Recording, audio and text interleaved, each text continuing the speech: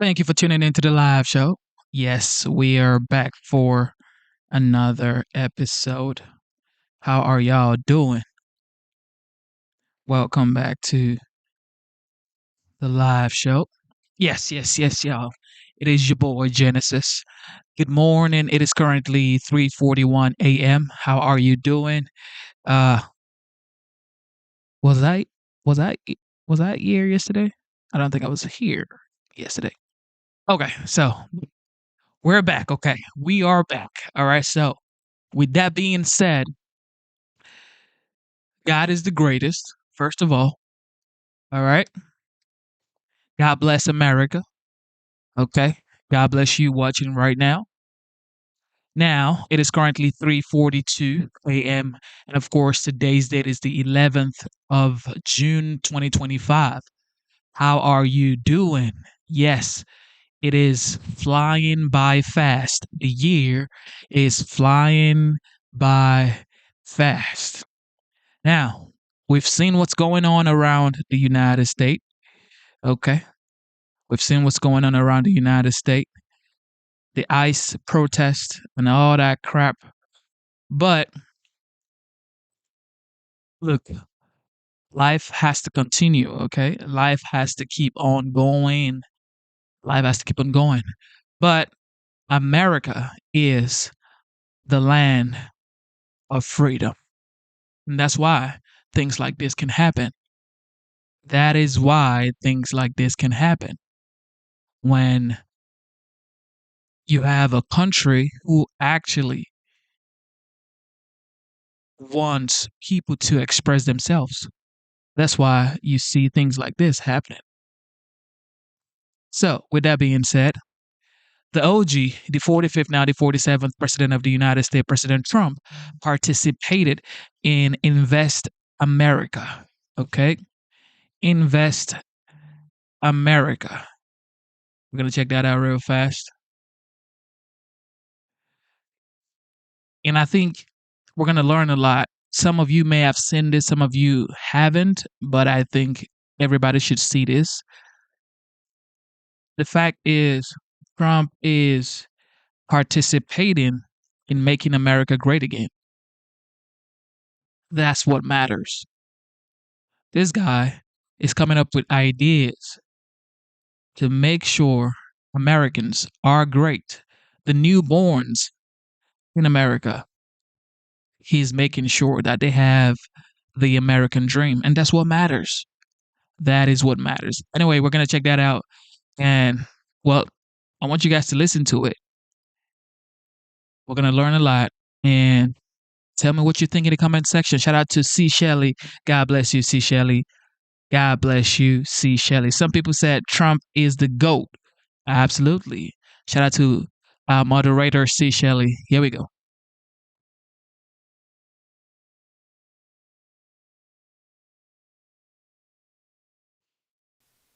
We've had some exciting days in the last week, I would say, mostly good.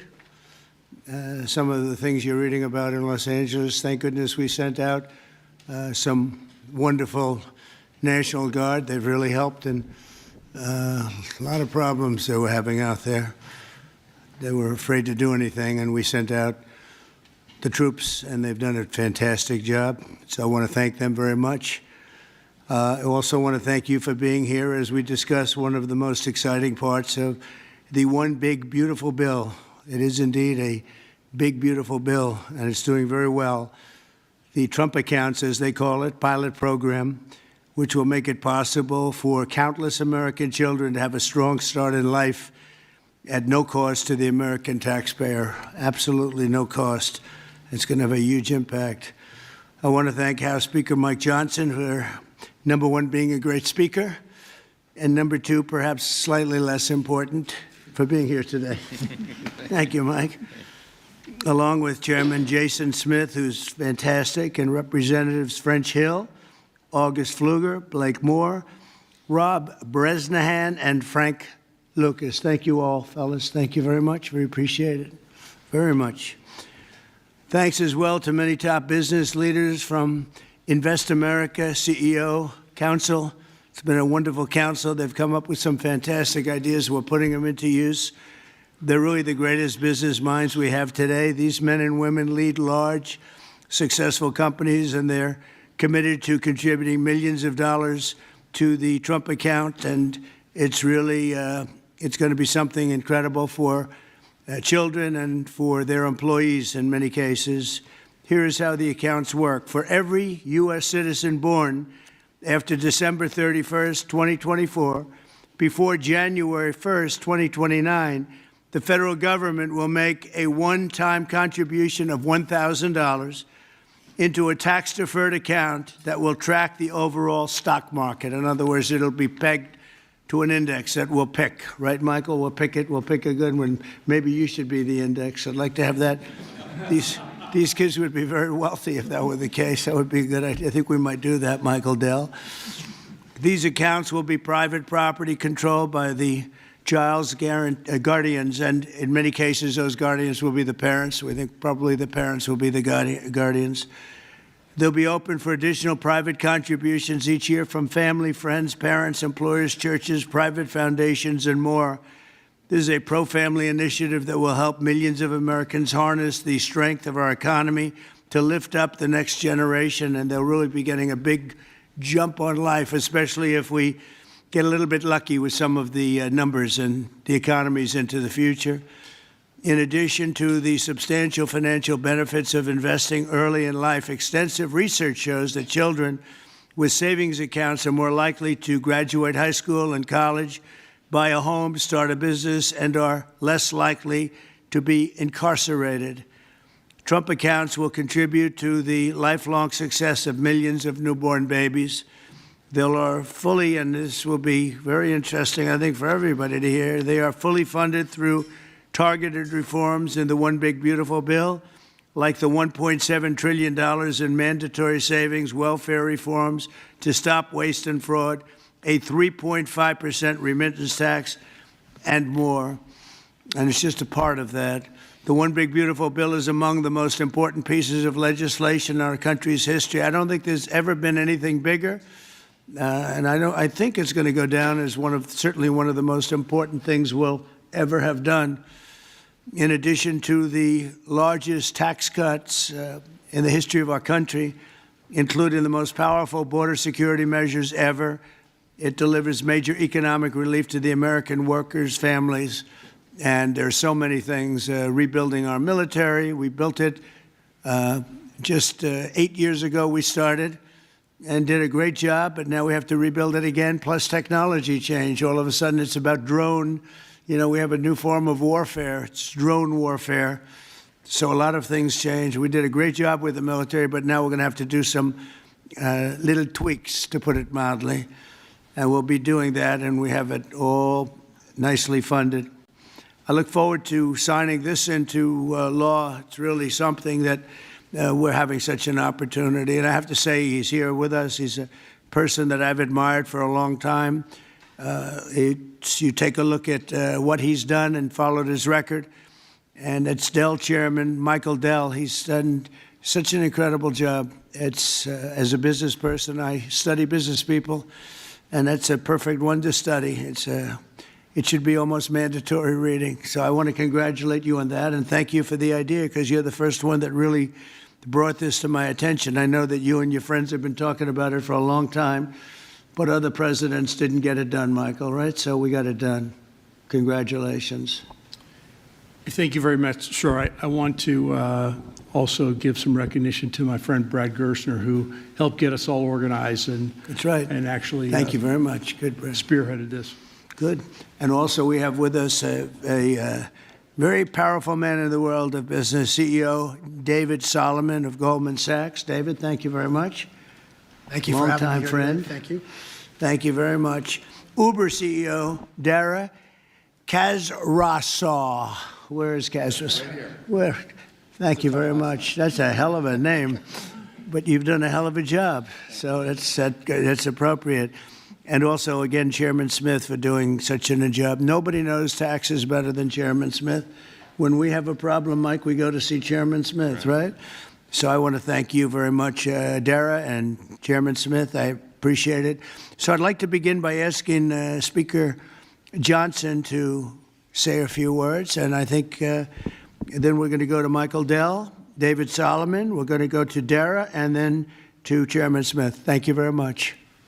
Mr. President, thank you so much for your bold, visionary leadership. It is the key to all of this great success that we are achieving. And the One Big Beautiful Bill, it is not an overstatement to say it will be one of the most consequential pieces of legislation in the history of Congress. There's a lot in here. And by extension, or I would say it is an extension of the figure who I believe will be the most consequential president of the modern era, if not all American history, and that's the gentleman sitting to my left. So I want to thank you for that. Thank you very much. That's a beautiful statement. Huh? Well, I like him too. Yeah. Thank you. It's a statement of objective fact, and every working American understands, I think, the principle behind this concept that we're discussing today. If you have a 401k, you understand the power of investing early for the future. Trump accounts take that same principle, and they apply it from the very beginning of Americans' lives. It's a pretty simple concept. The families that opt in will receive a one-time payment of $1,000 to a Trump account that parents can contribute to. It's a bold, transformative policy that gives every eligible American child a financial head start from day one. Republicans are proud to be the party, we always have been, that supports life and families and prosperity and opportunity. And Trump accounts are all about setting up the next generation for success. For future Americans, this early investment could really be the game changer. It could be a difference. It could pave the way for paying their way through college or buying their first home or starting a business, even when they're young. So even $1,000 at birth will put these Americans in a better position than over half of American adults who sadly have no retirement savings at all. So this would be a remedy to that great problem. And it will encourage the free market. It will encourage investment and understanding of capitalism.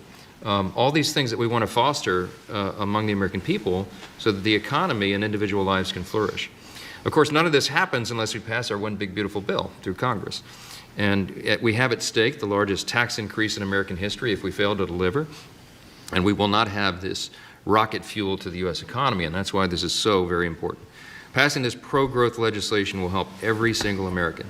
From Trump accounts, this is one of the components of it, to eliminating taxes on tips and overtime, to reducing red tape on Main Street. And the One Big Beautiful Bill is going to drive prosperity. It's going to create jobs across the country. It will make all boats rise. Wages will go up. Job participation levels will go up. We'll have more opportunity, more economic opportunity for more people. So you can climb up that ladder to the next step. The typical family with 2 children is going to see their take-home pay increase by up to $13,300 a year. That's real money to real people.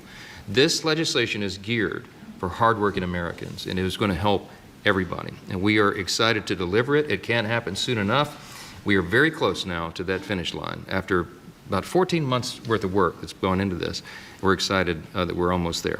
Mr. President, thanks again for your leadership, to all the great leaders around this table for all that they invest to our economy and our country and its government. And I will, as we say in the House, I'll yield back. Thank you very much, Mike. I appreciate it. And again, for a great job. Thank you very much. Michael, please. Thank you so much, Mr. President. I believe this is an incredible moment for all of us here today, and it's wonderful to be with some of the leaders of the most successful companies in the world as we come together to invest in the future of our country. We see the Invest America Act and the establishment of these Trump accounts as a simple yet powerful way to transform lives. Decades of research have shown that giving children a financial head start profoundly impacts their long-term success. With these accounts, children will be much more likely to graduate from college, to start a business, to buy a home, and achieve lifelong financial stability. Dell Technologies is proud to be one of the very first companies to support the Invest America Act, a bill that provides every child with a $1,000 seed investment account at birth. This is a straightforward step with enduring benefits. Following your inspiring lead, Mr. President, Dell Technologies will match the government's contributions, dollar for every child born to a Dell team member. This isn't just a new benefit. This is an investment in our people, their families, our communities, and America's future. And it embodies our core belief that opportunity should begin at birth. My wife, Susan, and I, also through our family foundation, have been closely studying the Invest America Act. And assuming that it becomes law, we expect to make a very significant gift. We view this initiative as a powerful platform for philanthropic innovation aimed at helping children thrive wherever they come from, particularly those families who have been historically left behind.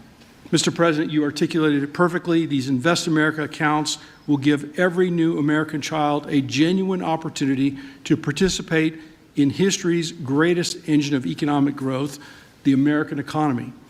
The funds in these accounts invested in American enterprise and innovation will grow over time into substantial nest eggs, providing support for education, home ownership, and starting families. The ability of families, friends, benefactors, and employers to match the government's generosity amplifies the life-changing potential of this initiative. Thank you, Mr. President, for your visionary leadership on this critical issue. These Invest America accounts will profoundly impact countless young Americans, ensuring they truly benefit from what Abraham Lincoln described as the right of every American, the right to rise. Thank you. Thank you very much, Michael. And we really have come a long way since you came to see me about 6 months ago with your beautiful wife. We had a nice talk. I said, that sounds pretty good. Let's think about that. And it's everybody I've spoken to about it, they can't even believe it. And because of great politicians and political leaders like we have, I think this is going to go quickly, very well and very quickly. So I appreciate it. Thank you very much. David Solomon, please. Thank you, Mr. President. I'm thrilled to be here with everyone and excited to participate in this important and timely discussion. I'd also like to acknowledge the efforts of so many in Congress on this very significant issue, and in particular the members here, and particularly the leadership of Senator Cruz and Representative Moore, who've played a big role in helping drive this forward. We also wouldn't be here today without the leadership of Brad Gerstner and Michael Dell in really having the vision, the energy, the passion, the commitment to help move this forward. So thank you both.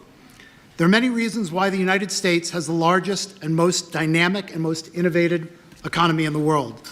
But one of the most important is the fact that our system of democratic capitalism incentivizes a culture that does not penalize people for taking risks. In fact, it incentivizes people to have a vision to go out and attract funding that's necessary to make their vision a reality. It is no mistake that many of the most important and innovative companies in the world today started in a parent's garage or on a college campus or in any one of a number of unlikely places in the United States. One of my worries is that our current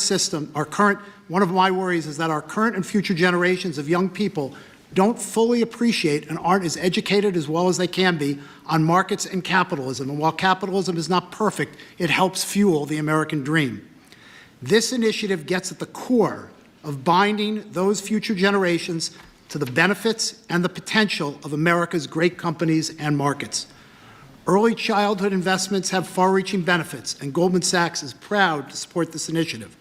This is an exciting opportunity for public-private partnership and for both communities and companies to invest in young people, the future of America. Once we see the Invest in America Act signed into law, Goldman Sachs would be excited to further support this Invest in America initiative. We believe passionately in our capital markets. They are an enormous competitive strength for the United States, and we know that our economy's future vitality is dependent on young people understanding the power of investing for the long term and sharing in the benefits of ideas that bring value to the lives of people around the world. Thank you, Mr. President, for helping drive this forward, and I look forward to continued partnership on this effort. Thank you very much, David. Dara, please. Thank you. Good afternoon, everyone. Thank you, Mr. President, for hosting us here today. It's an incredible honor to be here in a place that symbolizes the very opportunity that has defined my life. Thank you, Brad. Thank you, Michael, for your vision. We all strive to build something that lasts, and the Invest in America Act is a legacy that is going to last for generations. President Trump, thank you for your leadership. Your support is going to turn this powerful idea into a powerful reality for millions of young Americans. And I was 9 years old when I came to this country. My family arrived in America having fled the Iranian Revolution. we had lost everything that we had built. But we gained something far more valuable here. We gained a chance to rebuild again. We had a close-knit family, we had access to world-class education, and we had the one thing that fuels every American dream, and that's hope.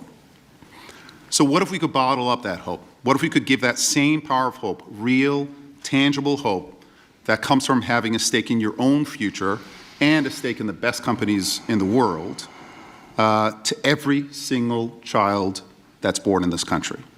That's the promise of the Invest America Act. It's not just an account, it's a launch pad. It puts the unstoppable engine of compounding to work for our kids, building a future for them from day one. This mission is personal to me, and it's core to us at Uber. Every day we see people using our platform to create opportunities for themselves, to save for a home, to pay for tuition, to build their own American dream one trip at a time. And that's why Uber is so proud to support this bill, which also includes benefits for millions of Uber drivers and couriers in the form of no tax on tips. Mr. President, our earners are grateful for your support. Thank you very much. Right? What a great job. You know, when you think we're doing a lot of work on Iran right now, and Yes. I see that what you just said, you came here and they took it Absolutely. all away from you, and you started, and you've become one of the biggest anywhere in the world. What a great story that is. Thank you very much, Mr. President. Congratulations. And we wish you Amazing. all the success there. Thank you very much. We'll need it. We're going to need it for that. That's it. They're tough negotiators. They're great negotiators. Yes. Among the best. Look at Yes. you. Thank you very much. Thank you. Appreciate it, dear. Jason, please. Thank you, Mr. President. I want to first start off by thanking you for your leadership, your vision, your commitment to workers and families throughout this country. The One Big Beautiful Bill would not have been possible without you. And it delivers the largest tax cut in U.S. history, the largest mandatory spending cuts in U.S. history, the most significant welfare reforms in U.S. history, and the largest one-time investment in border security. So it's things to be extremely proud about. Representing Southeast Missouri, I'm extremely proud about how you're delivering for working families. No tax on tips. A waitress like the waitress in Nevada that talked to you about no tax on tips, and the other 4 million tipped employees in the country, they will see an extra $1,700 in their paycheck because of the no tax on tips. That's significant for someone who's just trying to put food on their table and clothes on their backs. The linemen working overtime to restore power will get an additional $1,750 into their paycheck. Seniors will get $72 billion in tax cuts. The Trump investment accounts will be a game changer for new parents, even before their newborn baby can walk or talk. Their child will have money saved to one day learn a trade, start a business, or to buy a home. Every child born under this policy will have a better shot at a future. It does not matter if they live on a city block or on a county road. This will make a significant difference to their lives, and it's because of your leadership, Mr. President, and we say thank you. Well, thank you very much, Jason, and hopefully we're going to get that through, and we have a certain date picked out, an ideal date. If it takes a little longer, that's okay, but ideally we're going to get by a certain date. And again, I think it's one of the most important pieces of legislation we've ever had before us and that the country's ever had. I'd like to ask, if I might, Brad Gerstner, one of the most successful people in our country. I'm a friend of Michael very much, and Michael has great respect. And if you don't mind, Brad, I'd like to say a few words, please. Thank you. Well, first, it's a great honor and privilege to be here. We wouldn't be here without your leadership. And for me personally, to be here with my son, Lincoln Gerstner, happens to be named after the gentleman over your right shoulder. Where's Lincoln? Well, he's good looking. He's much better looking than you. What happened? You know, hey, we all want our kids to be better than ourselves. But it was around our small kitchen table that this idea was really born. I started off like Jason Smith in a small rural town in Indiana. My dad had lost everything in 1978 trying to start an auto parts company, and the Japanese were tearing apart our auto industry. We had double-digit interest rates and inflation. Our family mortgaged the house to keep the company going and ultimately lost everything. So I know a little something about starting with nothing. And I know what it felt like that first time you had a little skin in the game, where you thought you had a shot. You went from nothing to something. And like Dara said, that is the great story of America. The promise that there's mobility, the promise we can move up that ladder. But today, we've moved to a society of dependency, right? I saw somebody answer the White House's tweet on this today by saying the answer to socialism is more capitalism. This is more capitalism. Yeah. This is aligning every child in America with the upside of free markets and the benefits, and that is your Main Street agenda, Mr. President. No tax on tips, that doesn't help rich folks. That helps the people who feel left out and left behind. No tax on overtime, no tax or deduction on Social Security, and the Trump accounts, right, that everybody in this room are here and we've been working so hard on, but would never come to fruition without your leadership. Those will change the game forever. It makes America an ownership society again, because all of those kids will see the benefit of compounding. If you start with $1,000 and $750 is added a year by parents, grandparents, by churches, by the companies in this room who will all contribute to the accounts of the kids of their employees, by the great philanthropists in America. I think $750 is a low estimate per year. I think so. But if you do that, by age 18, Mr. President, these are worth $50,000. By age 30, they're worth $175,000. And if you do it every year of your life, at age 50, they're worth $1 million. You are giving the shot for every American to feel like they're in the game again, part of America with that economic mobility, that dream that led Michael Dell to start Dell Computer in his dorm room, Dara to feel like he had a shot after coming here from Iran, and a couple poor kids from Missouri and Indiana to make it to where we are today. So thank you for your leadership. This would not happen without the reconciliation bill and the work of the many in this room, but spearheaded by the Speaker and Jason Smith, the big, beautiful bill. This is the vehicle to get the Invest America Act passed. So thank you, sir. Well, thank you very much, Brett. Great job. And nobody knew I was going to call you. He might have done the best job of the group. You've got to think about that, Mike. Good recommendation, Michael. Does anybody have any questions? I think it's something that's really got to be talked about, because it's somewhat of a miracle that we're close to pulling it off. Please. What's the latest estimate on when you think the big, beautiful bill will pass? We put Independence Day as a self-imposed deadline, and we certainly hope, I believe, we can still meet that. It's up to the Senate. The bill's in the Senate's hands now, but spoke with Leader Thune as recently as last night.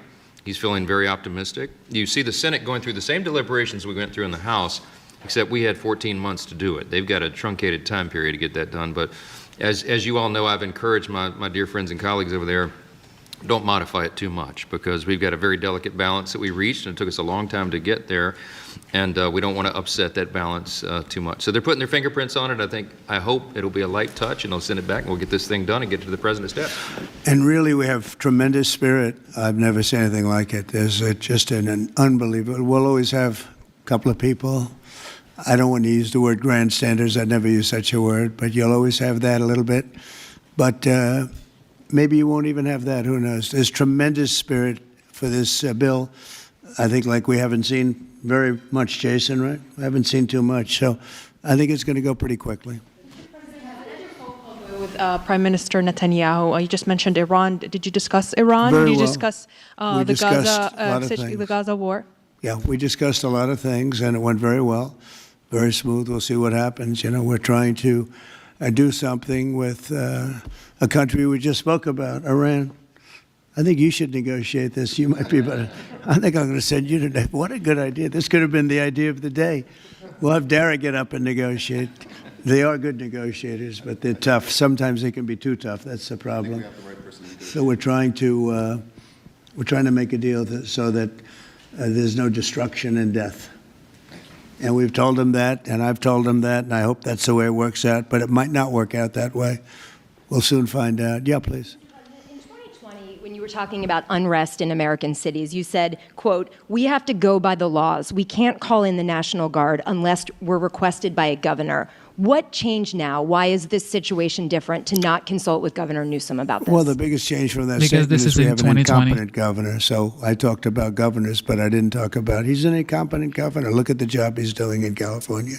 He's destroying one of our great states. And if I didn't get involved, if we didn't bring the Guard in, and we would bring more in if we needed it, because we have to make sure there's going to be law and order. You had a disaster happening. And they now admit it was a disaster. I watched the chief yesterday, who's a good man, by the way, and he said, "Well, we're lucky we did this because they were overwhelmed. You saw what was happening, so we did the right thing. Everybody agrees to that. But you have a governor who let the city burn down, didn't want water to be sent down to him. I sent billions of gallons of water. I wanted to do it in the first term. He wouldn't do it over."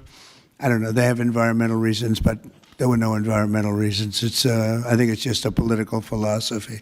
But it's lucky for the people in Los Angeles and in California that we did what we did.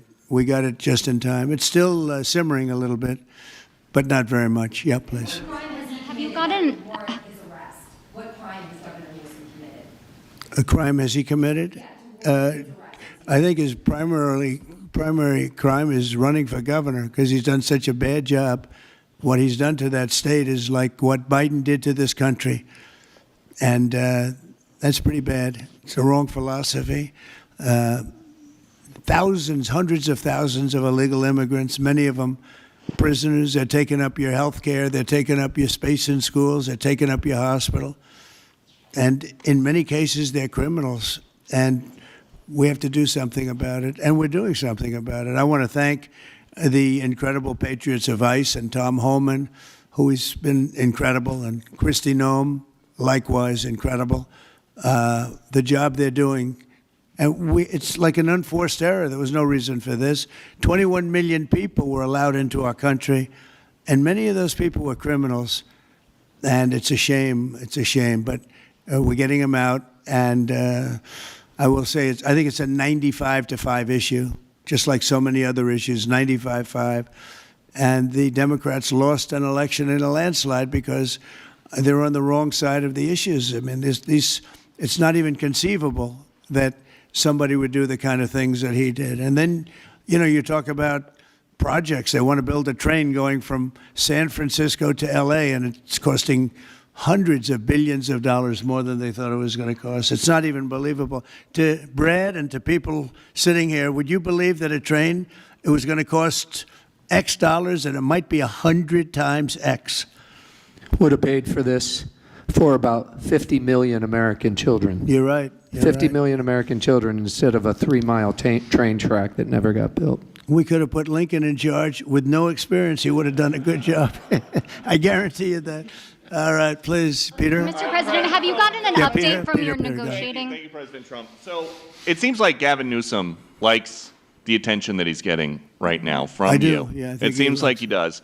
If you look at recent history, somebody who was running for president, you, who got arrested and had a mugshot, you could make the argument that politically that wound up helping you.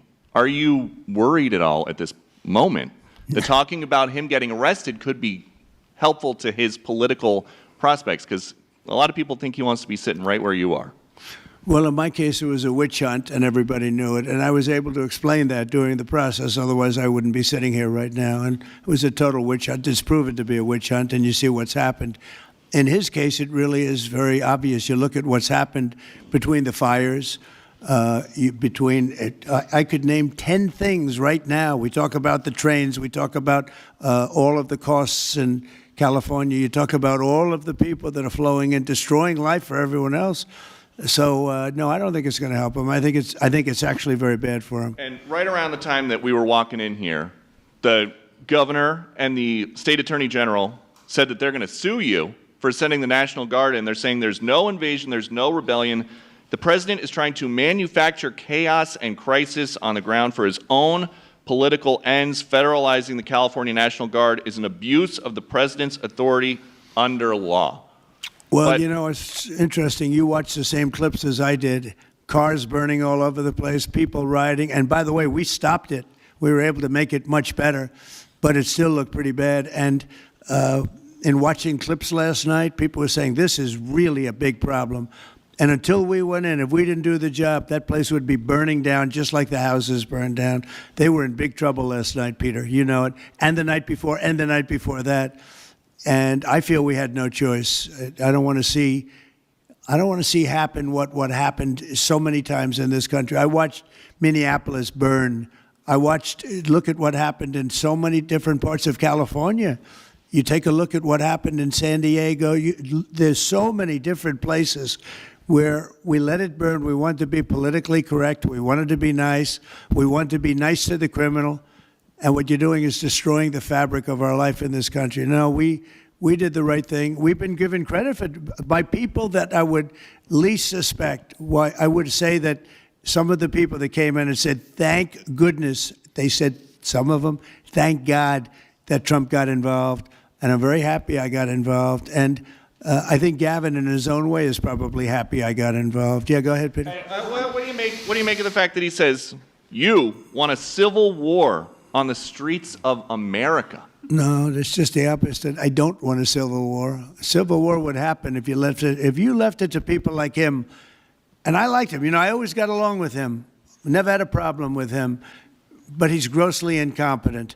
Okay. From negotiators in London. Have you gotten an update from your team in London negotiating? What? Louder. Have you gotten an update from your team in London negotiating the China trade talks? We are doing well with China. China's not easy, just like your home country is not easy, Dara. I think we're doing very well. They're over there now. I'm only getting good reports. It's a little early, but they'll be calling in soon. In fact, probably when I get back, I'll have my first call from them. We want to open up China. And if we don't open up China, maybe we won't do anything. But we want to open up China. It'll be a great thing for China, a great thing for the rest of the world. Are you willing to lift export controls when it comes to China? Did you give your negotiators any sort of limitation? We're going to see. Look, China has been ripping off the United States for many years. Nobody charged them 10 cents. No president had the courage to charge China for whatever reason. They didn't want to do it. I took in hundreds of billions of dollars. I put on tariffs on China when I got in first term. And we took in hundreds of billions of dollars. And then I did it again, but I did it for a lot of others. If you look at the stats, the deficit last month was cut in half. Everybody was shocked. I wasn't shocked. I think a lot of the people at this table weren't, because they saw the billions of dollars that were pouring in, and the tariffs hadn't even started yet, just about. There weren't cars. They were in some countries at a very minor level. And we cut the deficit in half, and it was a big story a couple of days ago. They said, I don't believe, one of the announcers on a business network went wild, said, I can't believe these numbers. Those numbers are good. The numbers are going to be very good. I think we're going to have a great 4 years. You know, we had the greatest economy in history during my 4 years. I think this one's going to blow it away. Yeah. Mr. President, Go ahead, please. do you have a message for Greta Thunberg, and did she come up on your call with the Prime Minister today? Well, she's a strange person. She's a young, angry person. I don't know if it's real anger. It's hard to believe, actually, but I saw what happened. She's certainly different. Anger management. I think she has to go to an anger management class. That's my primary recommendation for her. Kidnapped by Israel, as she says? Was she kidnapped? I find it. I think Israel has enough problems without kidnapping Greta Thunberg. And secondly, are you going to Is get... that what she said? She was kidnapped by Israel? Yes, sir. Are you going to get rid of the Tesla and the Starlink service that you have here at the White House? No, I haven't heard that. I mean, I may move the Tesla around a little bit, but I don't think we'll be doing that with Starlink. It's a good service. Where are you going to move it to? move it around? What do you mean? I have a lot of locations. Actually, about the Tesla. I got so many locations that I don't know what to do with them all. About the Tesla, did you ever see Elon Musk get physical with the Treasury Secretary? No, I didn't. And I tried to They ask. did have an argument, but I didn't see. I didn't see a lot of physicality there. And there was this New York Times report that he did not want to talk about, Elon Musk, that alleged that he, towards the end of his time in the White House, was blurring the lines between recreational use of drugs and medicinal. Do you think he ever had drugs here at the White House? I really don't know. I don't think so. I hope not. Look, I wish him well. You understand. We had a good relationship, and I just wish him well. Very well, actually. Yeah. About aid in Gaza, you mentioned now the flotilla. Do you have a response at all about Israel intercepting this boat? And can you give us an update on what's happening to the entry of aid into Gaza right now? We've had people being shot by Israeli forces who are trying to get aid from the right Gaza now, Humanitarian Foundation. Yes. Gaza right now is in the midst of a massive negotiation between us and Hamas and Israel, and Iran actually is involved. And we'll see what's going to happen with Gaza. We want to get the hostages back. That's all I can tell you. Yeah, please, in the back. Yeah. Back to California briefly. You said yesterday when ACMA reported that it was not insurrection taking place, but then on True Social a bit later, you'd said they were insurrectionists. After what you've seen You're talking about in L.A.? Yes, sir, in L.A. I wouldn't call it quite an insurrection, but it could have led to an insurrection. I mean, that was a lot of harm that was going on last night. I watched it very closely. And it was amazing that the job that the National Guard did. And by the way, the police were working very hard also.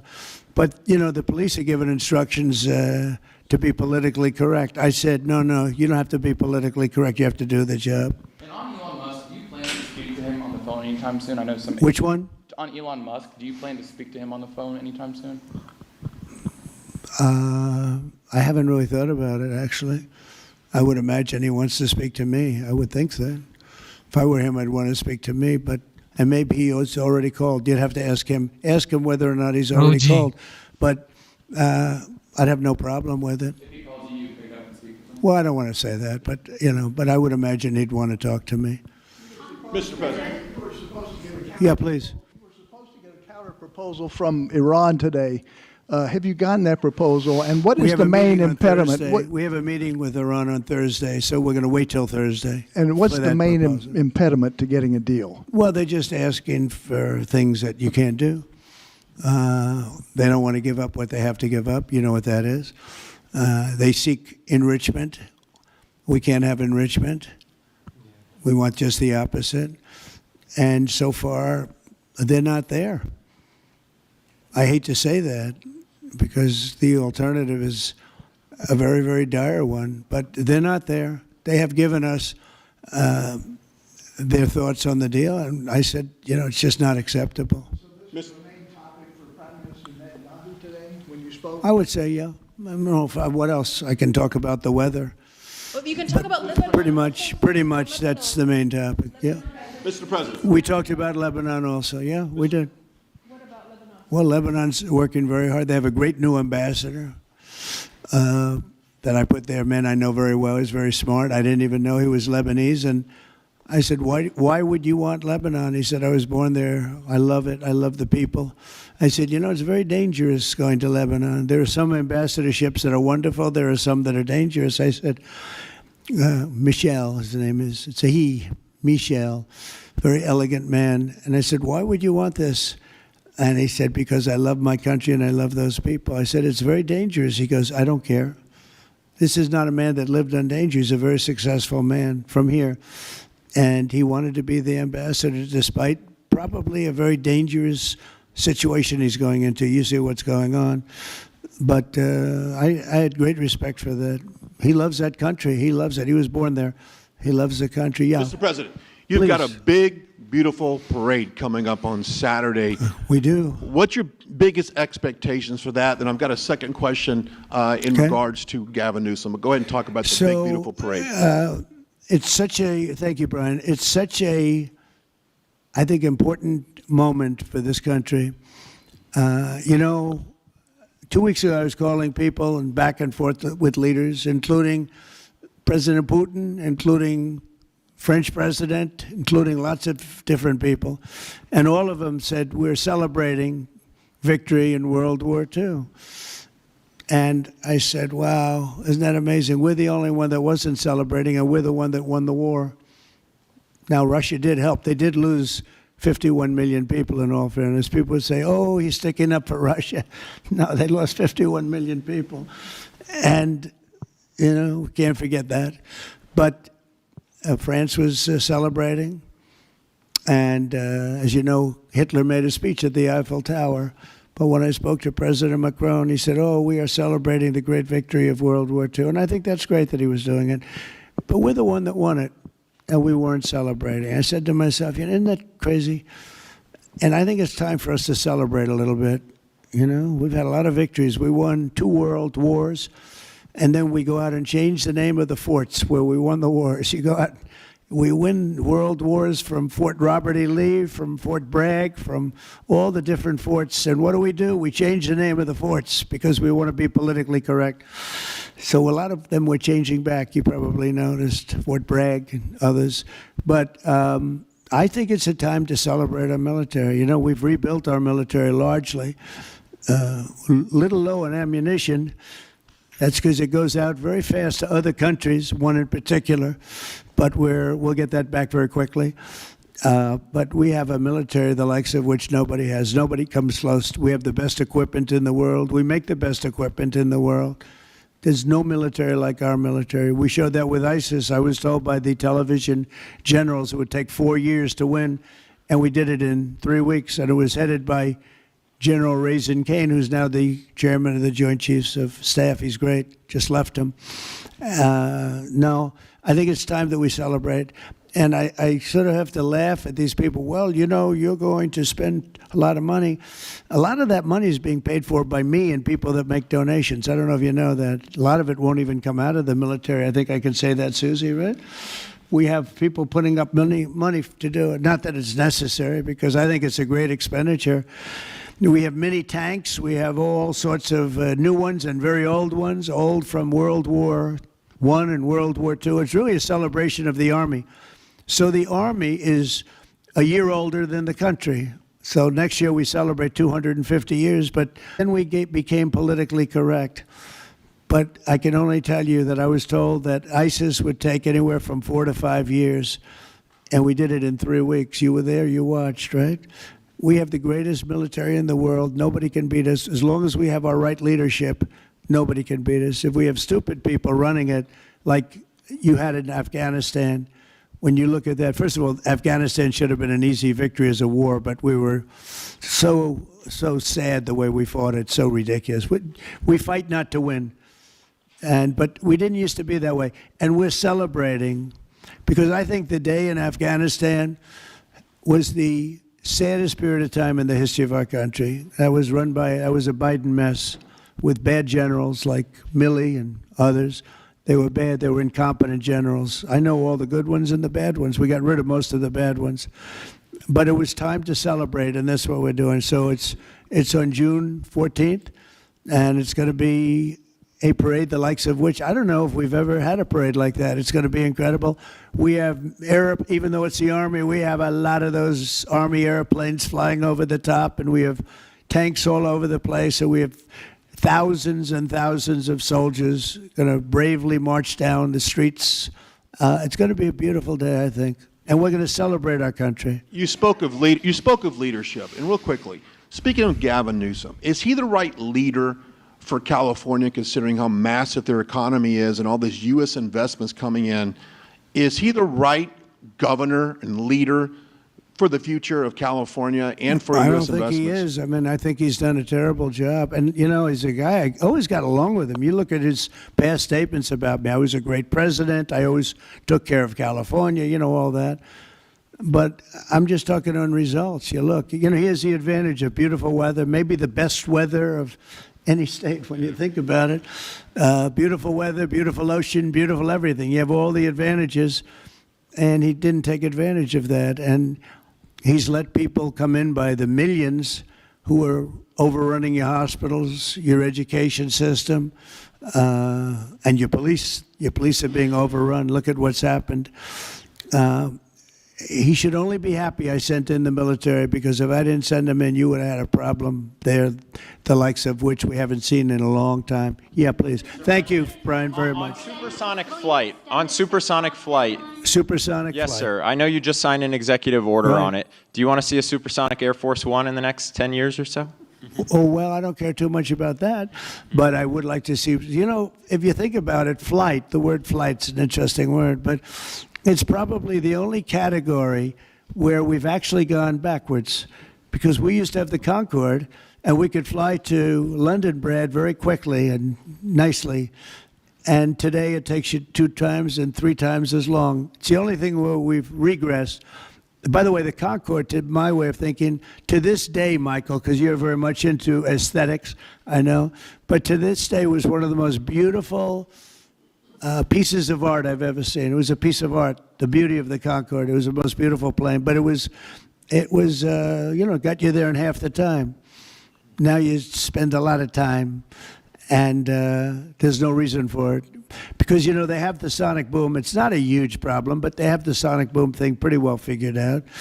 The technology changes, the change in the skin, the change in weight, all of the other things. There's no reason why we shouldn't do great. So we are making it possible for them to do supersonic and get us back on the track. I mean, think of it, 30 years ago, we actually had planes that flew much faster than we do now. It took you half the time to get to a location. So we've regressed, and we're going to progress. Eh? Right. Sort of an amazing thing, isn't it, though? We've gone backwards. On Wall Street, they haven't done that. If Goldman Sachs was like that, you wouldn't have Goldman Sachs anymore.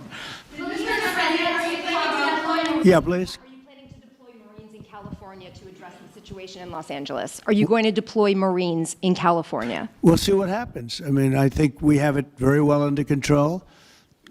I think it would have been a very bad situation. It was heading in the wrong direction. It's now heading in the right direction. And we hope to have the support of Gavin, because Gavin's the big beneficiary as we straighten out his problems. I mean, his state is a mess. And I'd like to get somebody involved in the rail, because, look, personally, it should have never been built, because you can fly there for $2, and what are you doing? They're doing that. You could drive, you could do lots of different things.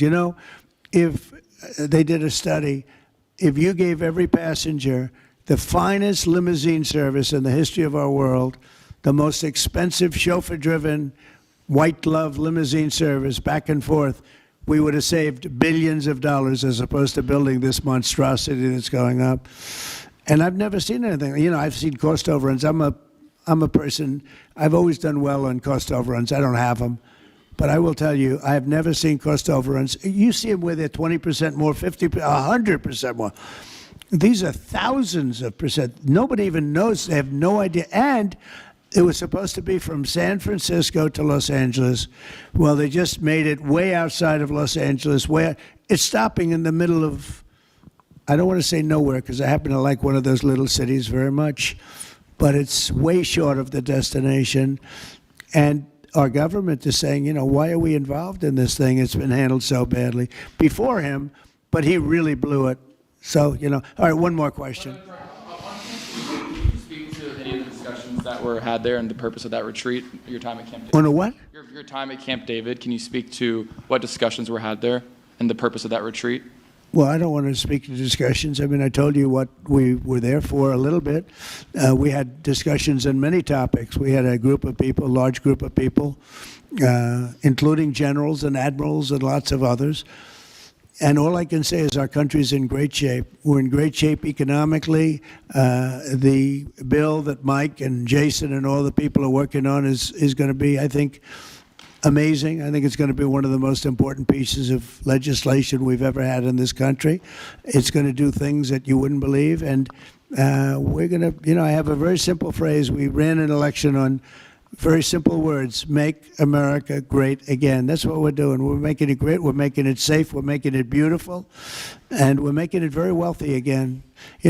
Wealth is okay. You need wealth to take care of lots of other people. We have to make our country better. It has to heal from 4 years of abuse. Our country was abused badly by a very incompetent person and a group of people that weren't incompetent, but they were radical left lunatics. And they ran the country with an auto pen. And I hope that law enforcement's looking at that very seriously. That's like a takeover of our country in a certain way, because this guy had no idea what he was doing. You saw that during the debate. You saw that in other cases. I mean, he had no idea. I saw it years ago. By the way, 40 years ago, he had no. He was bad 40 years ago. We're not just talking about.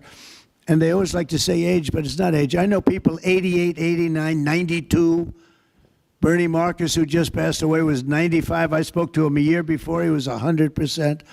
It's not age. It's something else. But whatever it is, you can't have that in this country. The damage he's done to this country is unbelievable. But the good news is we've got much of it fixed already, and the rest of it will happen. Thank you all very much. Thank you. Thanks, guys. Let's go back out this way. Take everything. This is what I voted for. A president who comes out here, tells you what he's doing, bringing top CEOs together to help American kids. This is just legendary. Anyway, thank you for tuning into the live show. Double tap your screen. Thank you to the OG, 47th President of the United States, doing everything he's doing. Shout out to the GOAT, Dr. Luke. God bless you. That is an esteemed member. Shout out to the Bucket Master, Mr. Booski. Shout out to the legendary C. Shelley. Shout out to Jet. All right, here we go. This was, yesterday. Withdraws from Los Angeles and ceases the enforcement of federal immigration law. In other words, they can't.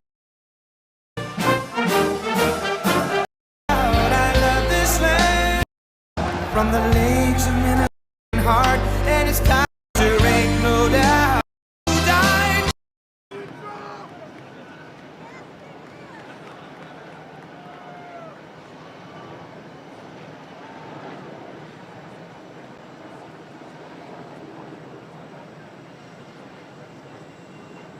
This is what I voted for.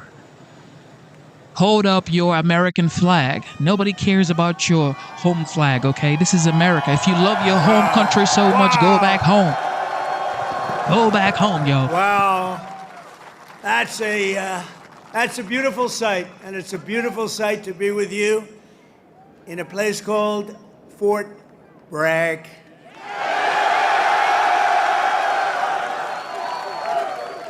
Can you believe they changed that name in the last administration for a little bit? But we'll forget all about that. Well, we're going to forget all about it. I want to just say God bless the U.S. Army and God bless the USA. Great place, great group. I want to thank so many incredible soldiers and paratroopers, pilots, warriors for that awesome display of pure, unrivaled American military might. I just saw something that was crazy. You don't want to mess. I've been saying a long time, we have the best. Nobody even comes close, but they just gave me a display that you might be lucky not to see it, because it's a little scary. It was beautiful to watch. Let's hear it for the Army Special Operations and Command and the 82nd Airborne Division and the 18th Airborne Corps. What a show it was, and what a show it continues to be. And Saturday is going to be a big day in Washington, D.C. You know, a lot of people said, we don't want to do that. I say, yeah, we do. We want to show off a little bit. You know, recently, other countries celebrated the victory of World War I. France was celebrating, really. They were all celebrating. The only one that doesn't celebrate is the USA, and we're the ones that won the war. Without us, you'd all be speaking German right now. Maybe a little Japanese thrown in. But we won the war. Man. And we don't celebrate, but we're going to celebrate on Saturday, and we're going to celebrate from now on. We're going to celebrate our greatness and our achievements. This week we honor 250 years of valor and glory and triumph by the greatest fighting force ever to walk the face of the earth, the United States Army. For 2.5 centuries, our soldiers have marched into the raging fires of battle and obliterated America's enemies. There's never been anything like it. There's never been a force like this. And I rebuilt it. I gave you so much money for 4 years. It was crazy. And we just approved our largest budget for military operations, over $1 trillion. We've never even come close. But our army has smashed foreign empires, humbled kings, toppled tyrants, and hunted terrorist savages through the very gates of hell.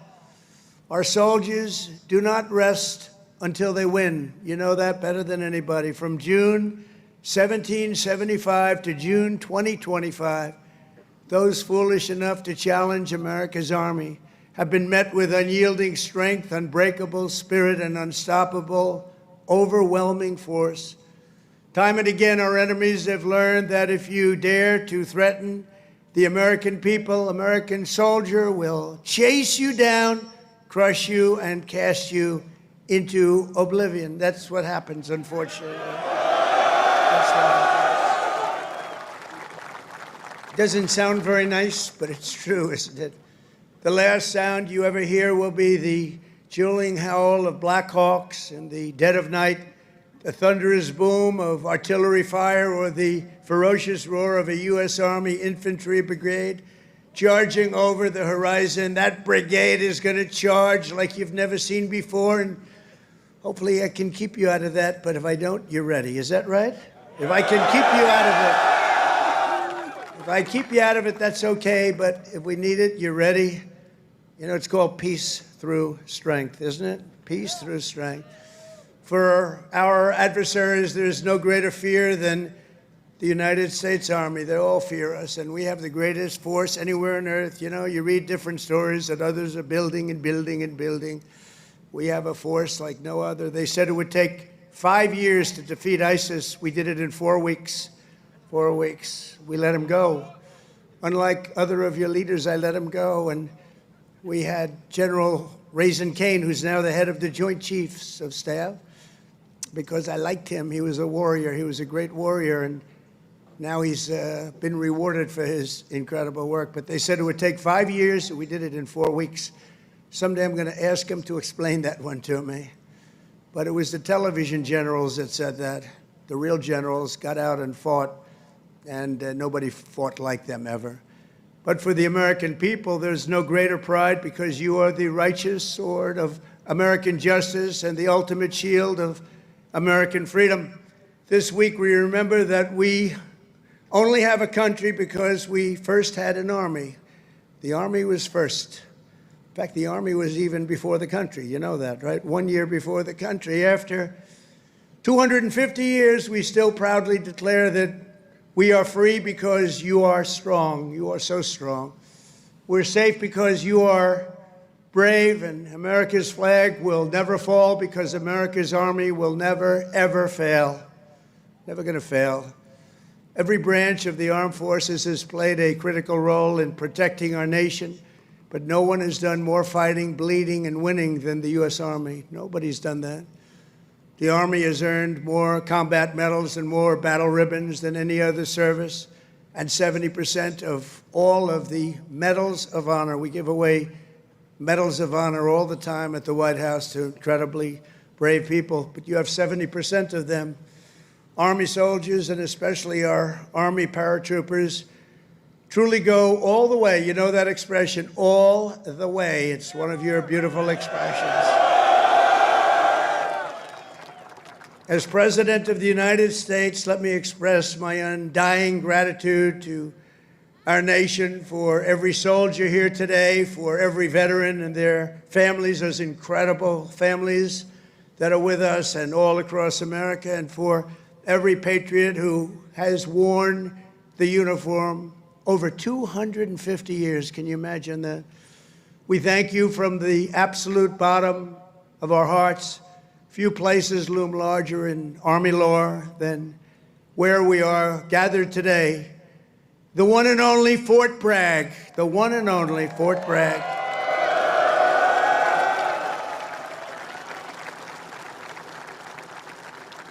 But remember, it was only that little brief moment that it wasn't called Fort Bragg. It was by the Biden administration, not Trump. I had nothing to do with it. We got it changed.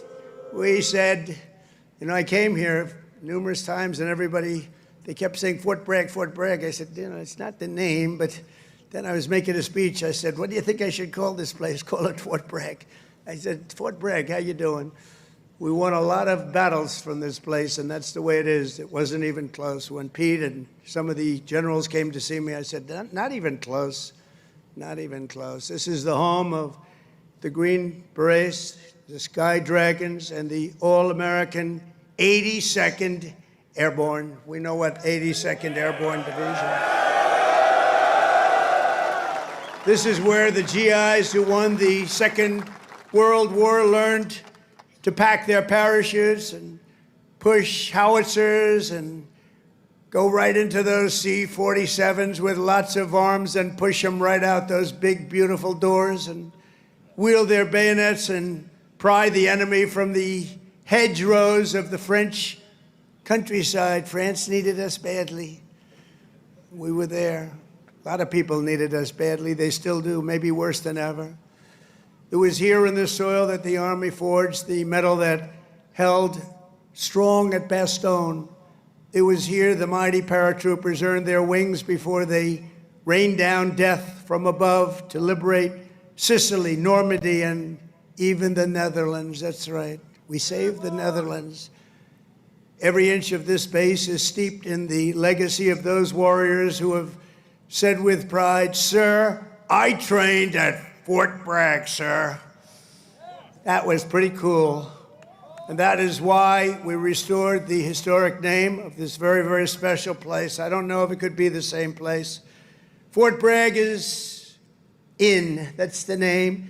And Fort Bragg, it shall always remain. That's never going to be happening again.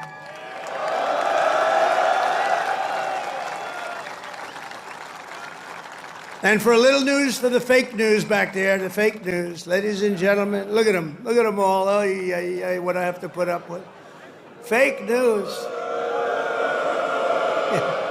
What I have to put up with. But they're all right. They've been very nice today. They were impressed with that display, I can tell you that. I think it took them a little by surprise. But for a little breaking news, we are also going to be restoring the names to Fort Pickett, Fort Hood, Fort Gordon, Fort Rucker, Fort Polk, Fort A.P. Hill, and Fort Robert E. Lee. We won a lot of battles out of those forts. It's no time to change. And I'm superstitious, you know, I like to keep it going, right? I'm very superstitious. We want to keep it going. So that's a big story. We just announced that today to you for the first time. They said, why didn't you wait till Saturday? I said, I can't wait. I got to talk to my friends here today. This is a record crowd. You know, you never had a crowd this big. That's an honor. You think this crowd would have showed up for Biden? I don't think so. I don't think so. I don't think so. Maybe I'm wrong. Maybe I'm wrong. I want to thank so many great leaders here today, including Secretary of Defense Pete Hegseth, who's been great. By the way, Pete, thank you. Great. And he went through the wars, you know? Pete went through the wars. He had to get through a very hostile group of people that I think really don't want to see America be great again, maybe, or something. But he persevered, and he got there, and he's doing a fantastic job. Great job, Pete. Thank you very much. Secretary of Veterans Affairs, Doug Collins, a fantastic man. Thank you, Doug. You're doing a great job. Doing a great, great job. Way, way up from the last administration, Veterans Administration. It's way up. You saw the recent poll. The people are happy. They weren't happy a couple of years ago. They were really happy 5 years ago. but it went downhill from there. We did so much. We got you medical. If you had to wait, if you had to delay at all, you go out to see a private doctor, we pay the bill, you take care of it. You don't wait for 6 months and end up getting very sick on something that could have been done with a little shot or a pill. We did that. Then they wanted to drop that. I said, we're not dropping it. But Doug, I'm proud of you. I just heard some great things. Thank you very much. The Secretary of the Army, a really brilliant young guy, went to Yale, can't have everything. Top student, Dan Driscoll. Thank you. Thank you, Dan.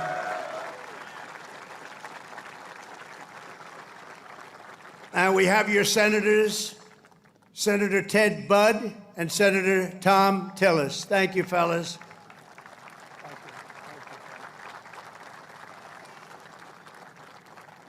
Congressman Richard Hudson, Pat Harrigan. Where's Pat? Pat?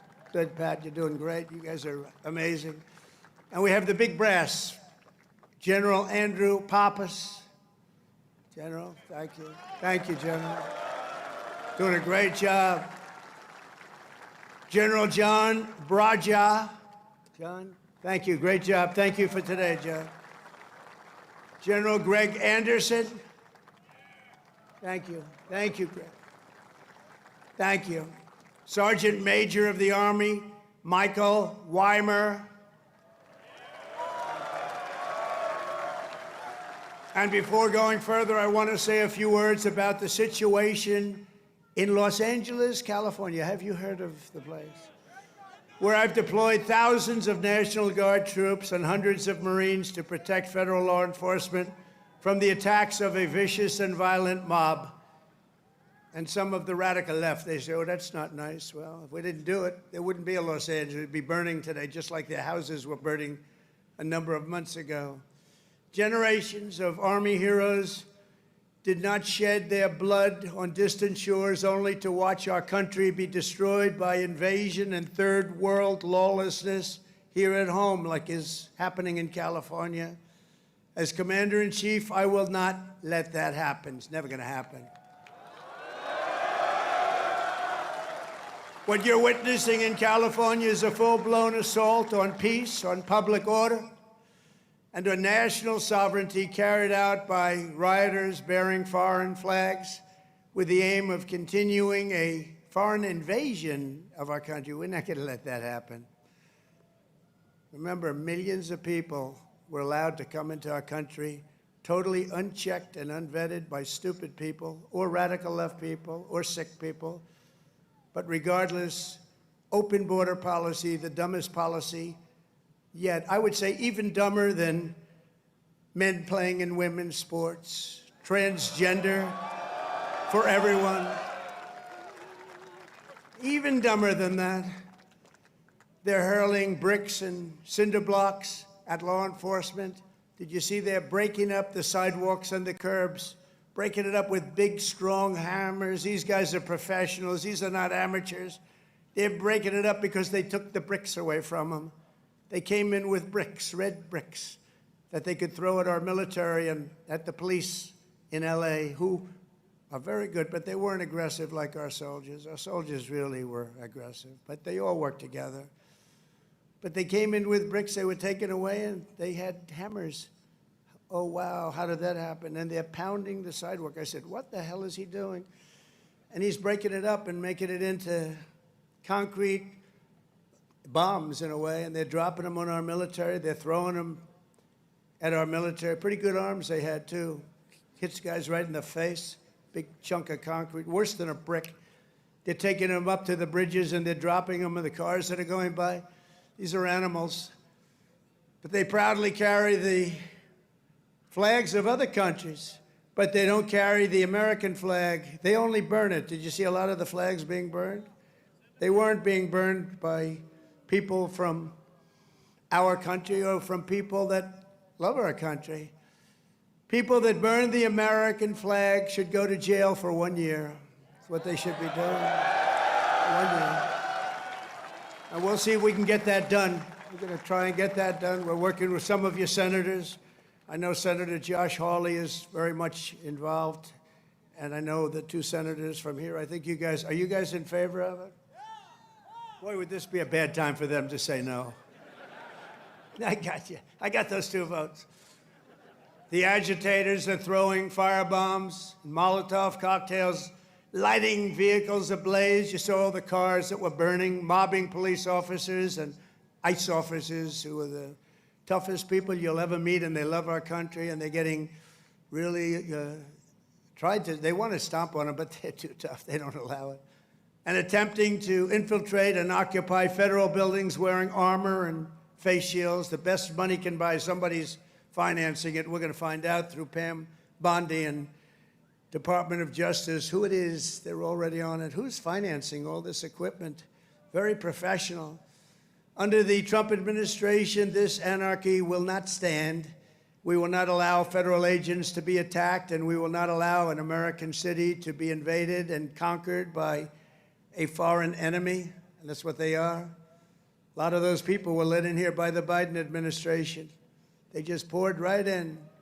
They came from prisons, they came from jails from all over the world. They came from mental institutions. They were the leaders of gangs. They were drug lords allowed to come into our country. Their countries threw them out. Their countries would bus them or drive them right to our border and say, go in there, you ever come back, we're going to kill you. And we got them, and we're getting them out of here. I want to applaud the courage and the strength of the incredible troops who are right now standing guard to protect federal property and personnel and uphold the supremacy of federal law. That's what they're doing. They're protecting our ICE agents. They're protecting the police in Los Angeles. The head of the police in Los Angeles, a good man, I hear a good man, but he was actually saying we really did need this help. It had gotten away from them. It had long gotten away. And we gave it to them. Not only are these service members defending the honest citizens of California, they're also defending our republic itself. And they are heroes. They're in there, they're heroes. They're fighting for us. They're stopping an invasion just like you'd stop an invasion. The big difference is most of the time when you stop an invasion, they're wearing a uniform. In many ways, it's tougher when they're not wearing a uniform because you don't know exactly who they are. In Los Angeles, the governor of California, the mayor of Los Angeles, they're incompetent, and they paid troublemakers, agitators, and insurrectionists. They're engaged in this willful attempt to nullify federal law and aid the occupation of the city by criminal invaders. That's what it is. They're invaders, no different. Their position is that the rioting will not stop unless ICE withdraws from Los Angeles and ceases the enforcement of federal immigration law. In other words, they came in here illegally. Many of them came out of prisons and jails, the most heinous people. They came from all over the world. They came from the Congo in Africa. They came from Asia. They came from the prisons of these places. They were put into the United States and allowed to stay here because we had a grossly, grossly unfit president who listened to whoever was operating the auto pen. And they allowed these people to stay. And by the way, I've known this guy for a long time. He was never the sharpest bulb. But you know what he was? He wasn't a radical left lunatic. He never dreamt about open borders. He never said that when he was of sound mind, which actually was a very long time ago. So sad what they've done to our country. I will say that without question, however, you're seeing the financial numbers. We've now got the hottest country anywhere in the world. And 6 months ago, it was the coldest country. We're being laughed at all over the world. I was in Saudi Arabia, Qatar, UAE. We brought back $5.1 trillion into our country. And all three leaders, they're great leaders, all three said, you know, you are presiding over the hottest country anywhere in the world. And they said the exact same thing. They said 6 months ago, it was the coldest country. I'll tell you, it changed on a date. You know what November 5th was? It was the election of a president that loves you. And that's when it all changed. That's when it all changed. Within the span of a few decades, Los Angeles has gone from being one of the cleanest, safest, and most beautiful cities on earth to being a trash heap with entire neighborhoods under the control of transnational gangs and criminal networks. It's horrible what's happened so quickly. As the entire world can now see, uncontrolled migration leads to chaos, dysfunction, and disorder. And you know what? They have it in Europe, too. It's happening in many of the countries of Europe. They don't like it when I say it, but I'll say it loudly and clearly. They better do something before it's too late. Very simply, we will liberate Los Angeles and make it free, clean, and safe again. It's happening very quickly. The one big, beautiful bill, you've heard about it. We call it the one big, I was on one of the television shows, I think Deface the Nation. Ladies and gentlemen, Deface the Nation. It's actually called Face the Nation for those of you that are smart enough not to know, because you're better off not knowing. But I was on one of the shows, and I said, we got to get a great bill. They said, would you like it to be one bill, or would you like it to be 7 or 8 bills? They said, I want one big, beautiful bill. And the Republican Party liked that statement. They call it one big, beautiful bill, so that's good. And that's what it is. It's great. And it's currently before Congress. It provides all necessary funding for ICE, for Border Patrol, and for the Department of Defense. And I told you at a level that we've never had before, over $1 trillion. We better get that bill approved. Otherwise, your helicopters and your planes and your equipment's going to start to look a little bit old, General. You better push your favorite congressman. You better push these 2 senators. I think they're in good shape, however. But we got to get it approved. And those congressmen by you are all 100%. I don't even have to talk to them. They've been so great. So I want to sign this into law immediately. And with the signing, so many great things will happen to our country. No tax on tips. Think of that. No tax, seniors on Social Security. No tax on overtime. They're going to pay for themselves.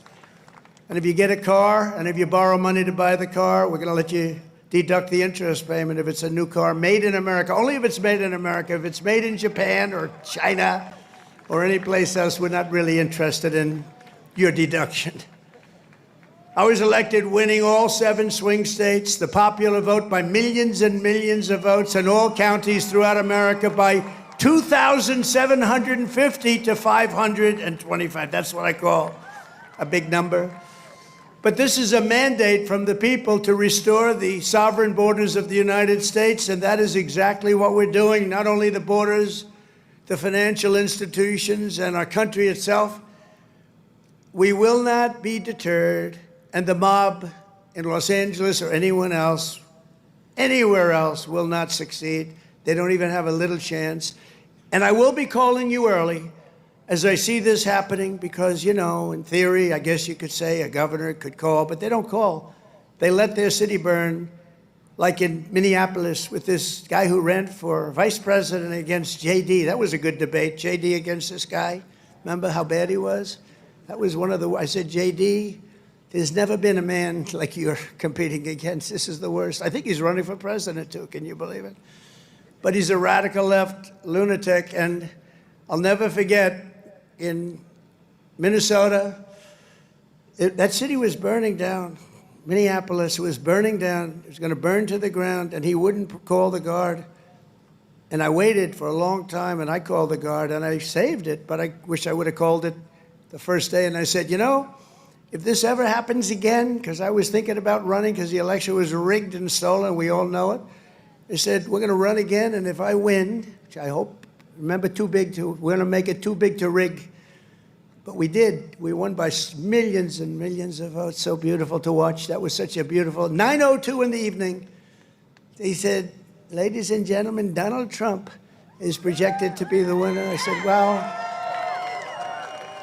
you think that was easy? I don't think these ladies from North Carolina think it was easy. They followed me.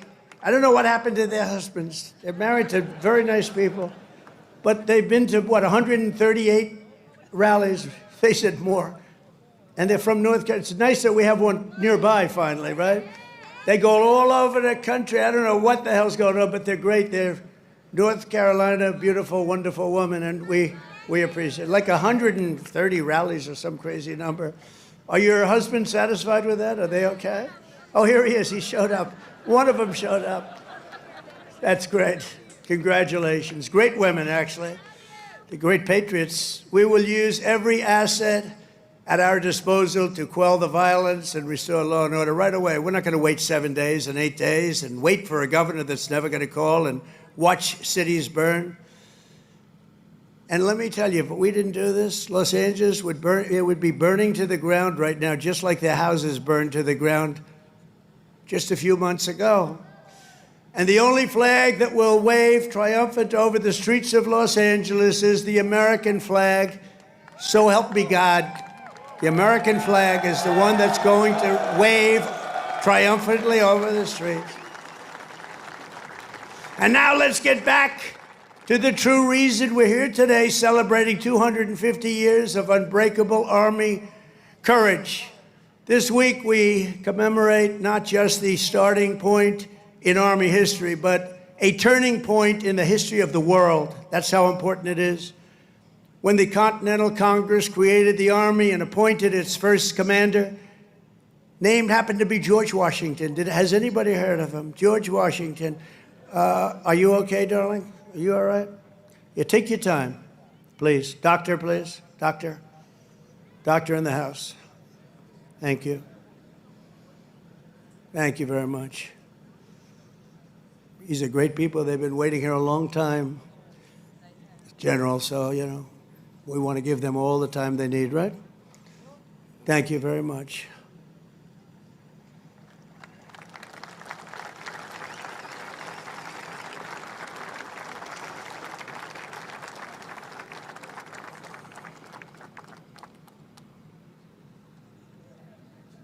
Greatest people in the world. They are amazing. Amazing.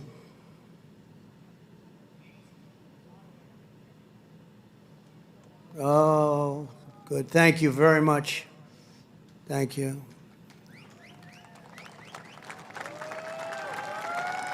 Okay, honey. Thank you. Beautiful young person. Beautiful young person. We have a lot of young people. You know, they have. We won young people, old people, and everything in between. It's sort of nice. Remember they used to say, but Trump doesn't have the young people. We won everything. Thank you very much, Doctor. Great job. When the Continental Congress created the Army and appointed its first commander, General George Washington, they sent the fierce spirit of a free nation into battle under a rallying cry that echoes to this day. Give me liberty or give me death. Have you heard of it? Quite a beautiful statement. Think of what that means. Give me liberty or give me death. I know exactly what that means. Just 3 days after the birth of the Army, the great patriot, founding father, Dr. Joseph Warren, was on the front lines as a soldiers stood totally outnumbered and outgunned at Bunker Hill. They had a group of soldiers against them that was supposed to be, in that day, unbeatable. Warren's mother had begged him, son, please don't do it. She said, please, please don't do it. Don't risk your life for even the patriot cause, please. And he replied, wherever danger is, dear mother, there your son will be. I will either set my country free or shed my last drop of blood to make us so beautiful. So the words are so beautiful. At Bunker Hill, Warren kept his vow, fighting and fighting and fighting and loving his country until he fell, drenched in blood, and gave his life at the very young age of 34. Exactly 250 years later, we are joined by Dr. Warren's great-great-great-great-great-grandson, and it's 7 generations down, and now an Iraq war veteran, retired Army specialist, Scott Warren, is here with his daughter, Sergeant E5 Carrington Sanders of Fort Irwin. I want to just, where are you? Where would you be in this big crowd? Thank you very much. What an honor. What an honor. You look great, too, by the way. You really look great. Thank you very much. What a great family.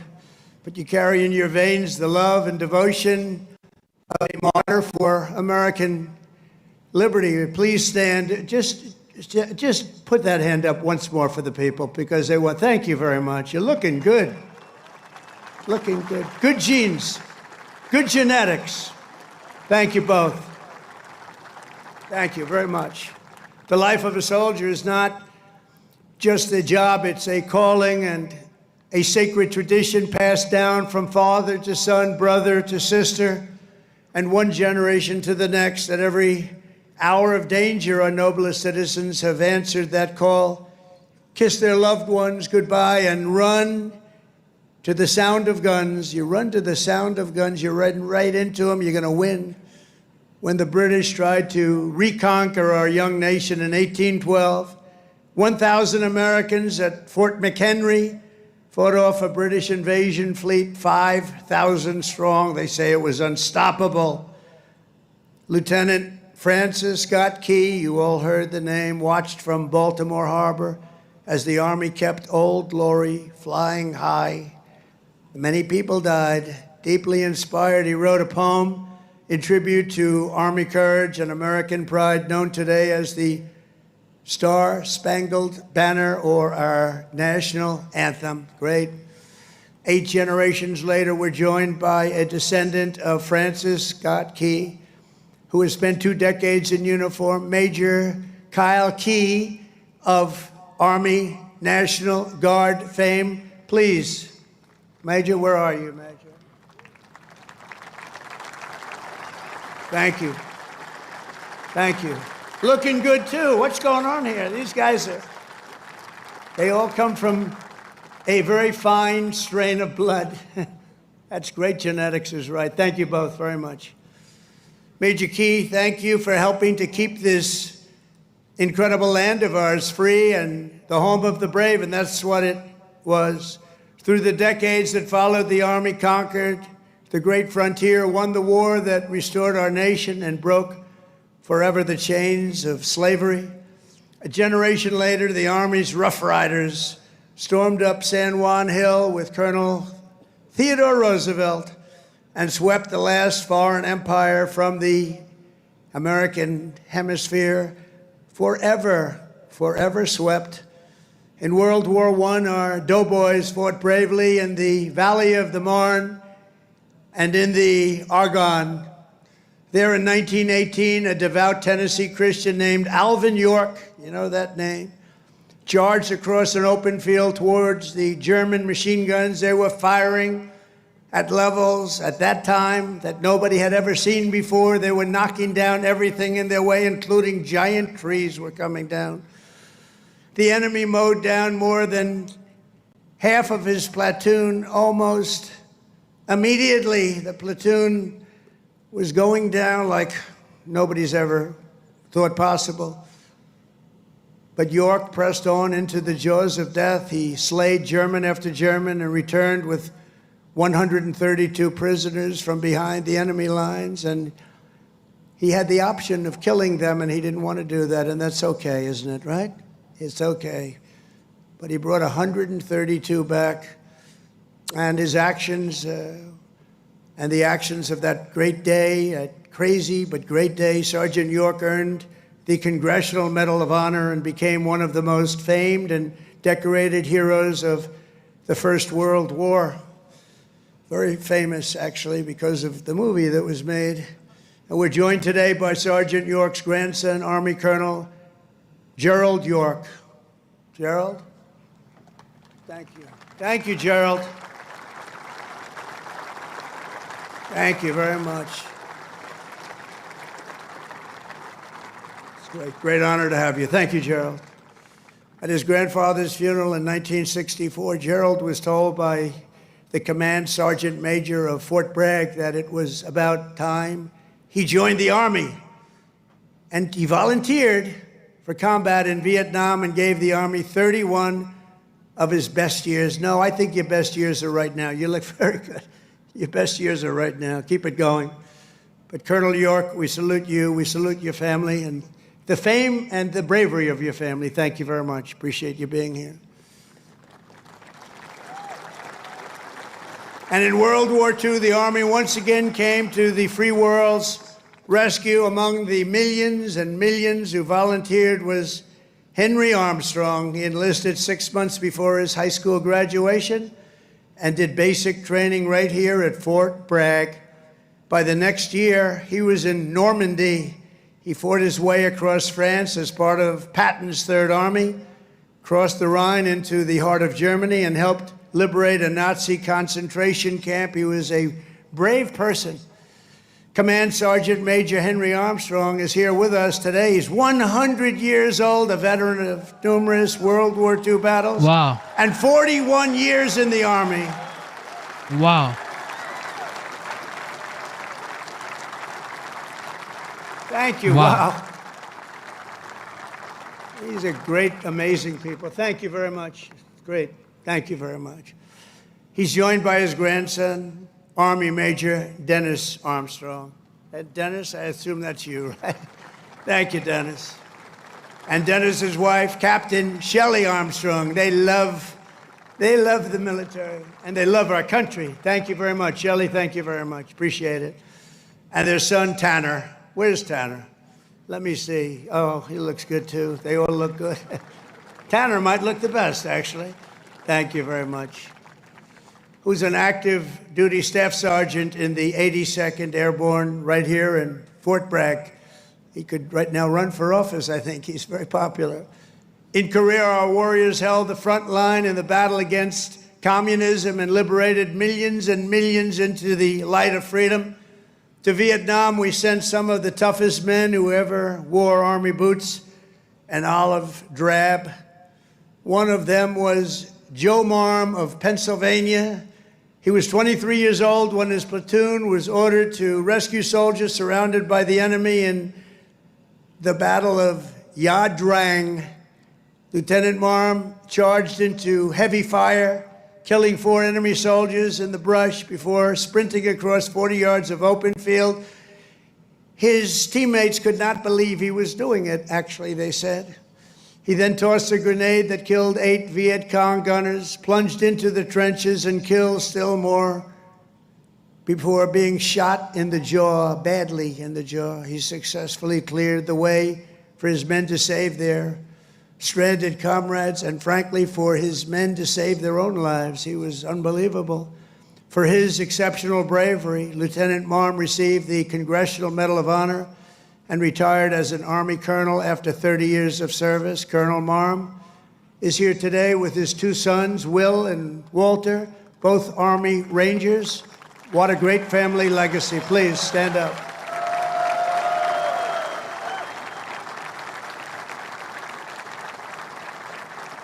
How's your jaw feeling? All right? The jaw? It's all right? Looks pretty good. I wish mine looked that good. It's very good. Thank you very much. Great family. Appreciate it. Real heroes. In the modern era, our soldiers have charged into the darkest caves and ventured into the most God-forsaken places to vanquish the forces of radical Islamic terror from the face of the earth.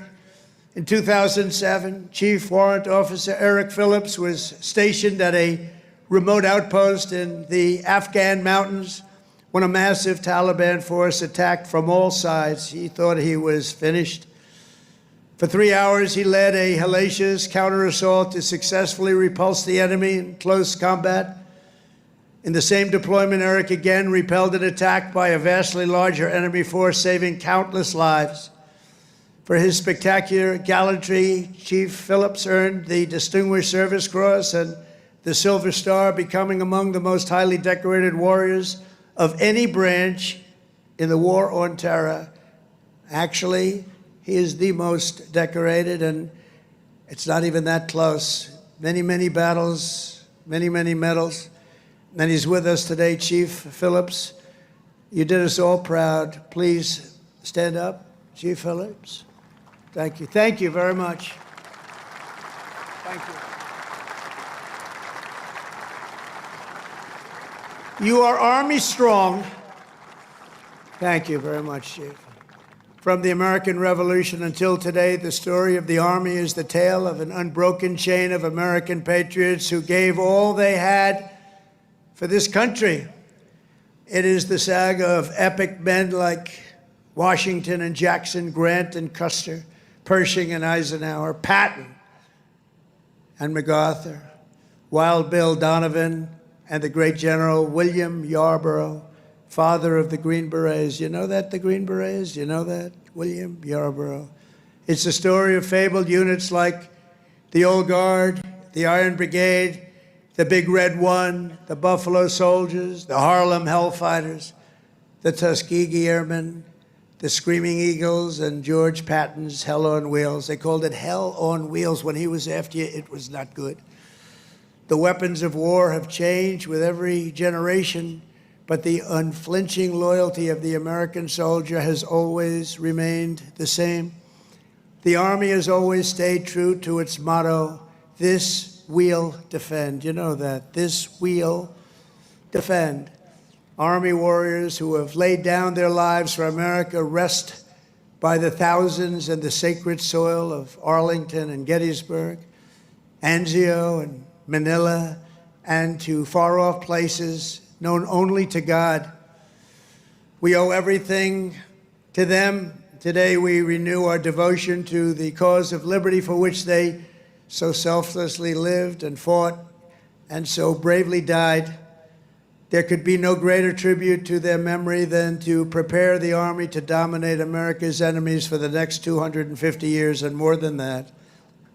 That's why under the Trump administration, we're focused on restoring the spirit of the U.S. Armed Forces. No soldier ever volunteered for the Army to be lectured about transgender diversity or inclusion. You don't want to hear that. Transgender for everybody. We don't do that. America's patriots joined the Army to kick down doors, storm beaches, kill terrorists, and win America's wars. That's what we want. And that's what you want.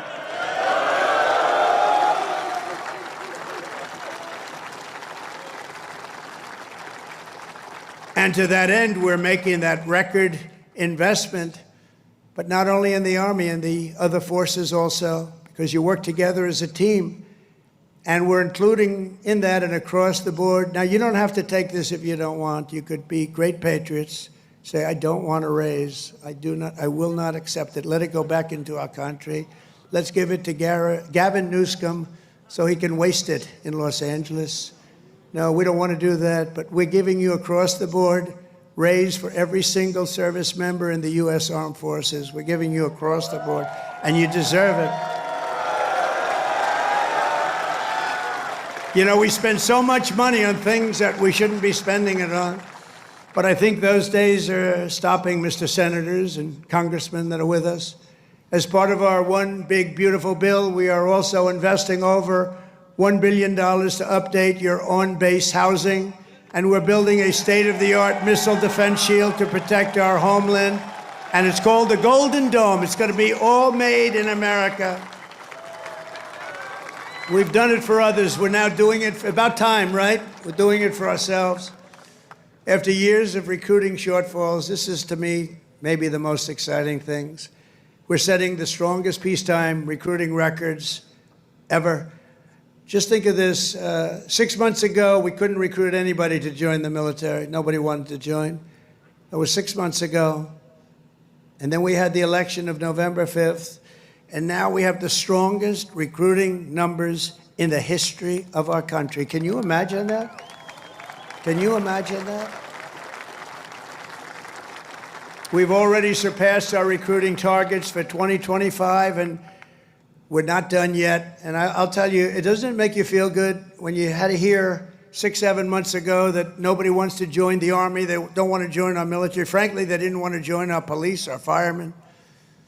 They lost confidence, they lost faith in our country. And just a short number of months later, we're setting all-time records. In fact, your job might be in jeopardy. Somebody else may come in and take it. That was bad. We'll get you out of here. You have to be good. We're getting the best people that you've ever seen. We're getting people I don't think we've ever seen anything like it. Great people are coming in. Doesn't it make you feel good, though? You have something and you're doing something and other people want to join you. Isn't that a great feeling? And wasn't it a lousy feeling just a short time ago when they announced, you know, you're a soldier and you're proud of your country, and you're proud of the Army in your case, and you're reading stories about nobody wants to come in and join the military, right? Isn't that lousy? Even the ladies from North Carolina were not happy with that. But then we had a great election. It was amazing. Too big to rig. We had a great election, and all of a sudden, the people are pouring in, and we have incredible people like Pete and the others that are here, Dan. I think they made a big difference. I really do. So thank you very much. All of you guys, I think you've really made a big difference. The Army will soon be stronger, bigger, and better than ever before. And every new soldier that joins our ranks will kindle the same fighting spirit exemplified by the likes of Sergeant Major Jim Schmidt, who's no longer with us. At 15 years old, after lying about his age, because he wanted to get in so badly, Jim trained at Fort Bragg to fight in World War II. When Jim's middle school wrote to ask if he would attend his 8th grade graduation, he wrote back, "That will be impossible, as I'm rather busy now. I'm in the hinterlands hunting down Germans," and I have to say this, and Italians. I know there are a couple of Germans and Italians here. As a paratrooper, he made the famous drops at Sicily and Salerno while still a young boy, too young to be in. The Army kicked him out. They found out about it. They kicked him out. They discovered he was way underage. They said, "Jim, you got to get out of here. You're a hell of a soldier, but you got to get out." But that didn't stop Jim. He enlisted in the Navy. But the moment he turned 18, he came right back and he joined the 82nd Airborne. How about that? He went on to fight at the Chosin Reservoir in Korea, rough place. Saw combat in Vietnam and ended his career right back at Fort Bragg, having earned 2 Silver Stars, 3 Bronze Stars, and 2 Purple Hearts. With us today is Jim's widow, Peggy, and their beloved grandson, Army Specialist Christian Forbes, who is currently deployed at our southern border defending our country from an invasion, whether we like it or not. It's an invasion, but I don't know if you've heard, the invasion was 99.9% stopped. Did you hear that? 99? Could even be more right. 99.999% stopped. That invasion is stopped, so I think he's in good shape. Specialist Forbes, I want to thank you for defending America, and you've obviously done a good job because that invasion has been stopped, and we appreciate you being here. Thank you, wherever you may be. Thank you very much. Thank you very much. Great. We stopped that sucker, didn't we, huh? We stopped it. Thank you very much. Each and every one of you here today carries in your souls the love, strength, and courage of millions upon millions of Army patriots who came before you. Your uniforms bear the same stars and stripes that our ancestors carried to victory at Yorktown, across the Great Plains, and over our Rockies, up the Missionary Ridge, down through the streets of Paris. That's right, we went down the streets of Paris. We got to help our allies, don't we? Across the sands of North Africa and onto the shores of Omaha Beach, into the blood-soaked hills of Korea. And it was a West Point graduate named Buzz Aldrin who first planted our great American flag on the face of the moon. We know that. Now it's your turn to carry that flag forward and to add your own daring deeds into this chronicle of triumph and legends. Now it's your duty to shield the flame of freedom that was first lit 250 years ago by the heroes of Concord Bridge and Bunker Hill. Standing before you today, I am more confident than ever that in the days ahead and every generation to come, the U.S. Army will heap glory upon glory upon glory upon us all. You will protect every inch of U.S. soil, and you will defend America to the ends of the earth. Wherever danger is, there the U.S. Army will be. Another beautiful phrase. Whatever peril comes our way, whatever menace threatens our people, you will stand strong, you will be proud, you will charge hard, and you will keep that flame lit, that beautiful, beautiful flame. You're going to keep it lit. You will hold the flag high, and you will do something that's become quite a famous little phrase also, but you're a hell of a lot braver than me. You will fight, fight, fight, and you will win, win, win. Thank you. God bless you. God bless our soldiers, and God bless the U.S. Army. Thank you very much. Thank you, everybody.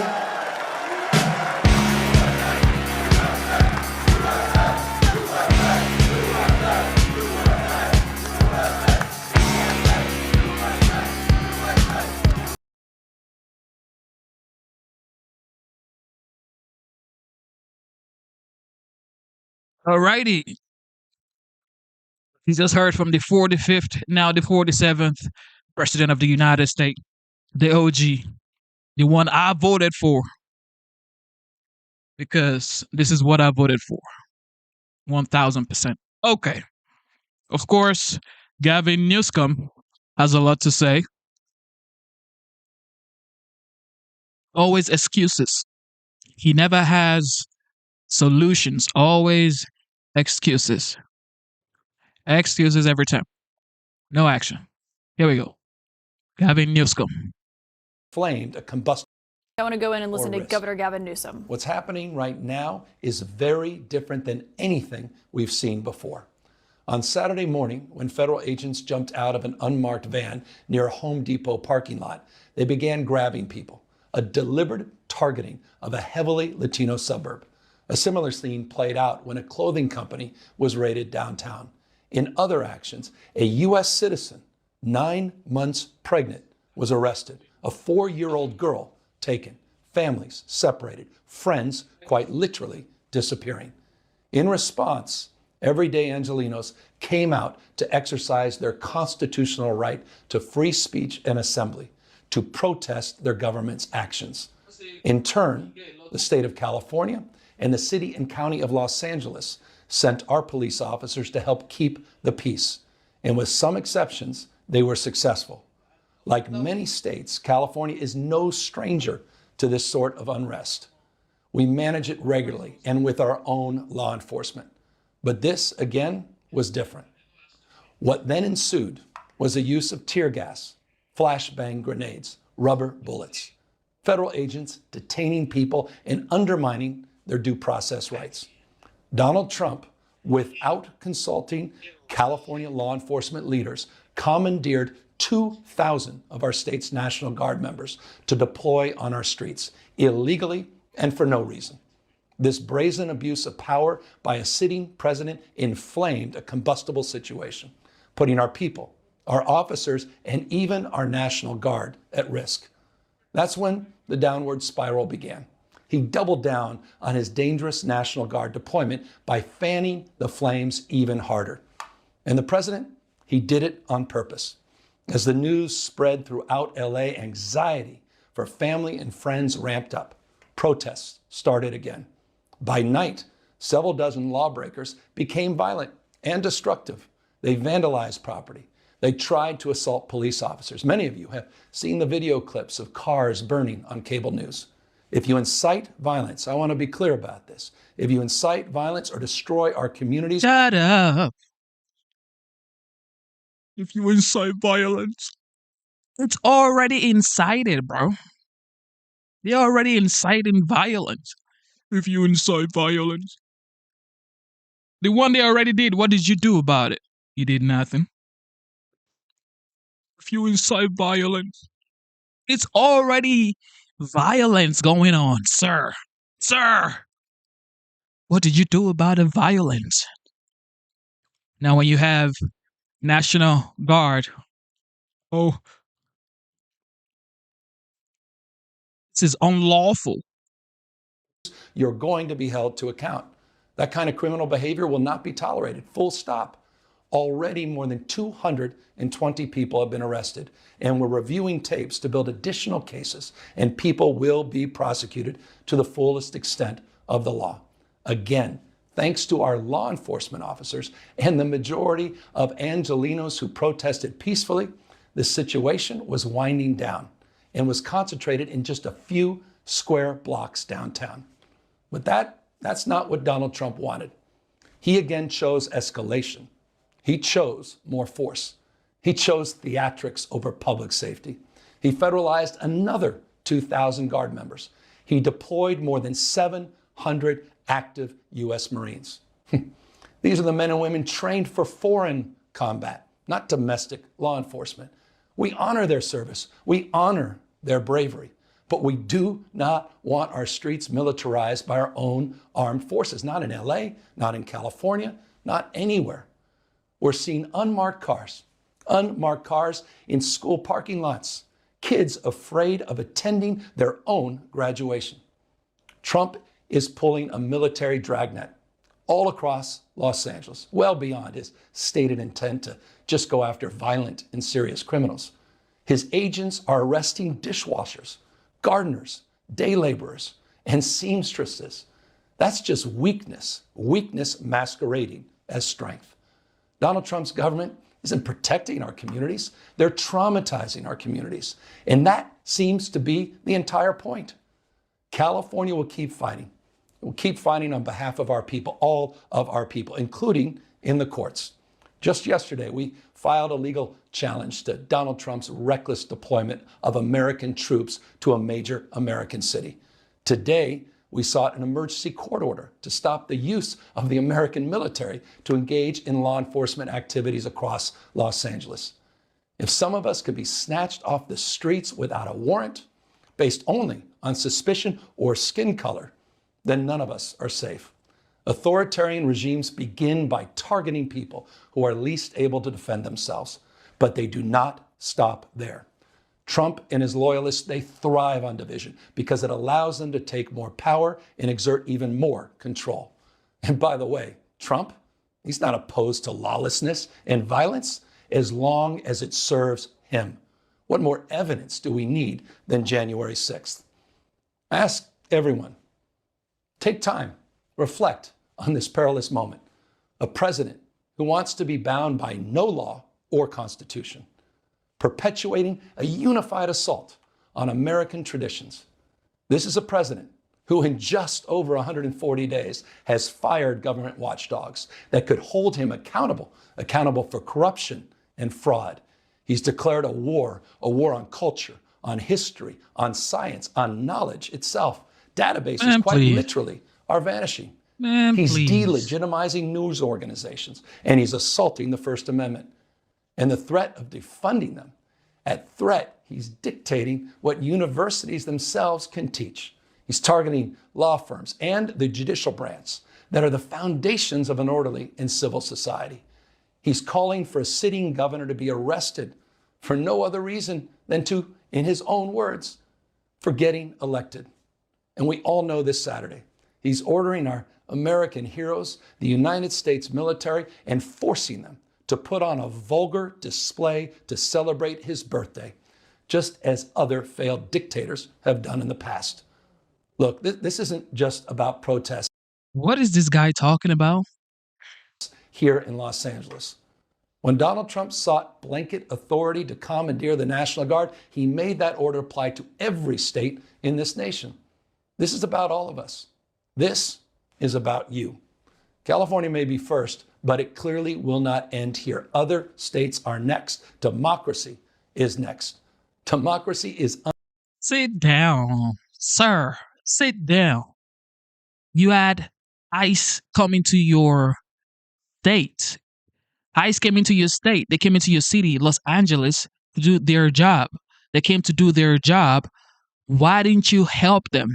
Why didn't you deploy LAPD to help ICE? Why?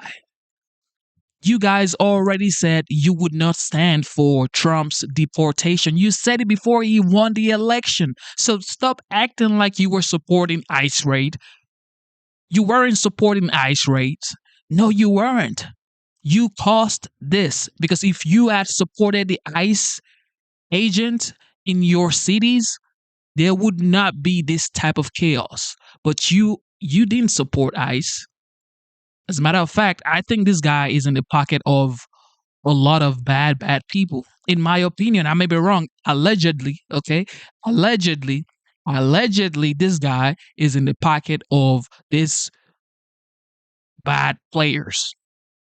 Because why would you say that it was a peaceful protest? Same thing Kamala Harris.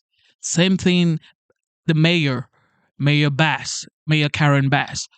What are you talking about peaceful protest? Peaceful protest? As a matter of fact, why would you have other countries' flag flying in your city, standing on burning cars, throwing stones at ICE agent vehicles? These guys were throwing stones at ICE agents, standing in front of ICE agent cars. This guy didn't say, you know what, Angelinos, we have to let the ICE agents do their job. He never said that for one time. Guess what they were calling? Everybody on the left in California, they're saying ICE should leave California. What are you talking about? So you're telling me that the illegal immigrant in your city dictates what you do in your city? What is going on here? So you mean that ICE cannot deport illegals in California? Why? How much are you getting from the illegals? Why would you say ICE should leave California? Why?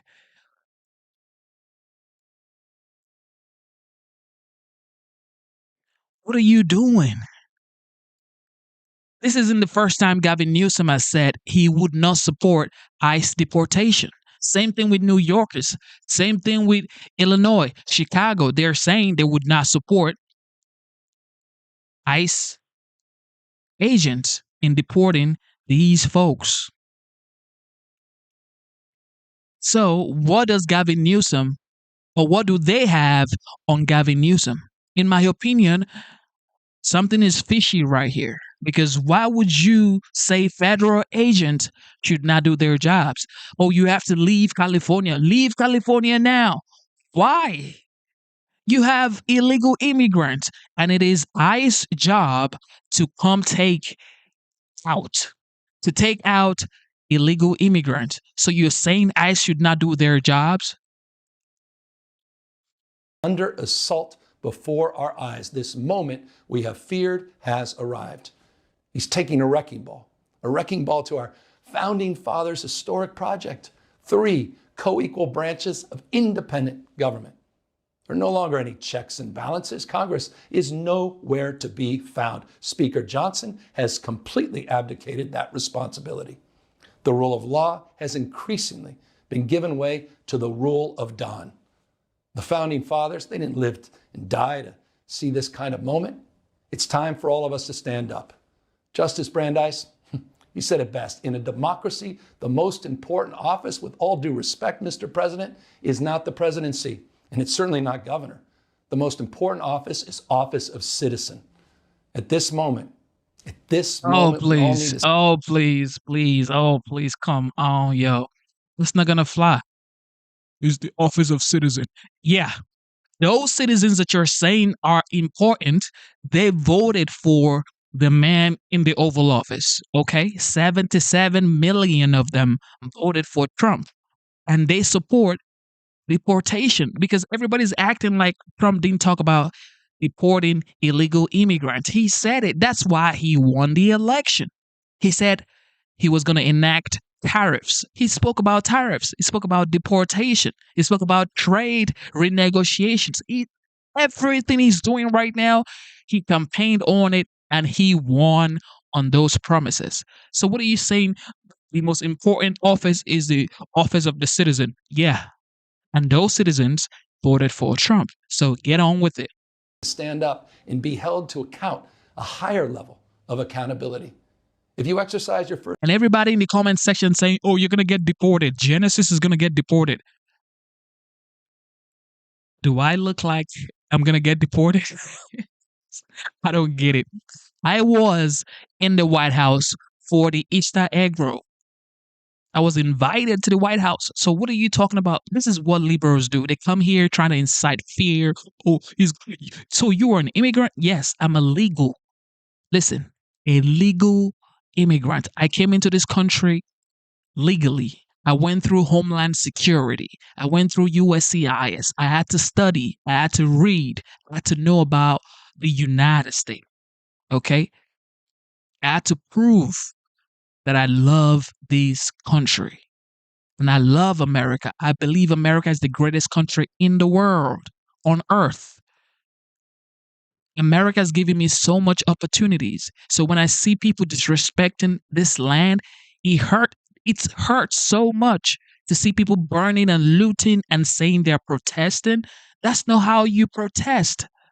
It took me 5 to 6 years to become a United States citizen. And I'll do it all over again if I have to. And I voted for Trump. I would vote for Trump over and over and over again. What else can you say, Libros? Oh, you're brown skin. Look at you. You're voting for Trump. Trump is a racist. What else? What else y'all got? What else you got? Oh, you're a sellout. What else you got? Because I got thick skin. Bring it on. First Amendment rights, please, please do it peacefully. I know many of you are feeling deep anxiety, stress, and fear. That's your But I cause. want you to know that you are the antidote to that fear and that anxiety.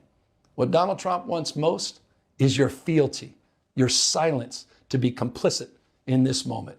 Do not give in to him.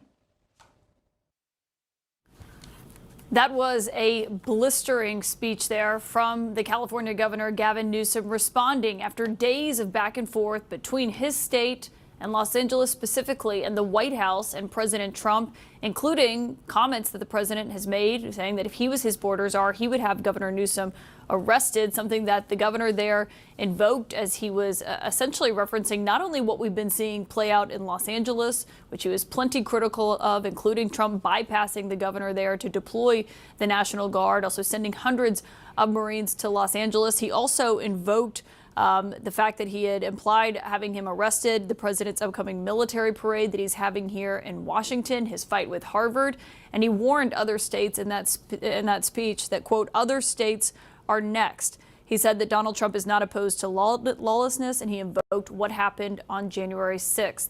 He also addressed what we've been seeing play out over the last several nights in Los Angeles and condemned the violence and the vandalism. He pointed to the hundreds of arrests that have played out so far already in that city and said that they are working through video and compiling additional cases, as he thanked the Los Angeles Police Department for the work that it's done so far and said it was needless to have the National Guard also deployed there.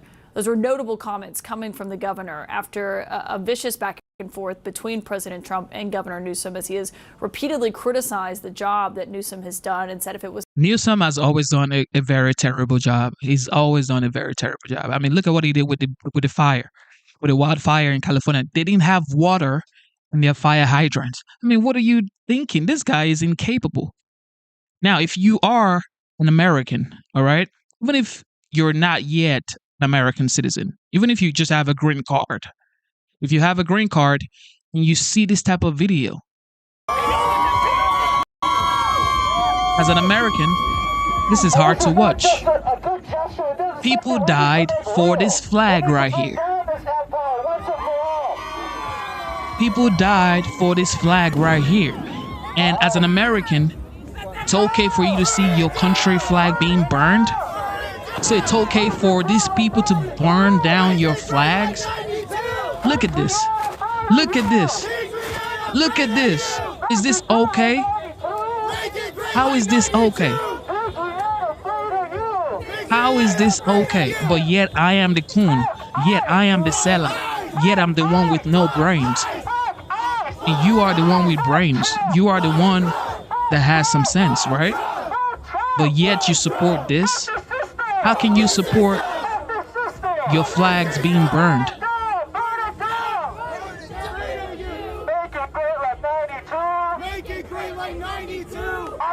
How can you support your country flag being burned? And you were born here. I wasn't even born yet. And that's the thing. I wasn't even born in the United States. And I cannot even watch this. This irritates me. But you were born here. You were born here, and this is okay to you. How is this okay to you? How? I love America so much. This is so irritating to me. It is right to rebel! I stand for hell! I stand for hell! It is right to rebel! It is right to rebel! Just stand for hell! Oh, okay. So this is free speech. Burning down the flag is free speech. Looting stores is free speech. Man, liberals, delusional. Absolutely delusional. Can't save this, folks. You can't save them. You can't save them. This is free speech, right? This right here is free speech. Okay. And that's what liberals say. It's free speech. They're protesting. This is protest, I see. This is protest, ladies and gentlemen. Free speech, peaceful protest. Right? Peaceful protest, ladies and gentlemen. Very peaceful. Very peaceful. Absolutely peaceful.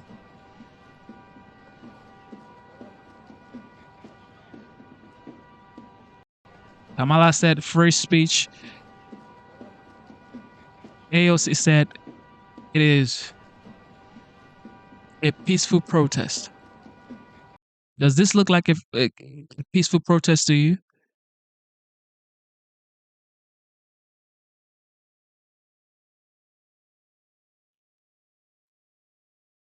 I am the dummy, I see. And you are the smart one. They are looting down your stores in your city, and I am the coon. Oh my goodness. You can't look at this, folks. You can't save them. Look at this. They have their flags with them. Look. This is peaceful protest, ladies and gentlemen. Peaceful protest. Absolutely peaceful. Look how peaceful it is. We're the security guard.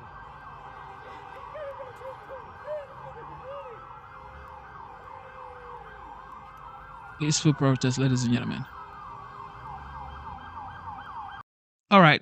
Mayor Karen Bass, of course, almost, in my opinion, This hour useless. with the protests in downtown Los Angeles, the anger is focused on immigration raids in the community, but destruction and clashes with police have sometimes overshadowed that message.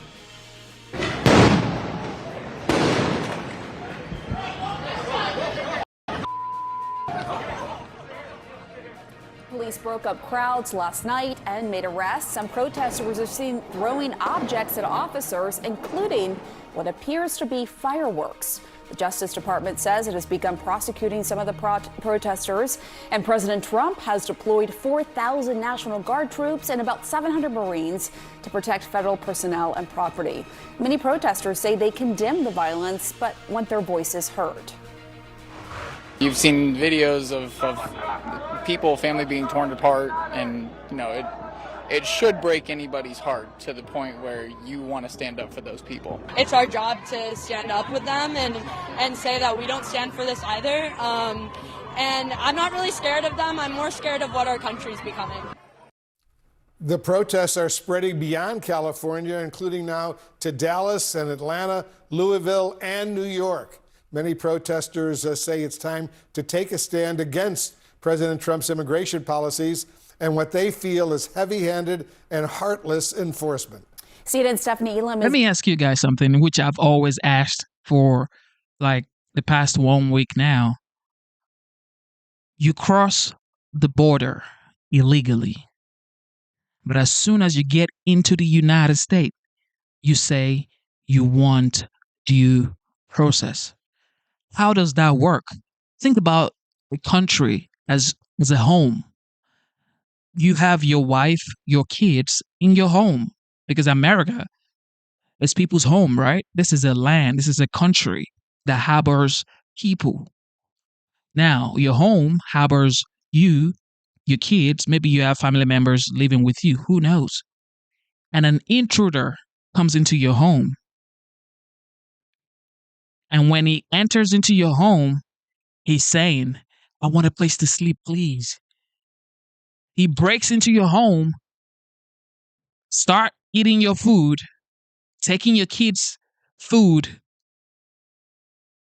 and you say that's okay. And he's saying, no, I want due process. No, please just give me a spot to sleep. You already broke in.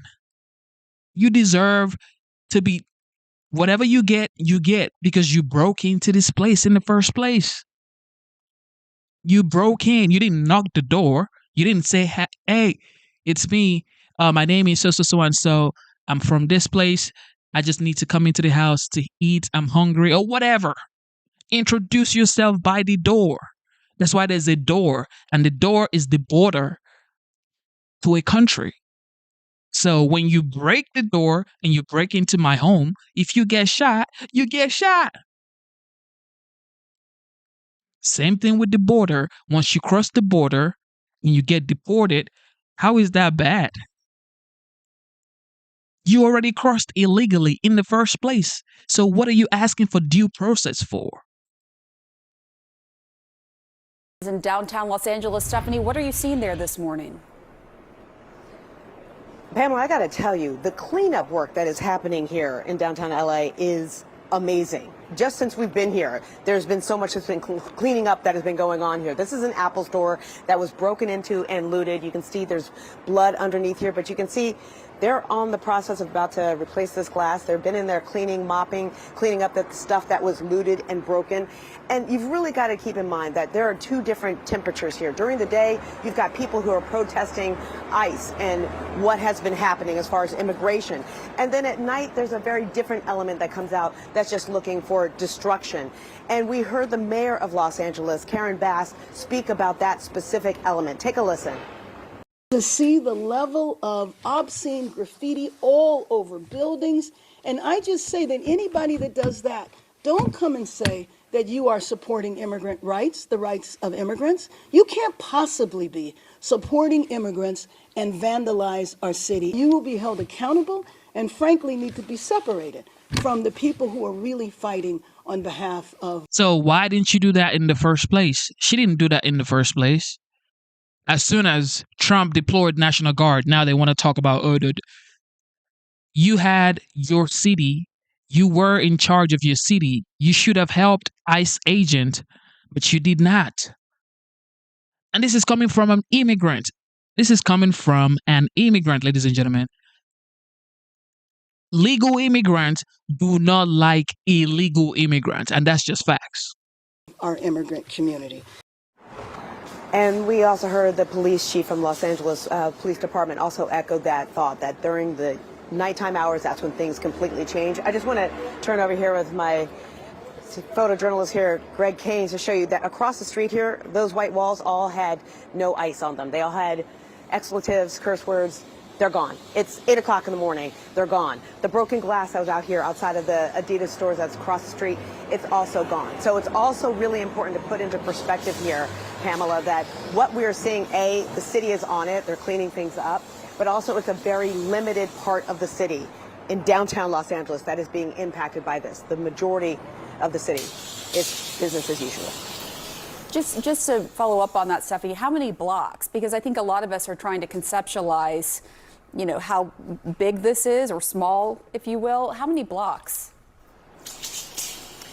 It's the majority of it's really small. So, like, if you were to see where you may have seen CNN anchor Sarah Seidner, where she was by the federal buildings over there by the courthouse, that's about a mile away from where I am. So there's been widespread graffiti, but the actual destruction has been more contained, and it's all downtown. You're not seeing this in other parts of the city. It's just not spread outside of downtown. And this is generally how things go here in Los Angeles. When we have protests, especially about immigration, ICE, it happens downtown. This is standard. It's not widespread throughout the entire city.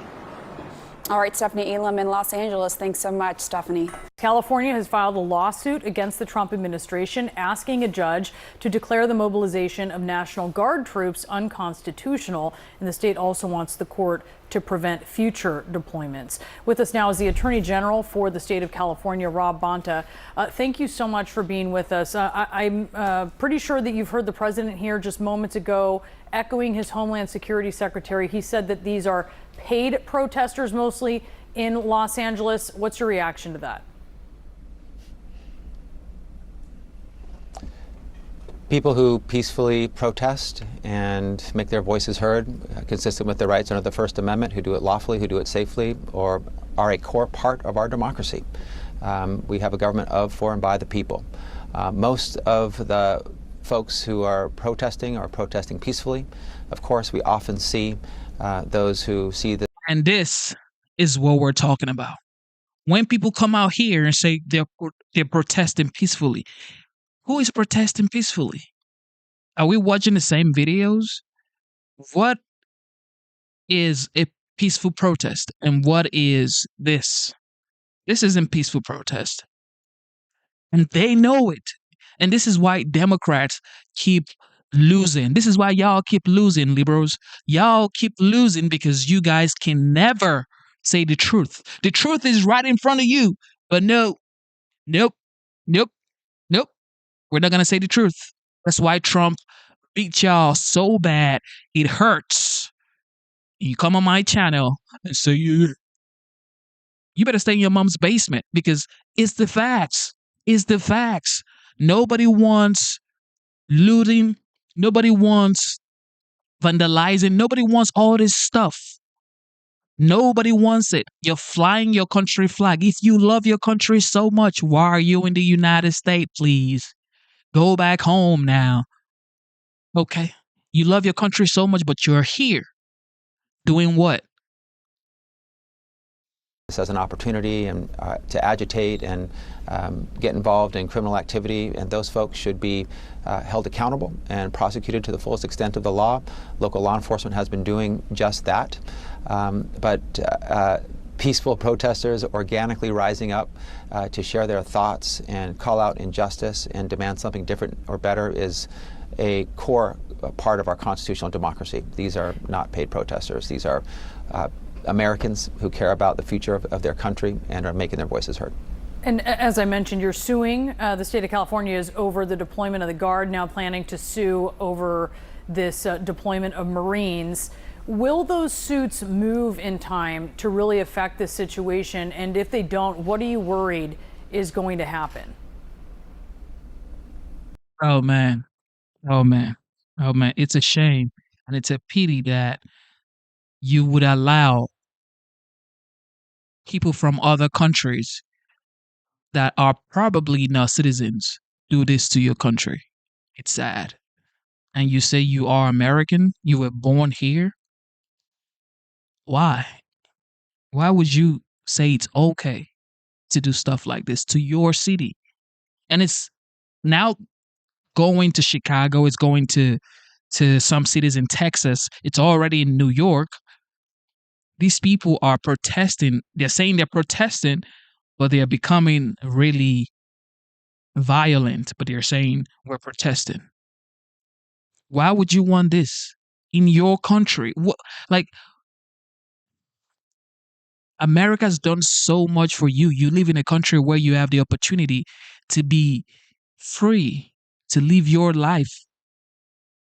You have electricity 24/7. You have clean water. You have internet. You are already farther than so many people around the world, like billions around the world. They don't have clean water. They don't have 24/7 electricity. They don't have the internet. They don't have it.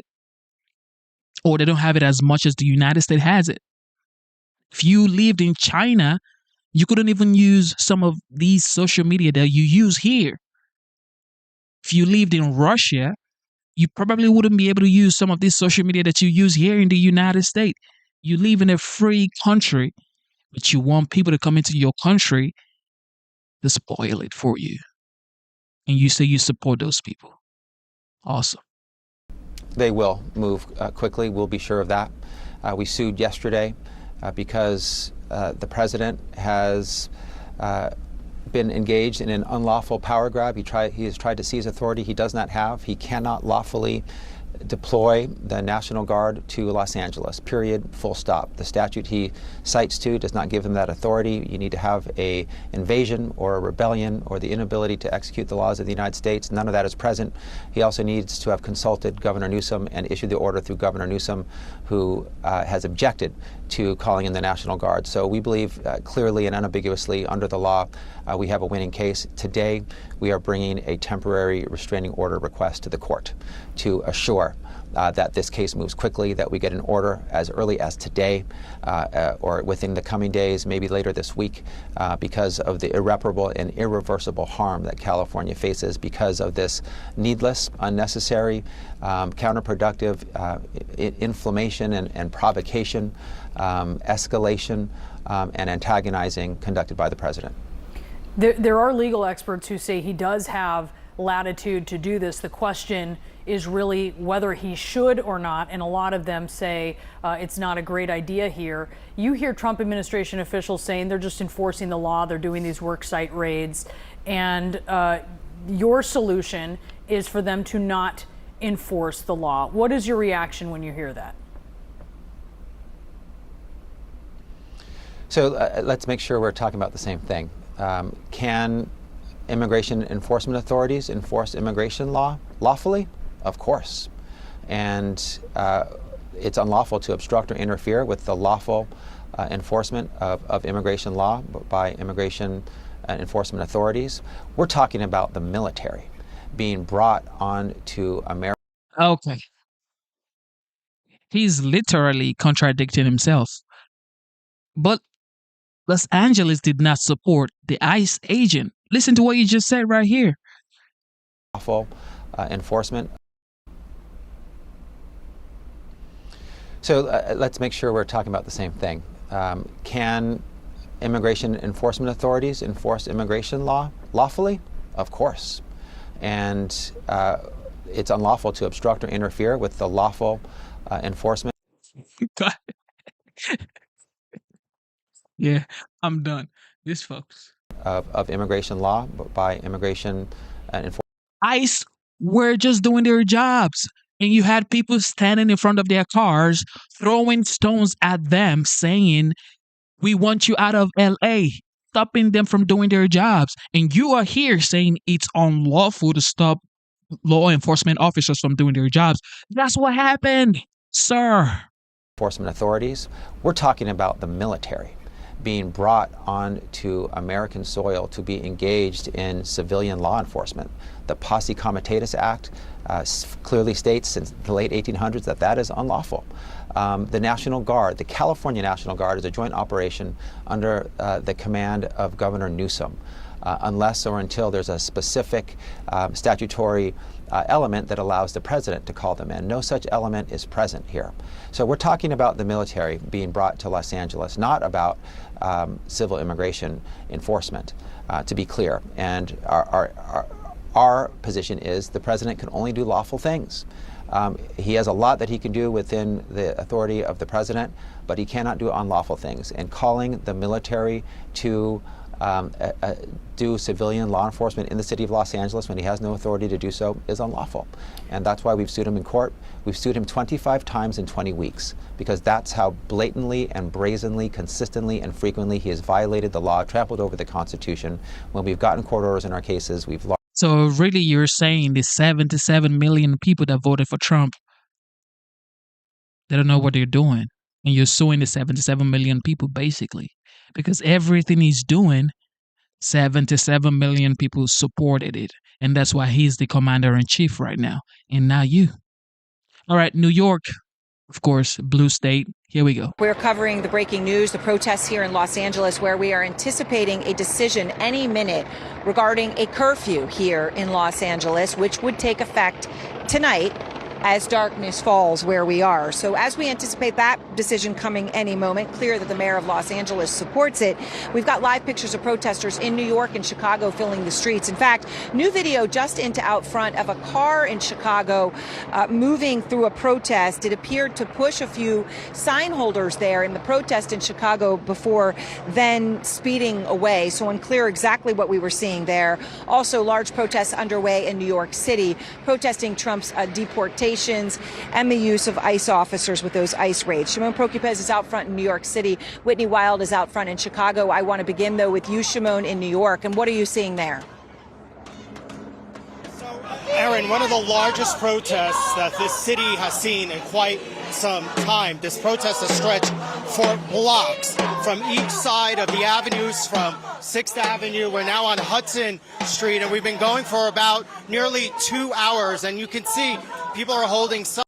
They are literally saying ICE out of New York, ICE out of Los Angeles. What does that mean? You're saying don't do your job. You're saying ICE should not do their job.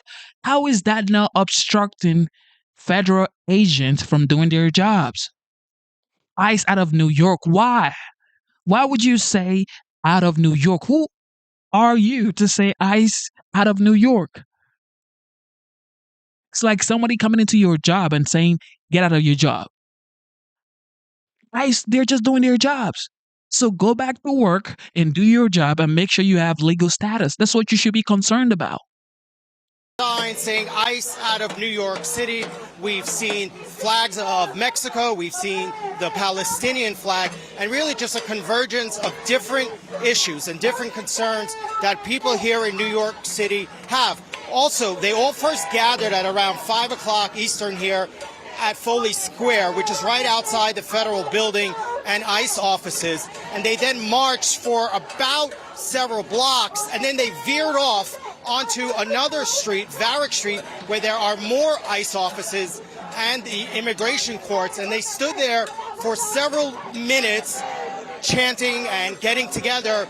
And all of the traffic in the area was completely shut down. And it was the first time that we had seen the NYPD start to mobilize, start to gather to try and figure out how to get the street back open. But the demonstrators here left, and this is where we are now on Hudson Street. We are now marching towards a park where they plan on stopping, and we'll see if that continues.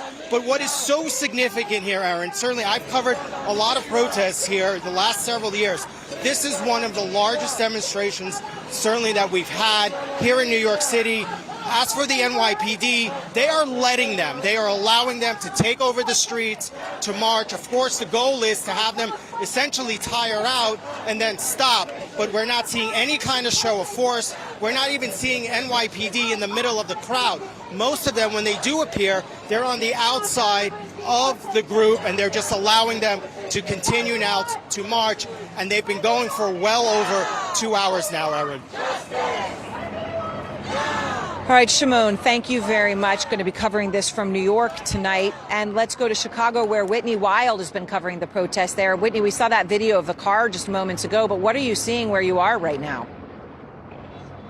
Well, we're here at the Federal Plaza. This is right outside the federal courthouse here in downtown Chicago. This is a really common place where people protest. It's quiet at the moment, Aaron, but this is where that very large protest had stepped off. That was around 5:30. They made their way down the most iconic location in Chicago, Magnificent Mile, right down Michigan Avenue. And Aaron, if you can see from those aerial video, that really gives you a sense of the scale here, because this protest was massive. It took up, the entire side of Michigan Avenue.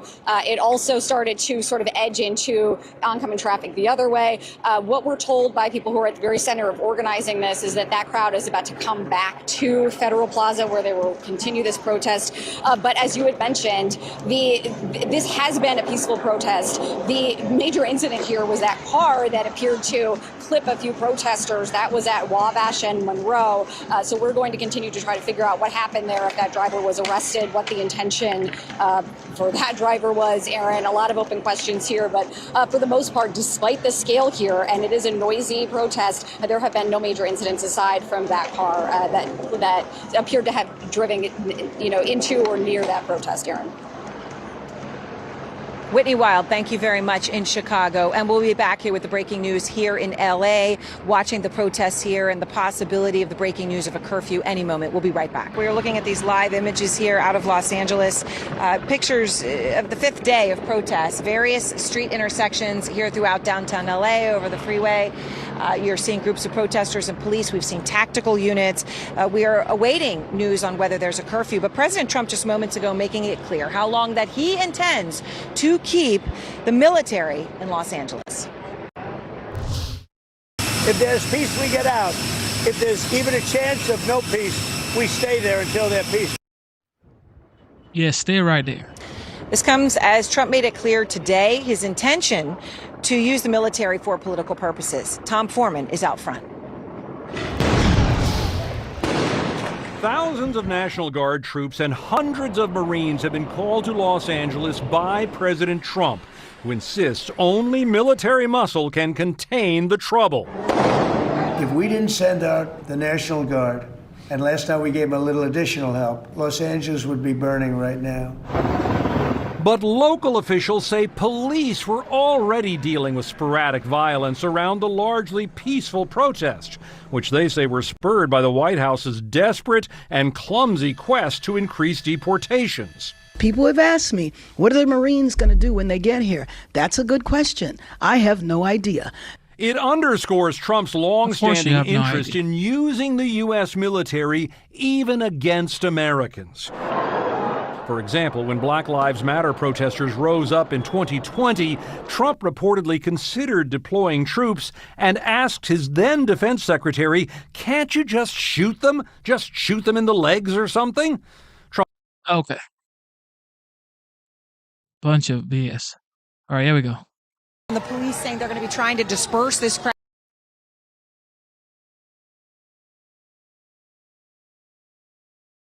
Governor of California says that President Trump is deploying another 2,000 National Guard here to the city of Los Angeles. That would come on top of 2,000 already deployed, 300 of whom at least are already here. Some of those are actually right there behind where I'm standing here outside the federal building here with those California National Guard.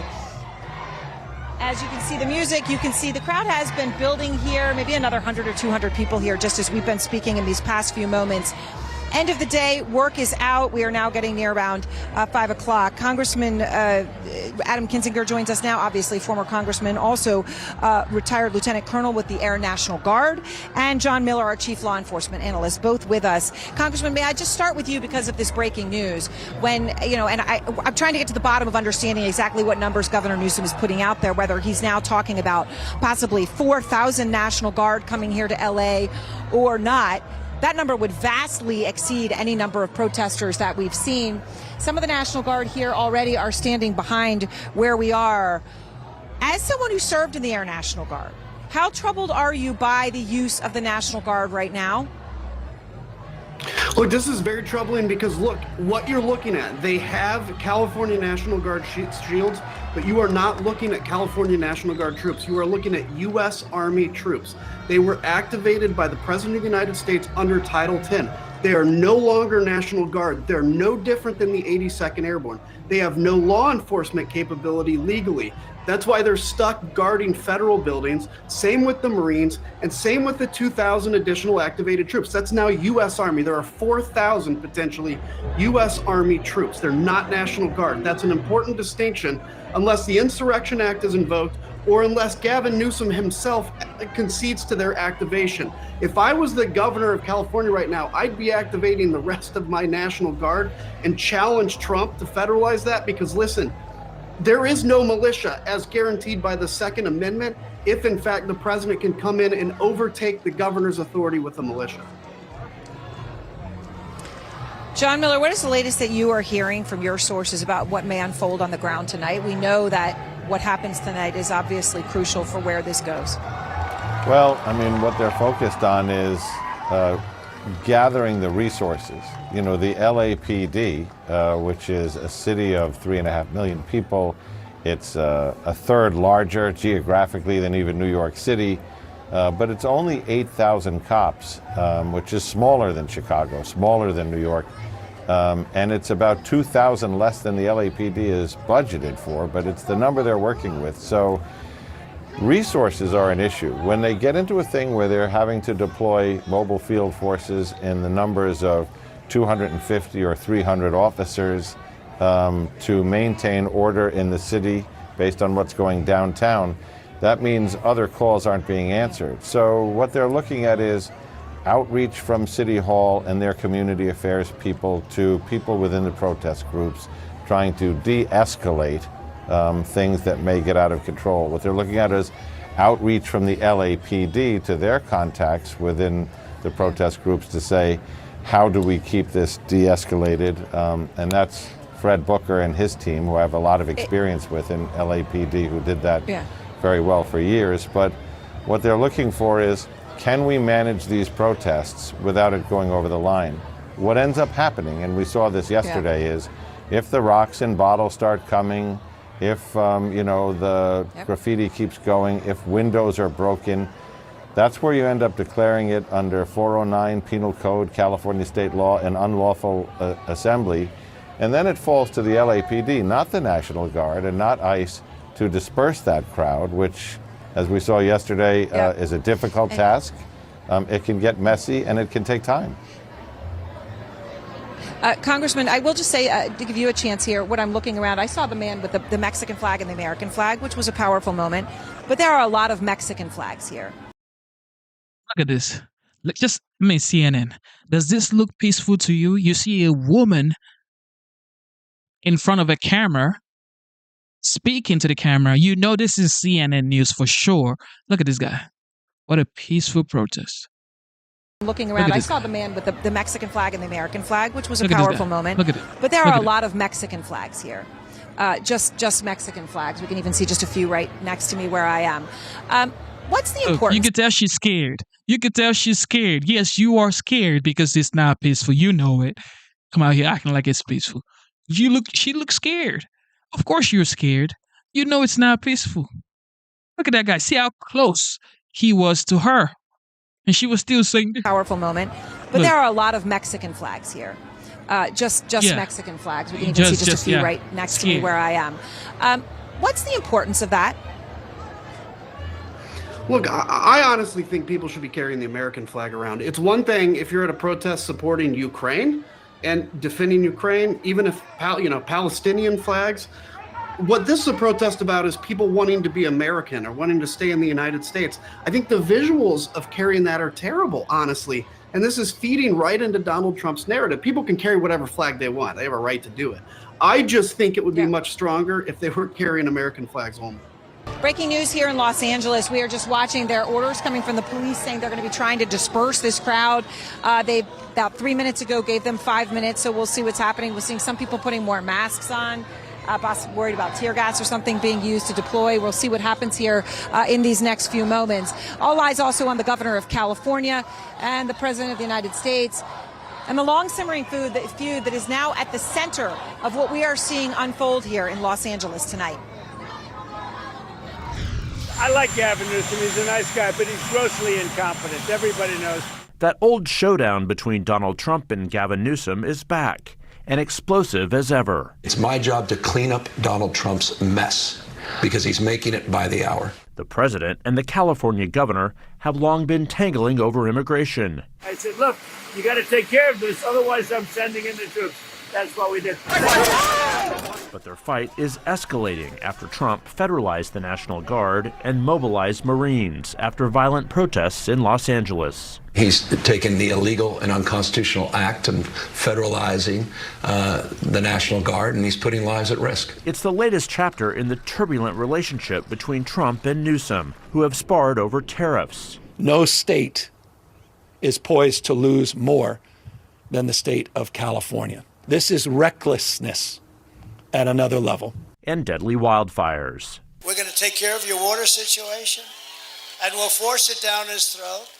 And we'll say, Gavin, if you don't do it, we're not giving you any of that fire money that we send you all the time. For Trump, the grievance often goes back to California itself. If Jesus came down and was the vote counter, I would win California. and the fact he lost the Democratic enclave by more than 20 points and millions of votes all 3 times he ran. Objectively, California is the most un-Trump state in America, and I think that's demonstrable. Yet beyond the resentment and anger, the two men have also because you have illegals shaken hands and found common cause. We're obviously from different sides of the spectrum, but we have a very good relationship. We played no politics during COVID with California. Nothing but cowards. Tonight, those pleasantries are a distant memory, with California in Trump's crosshairs again. We did the right thing. Everybody agrees to that. But you have a governor who let the city burn down. I think Gavin, in his own way, is probably happy I got involved. No sign of that, as Newsom sued Trump and called his actions an unmistakable step toward authoritarianism. And as the war of words continued, Governor Newsom is saying that he believes that the White House is also considering sending 2,000 more National Guard troops. Aaron, tonight he's saying this isn't about public safety, but in his words, it's about stroking a dangerous president's ego. Aaron? All right. Thank you very much, Jeff Zeleny. And we've just moved away from the building here as we get ready to hand it off. I'm going to be here all night. You can see behind us, they say, are some of those U.S. Marines arriving in buses right up behind us. The federal building is right over here. You can see those. We'll give you that shot, and I'll probably be up here in a few moments here. Let's hand it off now to AC 360.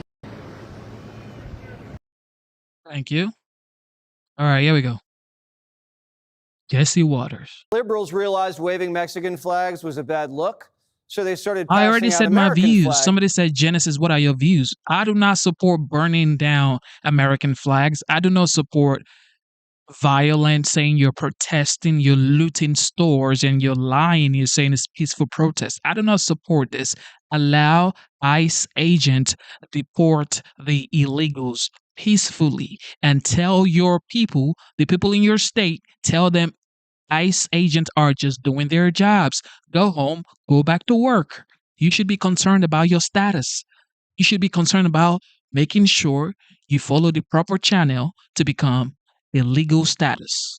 That's what you should be concerned about, not throwing stones at ICE agents, vehicles, or standing in front of their cars and saying you would not leave and screaming, ICE leave LA, ICE leave California. You have Democrats elected officials saying the only way this would stop is ICE agent leaving California. What are you talking about?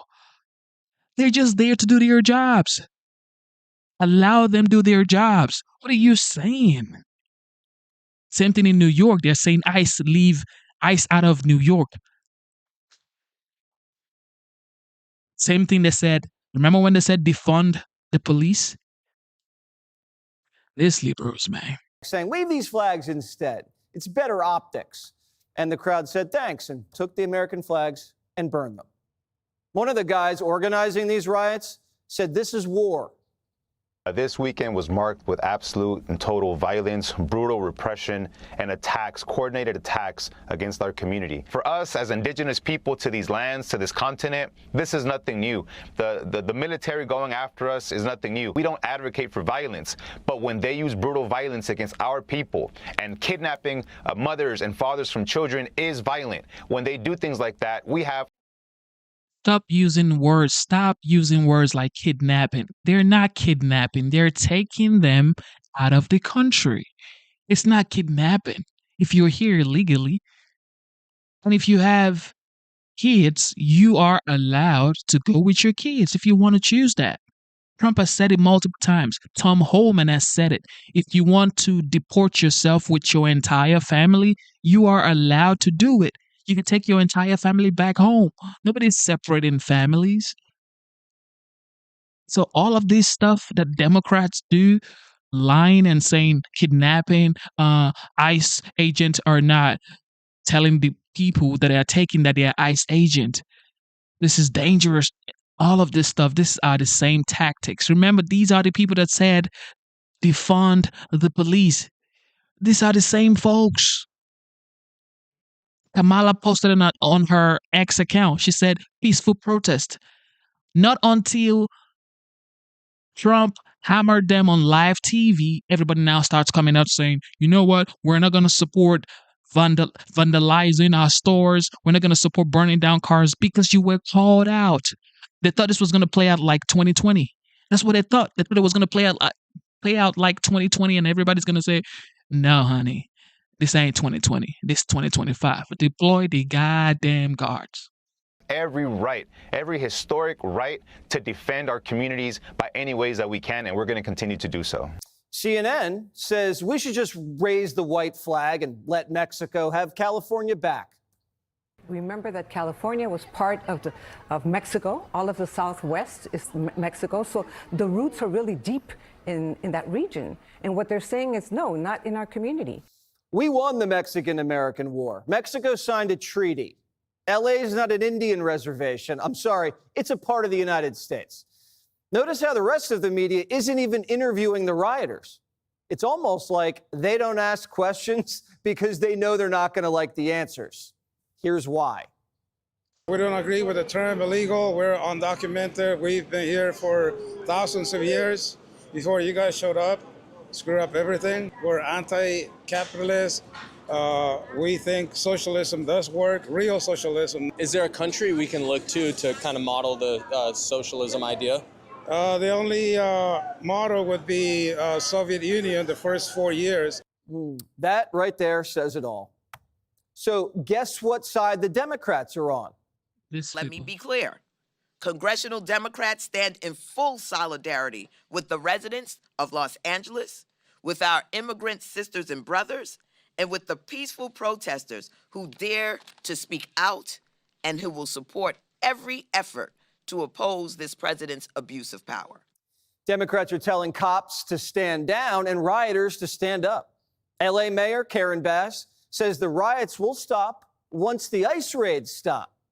I would say stop the raids. Stop the raids, period. I would say give the power back to our governor. And if we... Oh, man, it's over. Like, you can never redeem these people. Stop the raids. You're saying ICE should stop doing their jobs so criminals can hang around your cities. What do you have to gain? That's the question. These people need to be investigated, in my opinion. This is my opinion, okay? I may be wrong. I mean, who knows? Karen Bass, somebody has to check this lady. Because why would you say stop the raids? What do you have to lose? These are illegal immigrants ICE are coming for. ICE are not coming for green card holders. They're not coming for citizens. They're not coming for legal status. They're coming for criminals, illegal immigrants. That's what they're coming for. So what do you have to gain from saying stop ICE raids? We need the National Guard. We can do it in their normal circumstances, which is the request is made local and the governor decides or not to grant that to our city. We're getting extorted by the LA mayor. It's like a hostage crisis, but she's threatening to burn her own city down. Trump, not a guy who likes being extorted. Mr. President, these protests obviously started in reaction to these large-scale ICE operations in Los Angeles. Should people expect to see similar operations in the rest of the country? And will similar protests see similar response? As you know, we're moving murderers out of our country that were put here by Biden or the auto pen. The auto pen really did it. We're not going to let them stay. And this is the first, perhaps, of many, or perhaps, if we didn't attack this one very strongly, you'd have them all over the country. But I can inform the rest of the country that when they do it, if they do it, they're going to be met with equal or greater force than we met right here. The LA mob is fired up because Democrats called ICE Nazis and the Gestapo. And now they're calling them slave catchers.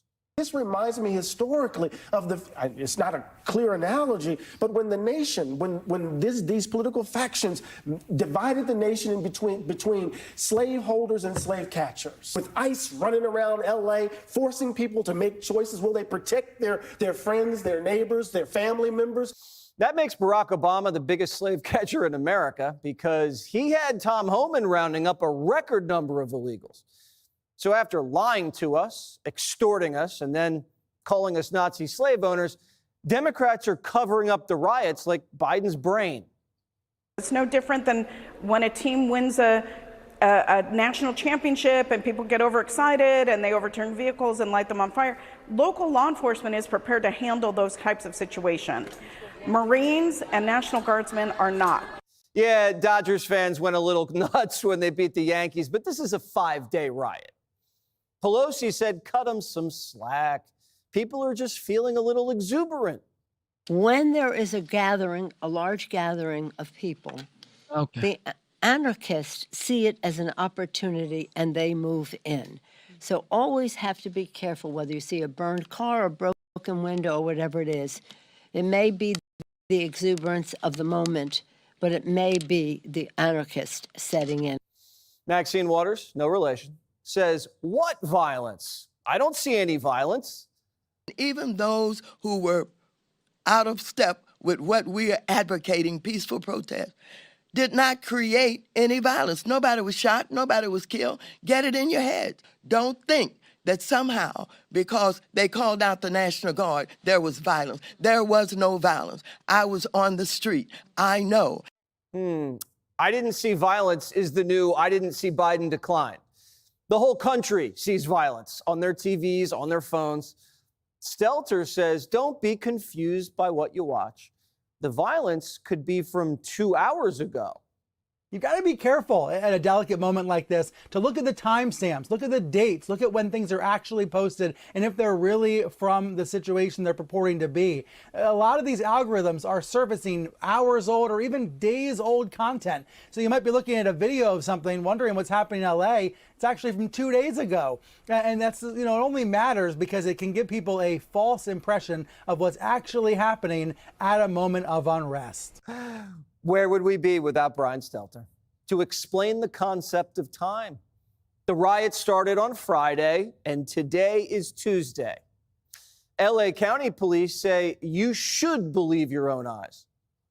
Every single police officer and deputy sheriff right now wants this to end. Unfortunately, the governor of California is 100% adding fuel to the flames. His rhetoric is one thing. What he says is one thing. What he does is another. He is absolutely part of the problem that we're seeing here.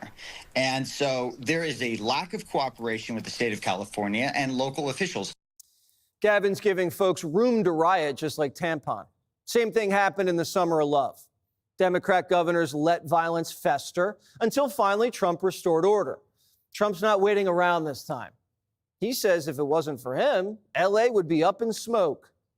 Called him up to tell him, got to do a better job. He's doing a bad job, causing a lot of death and a lot of potential death.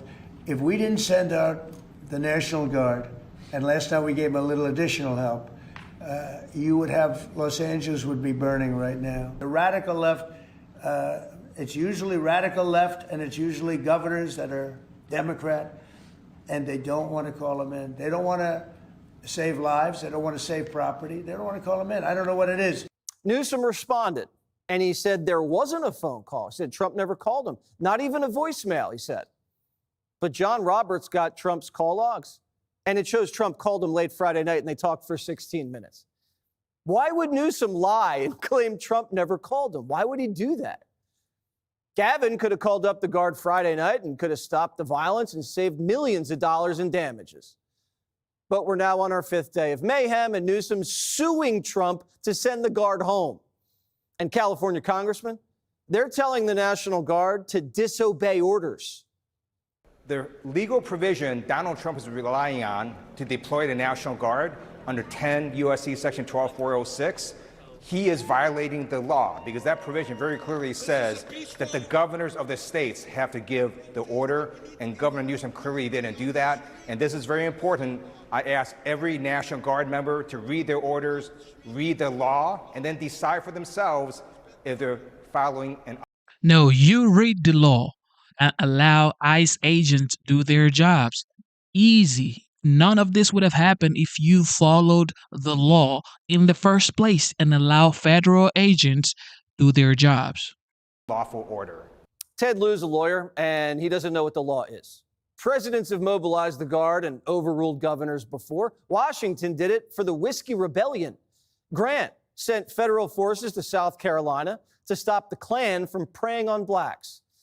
Eisenhower used the 101st Airborne in Little Rock when the Democrat governor there was fighting desegregation And Kennedy put down segregationist rallies in Mississippi. Trump's just wielding the power that the country gave him in a landslide. He swept the battlegrounds, won the popular vote, and moved almost every county in the country to the right, including LA County. And he's not the one who mandated vaccines and censored you and prosecuted his rivals and disobeyed the courts. That was AutoPen. The Democrats can't control the narrative anymore. Trump's not a dictator, and these riots are violent. They said no one's above the law. Remember that? But they let illegals break into the country and then hide them in their cities and then attack ICE when they move in to do their job. These riots are getting no cultural traction, none. No one's posting Mexican flags on Instagram. No one's taking a knee with a sombrero. Companies aren't being blackmailed into donating millions to an open borders charity. It's not happening like BLM, remember? These LA riots make January 6th look like a picnic. And Karen and Gavin couldn't stop fires, clean up the homeless, fight crime, or shut down the virus. What makes you think they'd shut down this riot? Is the real reason they're fighting ICE this hard because the more migrants they deport from California, the less congressional seats the state gets? Remember, the census counts people, not citizens. So they're burning down their own city to maintain political power. If they're capable of that, they're capable of anything. Click here to subscribe to the Fox. Of course. They are. We're doing a briefing and talking about preparations for the upcoming hurricane and wildfire season. I don't think any administration's ever done this. We did it to a certain extent for All right, so here is the 45th, now the 47th president of the United States in the Oval Office. I guess this was yesterday noon.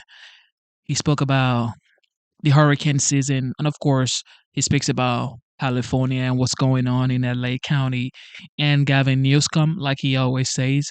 But I just want to say this before we play this. This man right here, I get it. You don't have to like everything he does. I mean, who have you ever met that you like every single thing that they do? No, you don't even like every single thing that you do. By yourself, for yourself, to yourself. You don't even like every single thing that you do. You look yourself in the mirror, and sometimes you don't like yourself. It is what it is. It's life. I get it. So nobody's perfect. We could take that out of the way now. But this guy is 85% way better than every president we've had in a very long time. 1,000% better than Joe Biden. That's for sure. Yeah, Joe Biden isn't even in the equation. He's not in the equation right now. He's so transparent. He has his own flaws. Every human being has their own flaws. But this guy, you can never say he doesn't love the United States. You can never say he doesn't want the greatness of America to shine. You can never say he doesn't want equal and fair trade for Americans. You could never say he doesn't want America to be rich. And I mean rich, every single person, especially the lower class. And that's why you see billionaires coming against Donald Trump, because if he was for the billionaires, why would billionaires be going against Trump?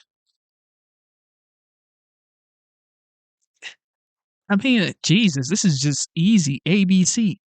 Why would billionaires be going against Trump if he's for billionaires?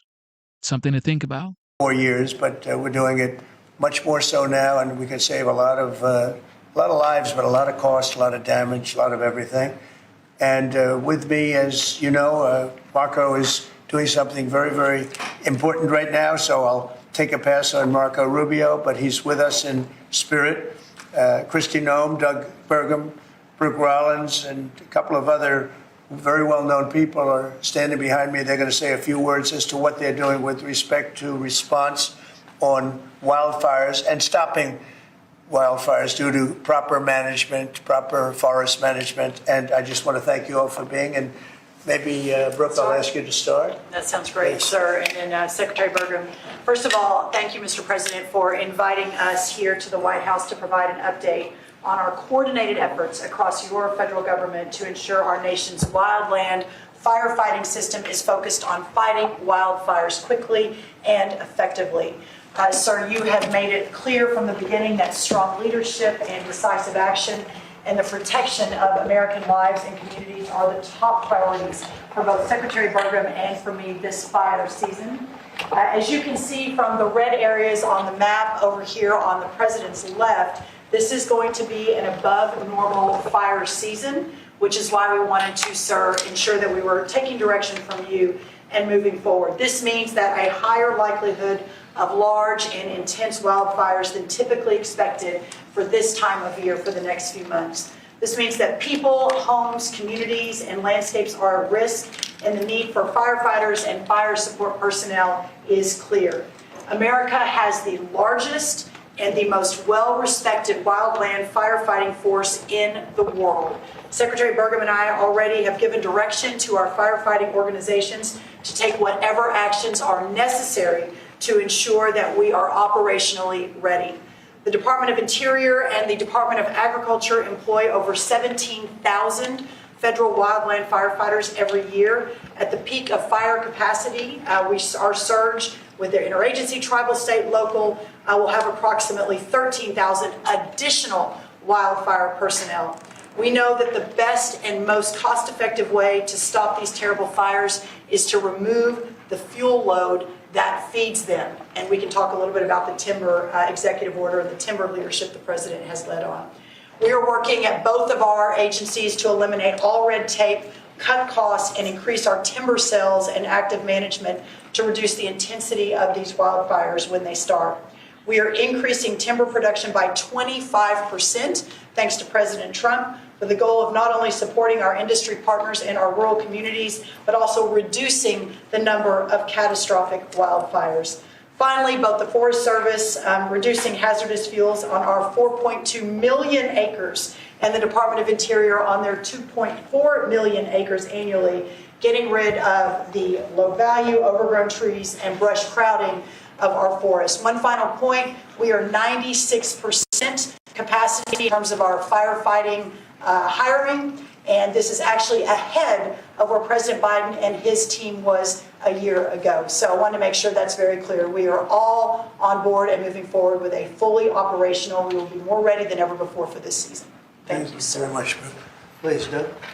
Well, thank you, Mr. President, and thank you, Secretary Rollins, for the partnership that we have between the U.S. Forest Service and the Department of Interior. There's over 700 million acres of surface land that the federal government manages in this country.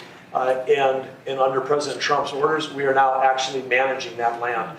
When we get back into timber production as driven by his EO, we're actually then helping rural communities. We're helping people that are in the lumber business, helping bring those lumber products back home. As we stepped away from this industry, President Trump is now bringing it back. And we, as a nation, we're now, before President Trump backing up, we were burning more timber than we were harvesting in this country. When we spend a dollar on prevention, we save hundreds of dollars on the back end on firefighting. This is going to save Americans dollars when we're out there preventing fires and stopping fires when they begin versus letting these fires become huge and then causing the destruction we have. With the growth of our country around urban areas, there's been a 30% growth of what's called the wildlands and urban interface. When this happens, people start building homes, like the tragedy that President Trump visited in California, where so many people lost their lives. But this is where we're essentially creating cities in the middle of forests, but not doing the forest management and creating that deadly fire load out of there. But now we intermix communities with above-ground power lines. This can lead to dangerous situations. So President Trump committed to us doing fire management. We'll reduce that fire load. In addition to that, there's a proposal, which Russ has included in the president's OMB budget, for the unification, because between Secretary Rollins and the U.S. Forest Service across Interior, we have 4 different firefighting groups across U.S. Fish and Wildlife, the Bureau of Land Management, the Bureau of Indian Affairs, the National Park Service. These 5 groups under the proposal are going to be unified in terms of their leadership, and so we've got consistent strategies and consistent tactics. But then when we have these thousands of people that are out there fighting fires and putting their lives at work to protect our communities, we also have to step up, as President Trump knows with our military. We've got to make sure that these brave firefighters are out there actually have the same equipment. In some cases, we're decades behind in terms of giving them the technology they need for either early detection or for saving their own lives. We've got some great examples of where we have good collaboration going between the federal government in Alaska, the state of Alaska, for example, and then also at the National Interagency Fire Center in Idaho, where we are already coordinating. Brooke and I have already held a joint briefing with the fire leaders about this fire season. So we'll continue to unify this work, but we have to work with the states because this year there have been 1.2 million acres already burned. Only 25% of that's been on federal. The other 75% has been on state lands or private lands. And so together we have to work to protect America's resources. And under President Trump's leadership, we've got the guidance through the EOs to make that happen. Thank you very much, Doug. He's doing a great job. They all are. Russell Velt. Sure. Thanks, Mr. President. From a funding perspective, the accounts that support the important work that these cabinet secretaries are doing are funded. They're flush. The main one, the Disaster Relief Fund, has $13 billion. It's projected to get us all the way into the end of the fiscal year. So we're in a very good place, and the President has personally been a steward of the taxpayer resources on every one of the expenses that the states have come in for to put us in a position where we are ready for this season. Thank you. Great job. Thanks, Russ. Christine. Yeah, Mr. President, we are in hurricane season right now. It will last for the next several months, and we are prepared for what is coming. We are anticipating that we will have higher than usual activity during this hurricane season. We could have 3 to 5 major storms, up to a dozen other hurricane level thresholds that we will meet throughout this season. And FEMA stands prepared and has been working with all of our regions on training, pre-deploying resources, making sure that individuals are out there ready to respond to each state as they bring the necessary resources to take care of their people. But also, sir, you've been very clear that you want to see FEMA eliminated as it exists today. So I'm preparing all of these governors that they will have more control over the decisions on how they respond to their communities so that it can help it happen faster, that they can pre-deploy resources and help coordinate on communication as well. So while we are running this hurricane season, making sure that we have pre-staged and worked with the regions that are traditionally hit in these areas, we're also building communication and mutual aid agreements among states to respond to each other so that they can stand on their own 2 feet with the federal government coming in catastrophic circumstances with funding. But we all know from the past that FEMA has failed thousands, if not millions of people. And President Trump does not want to see that continue into the future. So this agency fundamentally needs to go away as it exists.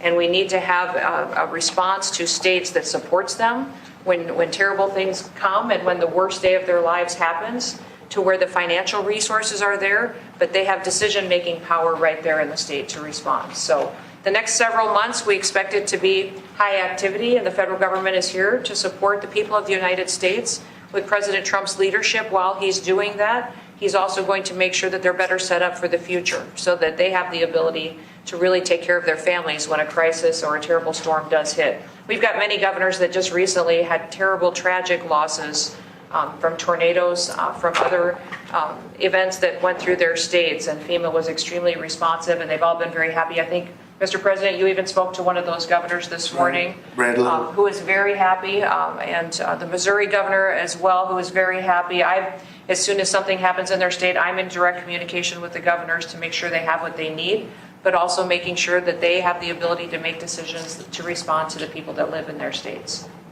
Thank you very much. Great job, everybody. So we want to wean off of FEMA, and we want to bring it down to the state level. A little bit like education, we're moving it back to the states so the governors can handle it. That's why they're governors now. If they can't handle it, they shouldn't be governor. But these governors can handle it, and they'll work in conjunction with other governors. They'll give each other a hand.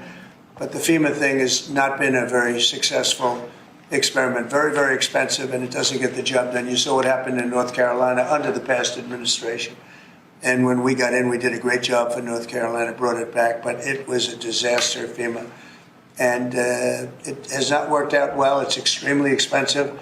And again, when you have a tornado or a hurricane or you have a problem of any kind in a state, that's what you have governors for. They're supposed to fix those problems. And it's much more local, and they'll develop a system, and I think it'll be a great system. And also when it comes to forest fires. So for years, I've been meeting with heads of other countries, and they are forest countries. They call themselves forest, Austria and others. And they say, we're a forest nation. We live in a forest, and they don't have forest fires. And in one case, he said, our trees are much more flammable than California, but we don't have forest fires because we clean the floor, we sweep the floor of leaves, of dead debris, of trees that fall, because after 18 months, a tree is it's like tinder wood, and it goes up, it virtually explodes. Well, we don't take the trees out. California is a disaster, what they've done in California. They don't do anything. And if you did, you almost would not have forest fires. And you could say in theory, you shouldn't have any forest fires. And we spend billions and billions of dollars a year because people don't clean the forests. And we're going to clean the forests. We're going to start cleaning them. We're going to get rid of dead wood. The environmentalists say, oh no, let it regenerate. It doesn't regenerate. It just sits there and it usually catches fire. And we're going to have a whole new system, and it's called forest management. And if you look at some of these countries in Europe and other places that literally live in forests, very flammable forests, and they don't have problems. And they call me, they don't even know how it's possible that we can have the fires that we have. And the people behind me know that very well, and we're going to start working on that system. And we're going to save a lot of trees. We're also going to cut down trees and replant new trees. And that whole industry is going to be growing because we don't need the help of anybody. We have just about more, or as much, but more than almost anybody else in terms of lumber and wood. So we're going to be doing some great work having to do with forest fires. It's going to start effective, really, it started a few months ago. And it's forest management. And Doug, I think you're really the head of that. Interiors, I guess you're the largest landlord perhaps anywhere in the world, I understand. That's a nice position. You may want to just give a few words on the cleaning of the floor of the forests. Well, happy to do that. And of course, as President Trump had said, yes, between Interior and Forest Service, it was just part of USDA, 700 million acres of surface area, much of that is in forest land. That is a tremendous resource. It's part of America's balance sheet. When we let it burn, then we actually have to spend money coming through FEMA and other places. So we spend taxpayer dollars cleaning up a mess that could have been prevented. Under President Trump, when we get back into the timber business, which up to 30 years ago, we were one of the great timber producers in the world. The communities thrived in these rural communities. We had lumber mills, we had manufacturing, we had furniture makers in this country. All of that went away when we stopped harvesting our own timber. And today we import about as much timber as we used to harvest ourselves. If we can get back in the timber business, that can help on the balance of trade, reduce imports from foreign countries, and have American jobs. But to make that all happen, again, under President Trump's leadership, we have to get back in the timber business and get back in the game. And when we do that, we have to make sure that we're doing prevention, not just fighting fires after they all get out of control. And so again, working with OMB and others to make sure that we've got the budget for doing the prevention work and the forest management upfront reduces the expense and the cost on the back end of fighting these massive fires. But again, coordinating across all of our 5 different major firefighting groups today, it's like having 5 generals in the field. They may have different strategies and different tactics. They even had different pay levels. Brooke and I are working to make sure that regardless of which service and branch that you're in, that you're going to have similar pay, that we're going to have everybody equipped with the right technology to protect them when they're out in the field. Just basic stuff that they don't have today that we were giving our military 20 years ago in terms of and then using technology to be able to identify fires when they first start. I mean, with infrared, satellite, drones, I mean, there's technology where we can pick out a fire when it just barely begins and it costs us nothing to put it out versus when it scales up and becomes these massive fires that endanger communities, lives, and our firefighters. So President Trump, of course, has got a common sense strategy. He's empowering all of the leadership that's standing up here today for us to go get this job done. It's going to get America back in the timber business. We're going to put out fires when they're small and as opposed to when we can't control them when they're large. And we're going to have revenue coming into the federal government from those timber sales as opposed to in those timber leases to the private companies, as opposed to revenue going out through FEMA after the fact when we're cleaning up a mess. So the whole thing makes complete sense. Brooke and I and Christy and Russ, we're all excited to go out and implement the president's vision. And we have some of the best timber anywhere in the world, and we don't use it. We've freed it up. Lee Zeldin's done an incredible job in that regard from environmental restrictions that are ridiculous. And a lot of it's been freed up. The rest of it's being freed up. Some areas will continue to protect, but we're going to be freeing up most of it. And again, we have some of the best in the world. And when I hear you say that we lost more in fires than we produce is so crazy, because we shouldn't lose very much at all. I could say we shouldn't lose any if it was perfect, but it should not be ever like what we've seen. We're sending billions of dollars to California all the time because obviously in California they are not doing a good job in any way, shape, or form, any other thing either. So with that, I'm heading to Fort Bragg right now. I think the helicopter's landing as we speak. But if you want, we'll take a few questions. Mr. President, will you invoke the Insurrection Act to deal with the situation in California? If there's an insurrection, I would certainly invoke it. We'll see. But I can tell you last night was terrible. The night before that was terrible. We have, as you've seen, it was on most of your networks, people with big, heavy hammers pounding the concrete and pounding curbs, pounding it, breaking up, and handing these big chunks of concrete to people. And they were taking that concrete, going up on bridges and dropping it into the roof of a car. They were throwing it at our police. They were throwing it at our soldiers that are there. And we got it stopped, and we have them in custody right now. Look, if we didn't get involved, right now, Los Angeles would be burning, just like it was burning a number of months ago with all the houses that were lost. Los Angeles right now would be on fire, and we have it in great shape. We're not playing around. How will you determine whether or not there is an insurrection? Well, you'll take a look at what's happening. I mean, I could tell you there were certain areas of Los Angeles that you could have called it an insurrection. It was terrible. But these are paid insurrectionists. These are paid troublemakers. They get money. And when you take a look at what they do, where they show up and everyone's saying, what's he doing? He's pounding the curbs. This one guy's pounding the curb, breaking the curb, and handing big pieces of granite. In some cases, it's granite and concrete to other people. And they're running out with it. And then we watch the other people, and they try and throw it into the face of the soldiers, throw it into the face of the police, and they hurt some people very badly. They go up on bridges, they drop it down on the cars as the cars are moving. They're not breaking the curb because they're doing a demolition service. They're breaking it to hand out to people as a weapon.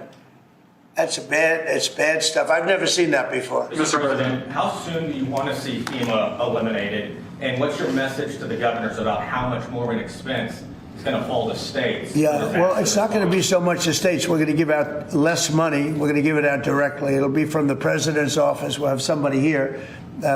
Could be Homeland Security, but we're going to give it out through a method where it's given out. As an example, I just gave out $71 million to a certain state. They were looking to do about 120. They were very happy with the 71 million. We did a little cutting, and they were very happy with it. So we're going to do it much differently.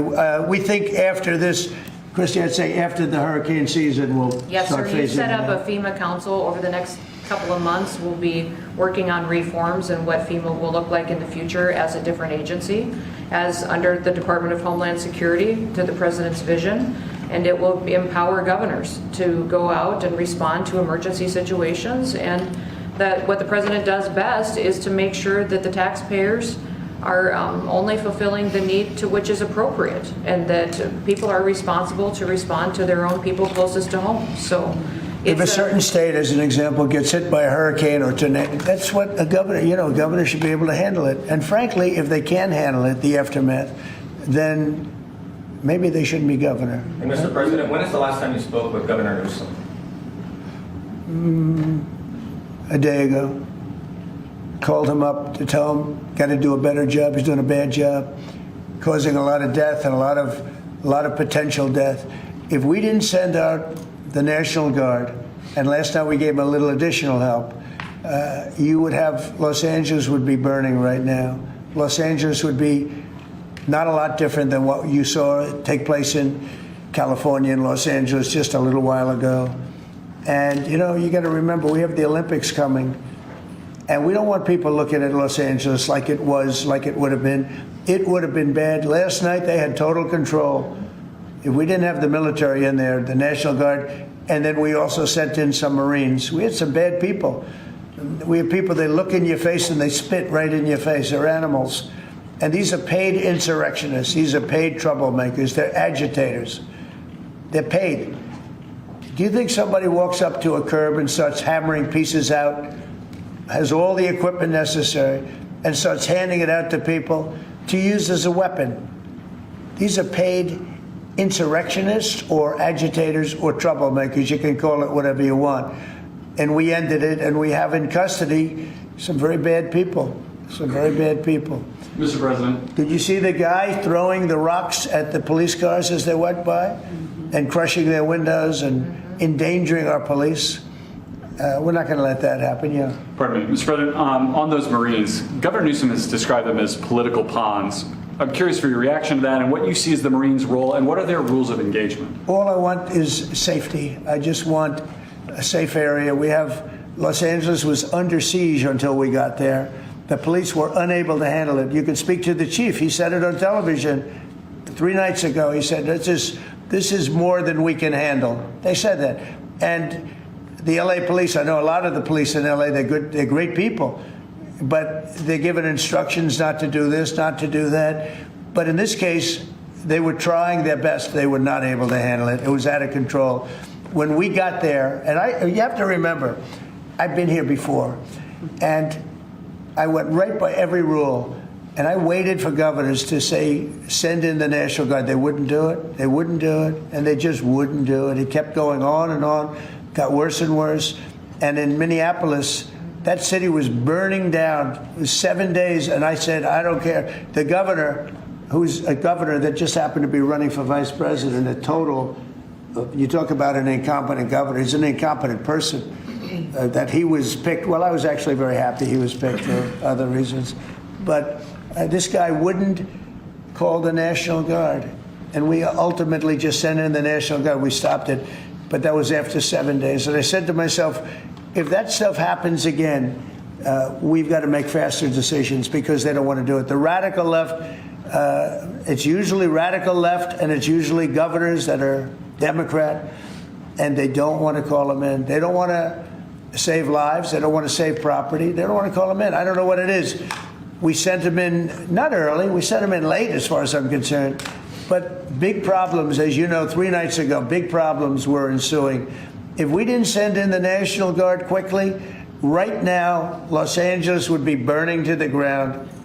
The Marines is, a lot of people think, an escalatory step, though. These are guys who fight wars. Are you at all concerned that things could get out of hand with Marines? When I see people throwing concrete into cars, when I see people, the kind of people that I saw on your network doing danger to the police and to the military and to the National Guard, no, it's okay. You know, you start running out of people.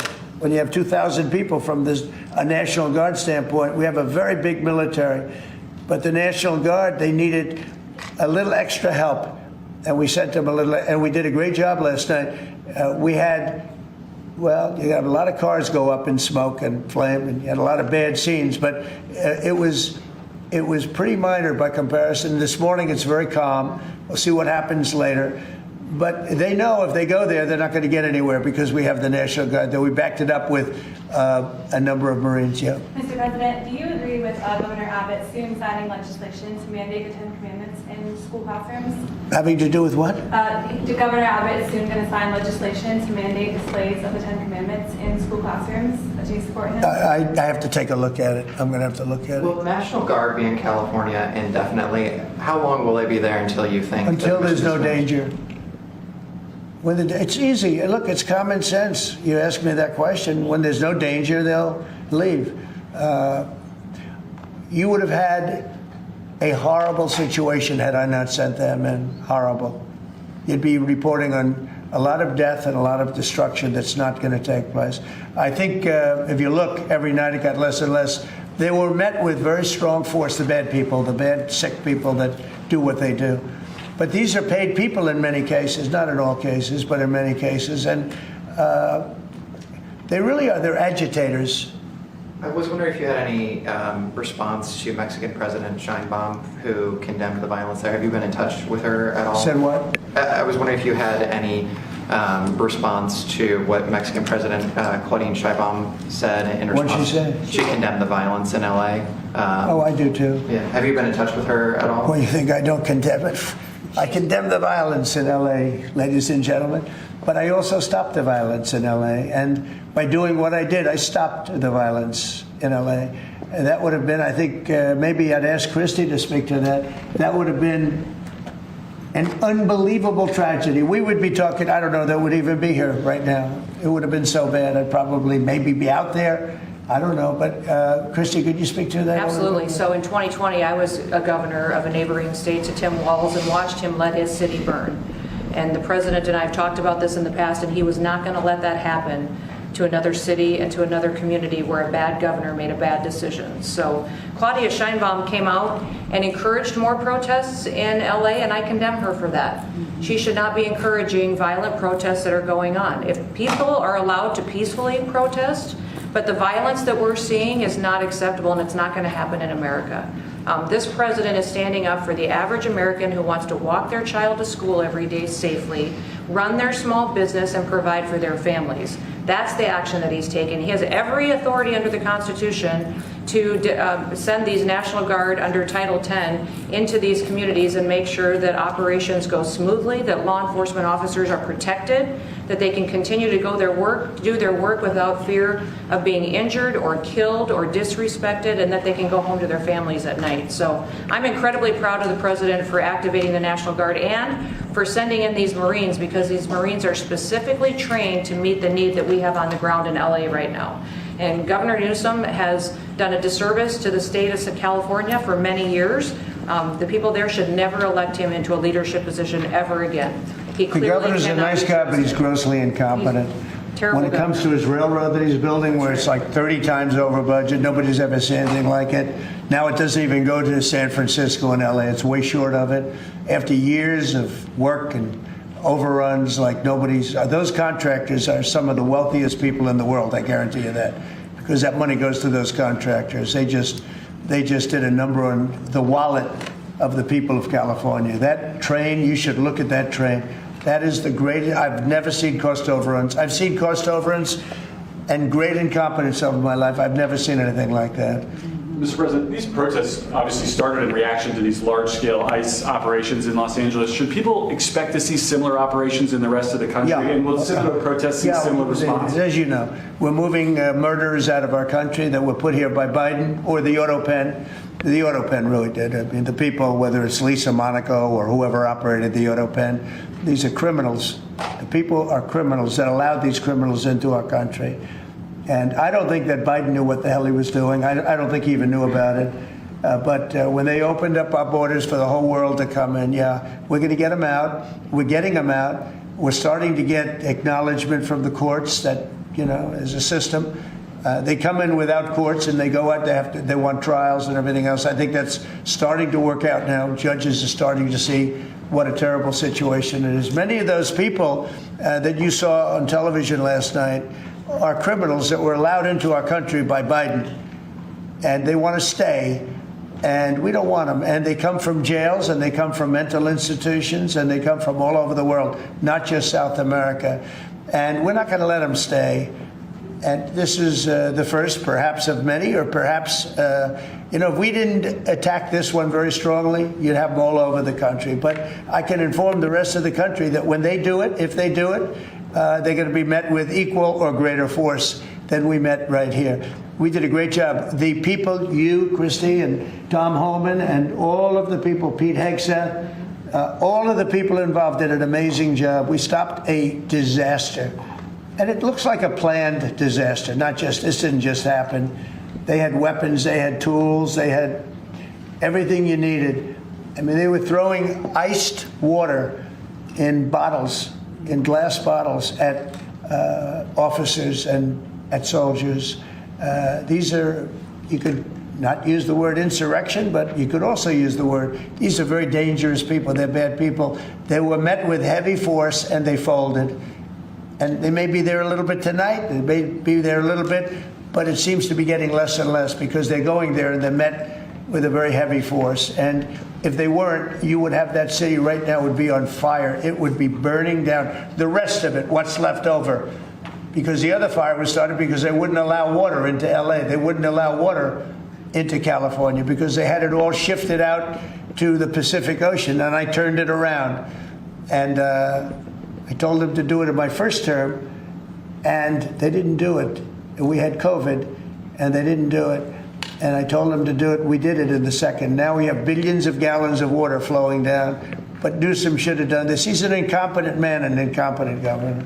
Okay, any other questions? Mr. President, any message to adversaries as the Army kicks off 250-year birthday celebration? I just think it's amazing. We're going to have a fantastic June 14th parade, Flag Day. It's going to be an amazing day. We have tanks, we have planes, we have all sorts of things. And I think it's going to be great. We're going to celebrate our country for a change. You know, recently, as you know, with World War II, the victory of World War II, I called up France and they were celebrating the victory. Well, we helped them a lot, as you know. I don't have to get into that. But I called up other countries. They're all celebrating the victory. We're the only country that didn't celebrate the victory. And we're the one that won the war. Okay, if it wasn't for us, that war, well, you would be speaking German right now, okay? We won the war, and you might be speaking Japanese too. I mean, you might be speaking a combination of both. We won the war, and we're the only country that didn't celebrate it. And we're going to be celebrating big on Saturday. We're going to have a lot of, and if there's any protest that wants to come out, they will be met with very big force. By the way, for those people that want to protest, they're going to be met with very big force. And I haven't even heard about a protest, but, you know, this is people that hate our country, but they will be met with very heavy force. Thank you very much, everybody. Thank you very much. Let's move out. Thank you. You guys keep moving. Joining me now is the defense. Thank you for tuning in to the live show. Yes, y'all. We're going to run this by real fast, Senator Kennedy, and then we're going to find our way.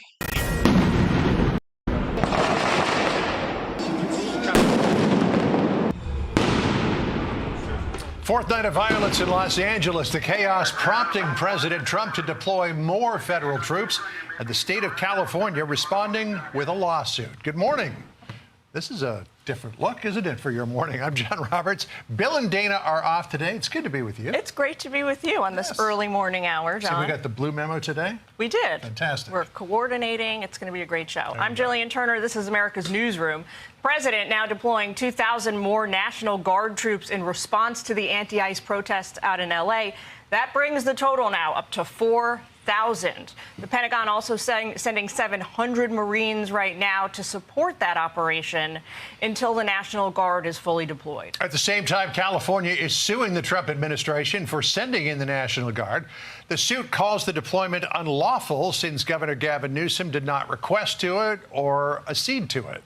President Trump writing on Truth Social moments ago, if I didn't send in the troops to Los Angeles the last 3 nights, that once beautiful and great city would be burning to the ground right now, much like 25,000 houses burned to the ground in L.A. due to an incompetent governor and mayor. Well, Louisiana Senator John Kennedy is here with reaction, but Madeline Rivera also at the White House for us. First, though, we will go to Jonathan Hunt. He is out in L.A. with the story. Hi, Jonathan. Good morning to you, Gillian and John. I have to say off the top that it is a far less tense situation on the streets of downtown LA than it was when we were talking to you just 24 hours ago from here outside the Metropolitan Detention Center. You can see now just a handful of National Guard troops behind me guarding that building. Yesterday, there was a line of them across the street, roadblocks at every corner staged by the LAPD. Not so today, and that might be a sign that they feel that the protests are to some extent. Having said that, there was a lot of violence once again on the streets of LA last night, but law enforcement across the board, federal and local, seem to have a much better handle on how to keep it under control. The forces moved in, the LAPD, along with the LA Sheriff's Department, California Highway Patrol, and federal agents. They splintered the groups that were here in their thousands in downtown LA, and they managed to pick off protesters one by one, making up to, we believe, 100 arrests yesterday. And now those groups have dissipated completely. A calm scene here at 6 a.m. this Tuesday morning. We did see signs of just how organized the protests are as well.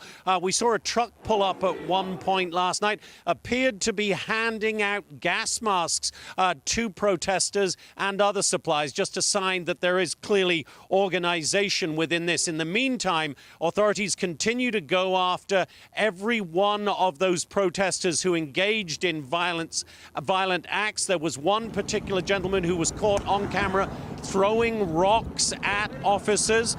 The Attorney General, Pam Bondi, talked to Hannity last night and said they know who that guy is. Listen here to Pam Bondi.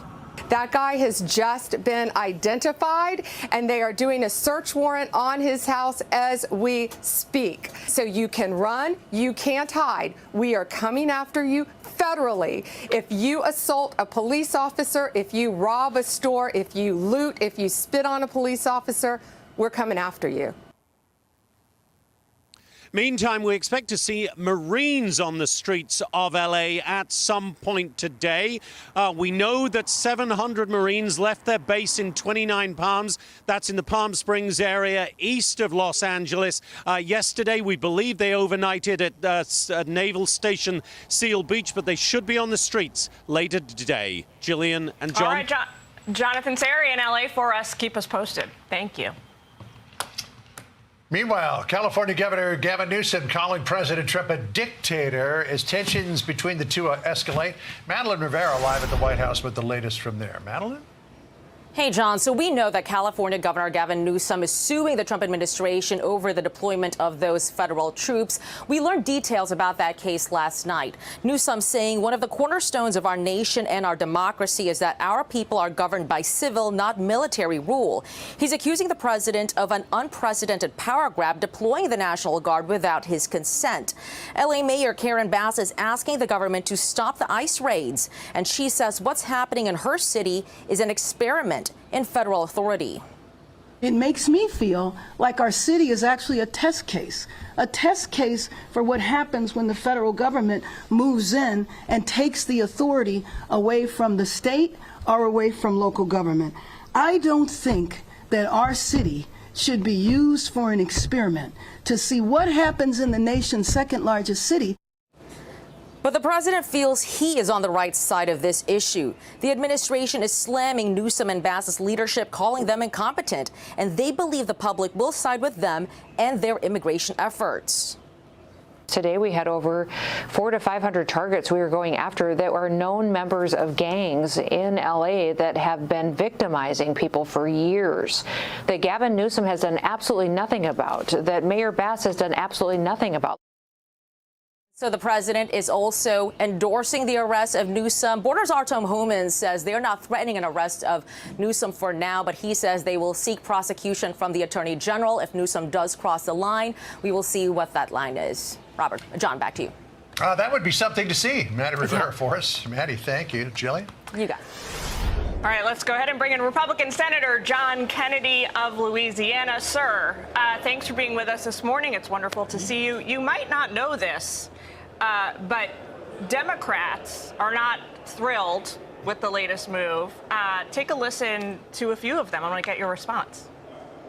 All of the violence and the escalation is core to the Trump administration's authoritarian playbook. They are being met with tear gas and rubber bullets from this unconstitutional, unlawful administration. If one wants to fix the immigration laws, which they should be fixed, fix the immigration laws. Don't arrest workers. And what Donald Trump is doing is the fear of America, not the promise of America. The fear of America. What do you have to say, sir? Well, number one, I think all those people need to pop a Zoloft and relax a little bit. Number two, I don't think this situation is especially complicated. You don't need to be an astrophysicist to figure it out. We've got a wolf problem in Los Angeles. They're not peaceful protesters, they're wolves. They're hurting people, they're destroying property. So you say, well, where's the governor? Well, the governor is a sheep. He'll tell you, I'm a sheep. He's a sheep in sheep's clothing. He thinks cops are a bigger problem than criminals. So then you say, well, where's the mayor of Los Angeles? Maybe she can stop it. Well, she's a sheep too. More sheep is not going to solve the wolf problem. So the federal government sent in troops, and we're stopping the wolf problem. Last night was a better night, and tonight will be better still. It's not hard to figure out to me, and I think this is what, I think most Americans are looking at this and going, stop the wolves, and a lot of them are thinking, you know, nobody's talking about it, but who's going to pay for all this? You know, who's going to pay for all this destruction? Are we going to get the bill? That's the way I see it.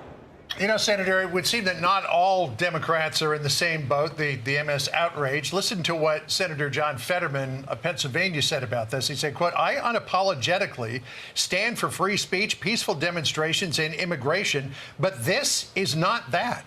This is anarchy and true chaos. My party loses the moral high ground when we refuse to condemn setting cars on fire, destroying buildings, and assaulting law enforcement. And now Democrats are calling for demonstrations across the country. It almost looks like they're looking for a repeat of the Summer of Love from 2020. Well, I think Senator Fetterman has given us some wise advice. We ought to take it. Number two, my Democratic colleagues have a game plan. I don't think it's a very good one, but it's the same game plan we've seen forever.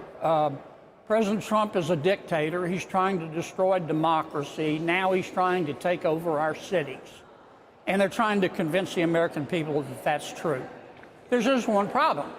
The American people can see what's going on. It's just like they could see that President Biden had neurodegenerative disease.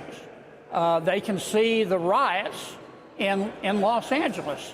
So when the Democrats try to tell them not to believe their lying eyes, nobody believes them. I mean, I think they ought to get a new strategy here.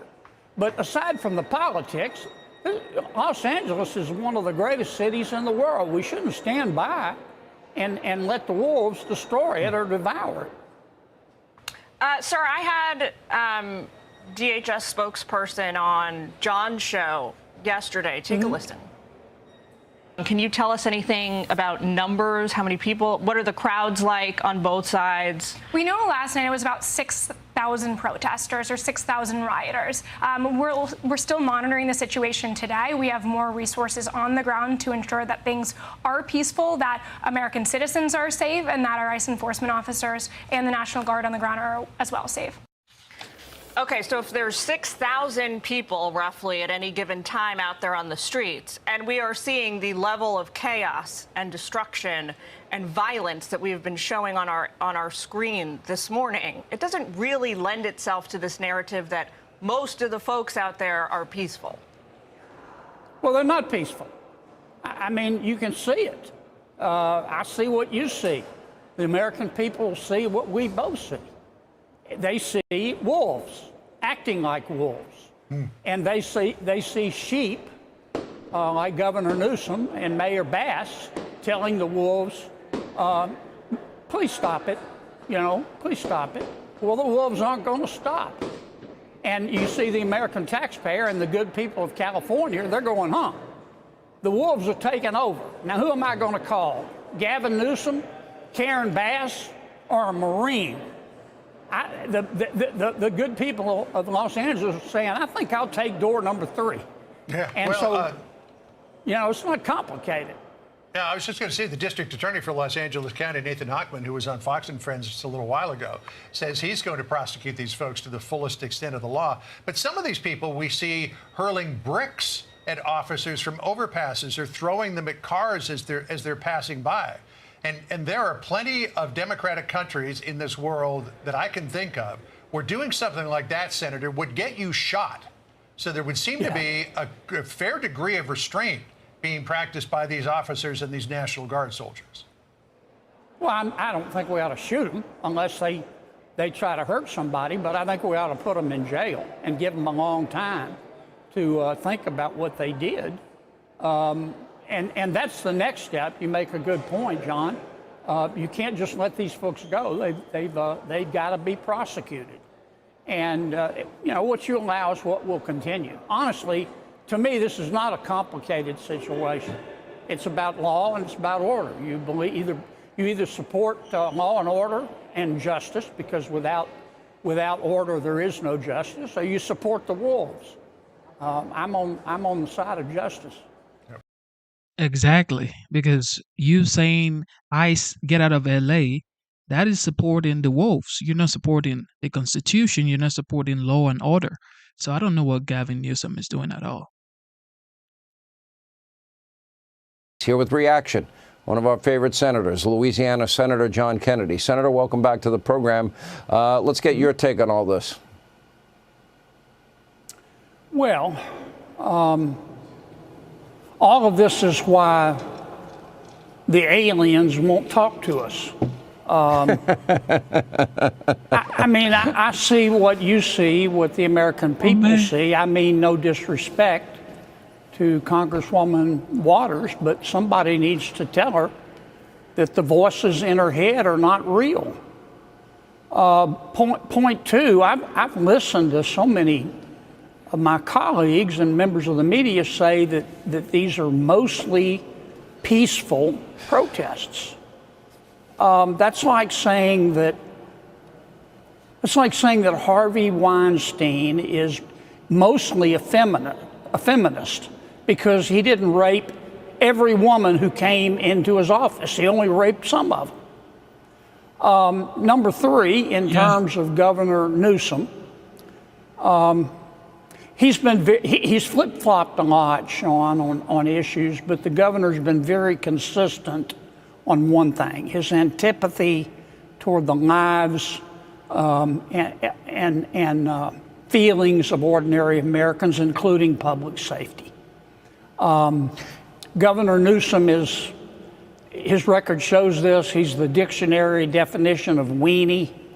He thinks cops are a bigger problem than criminals.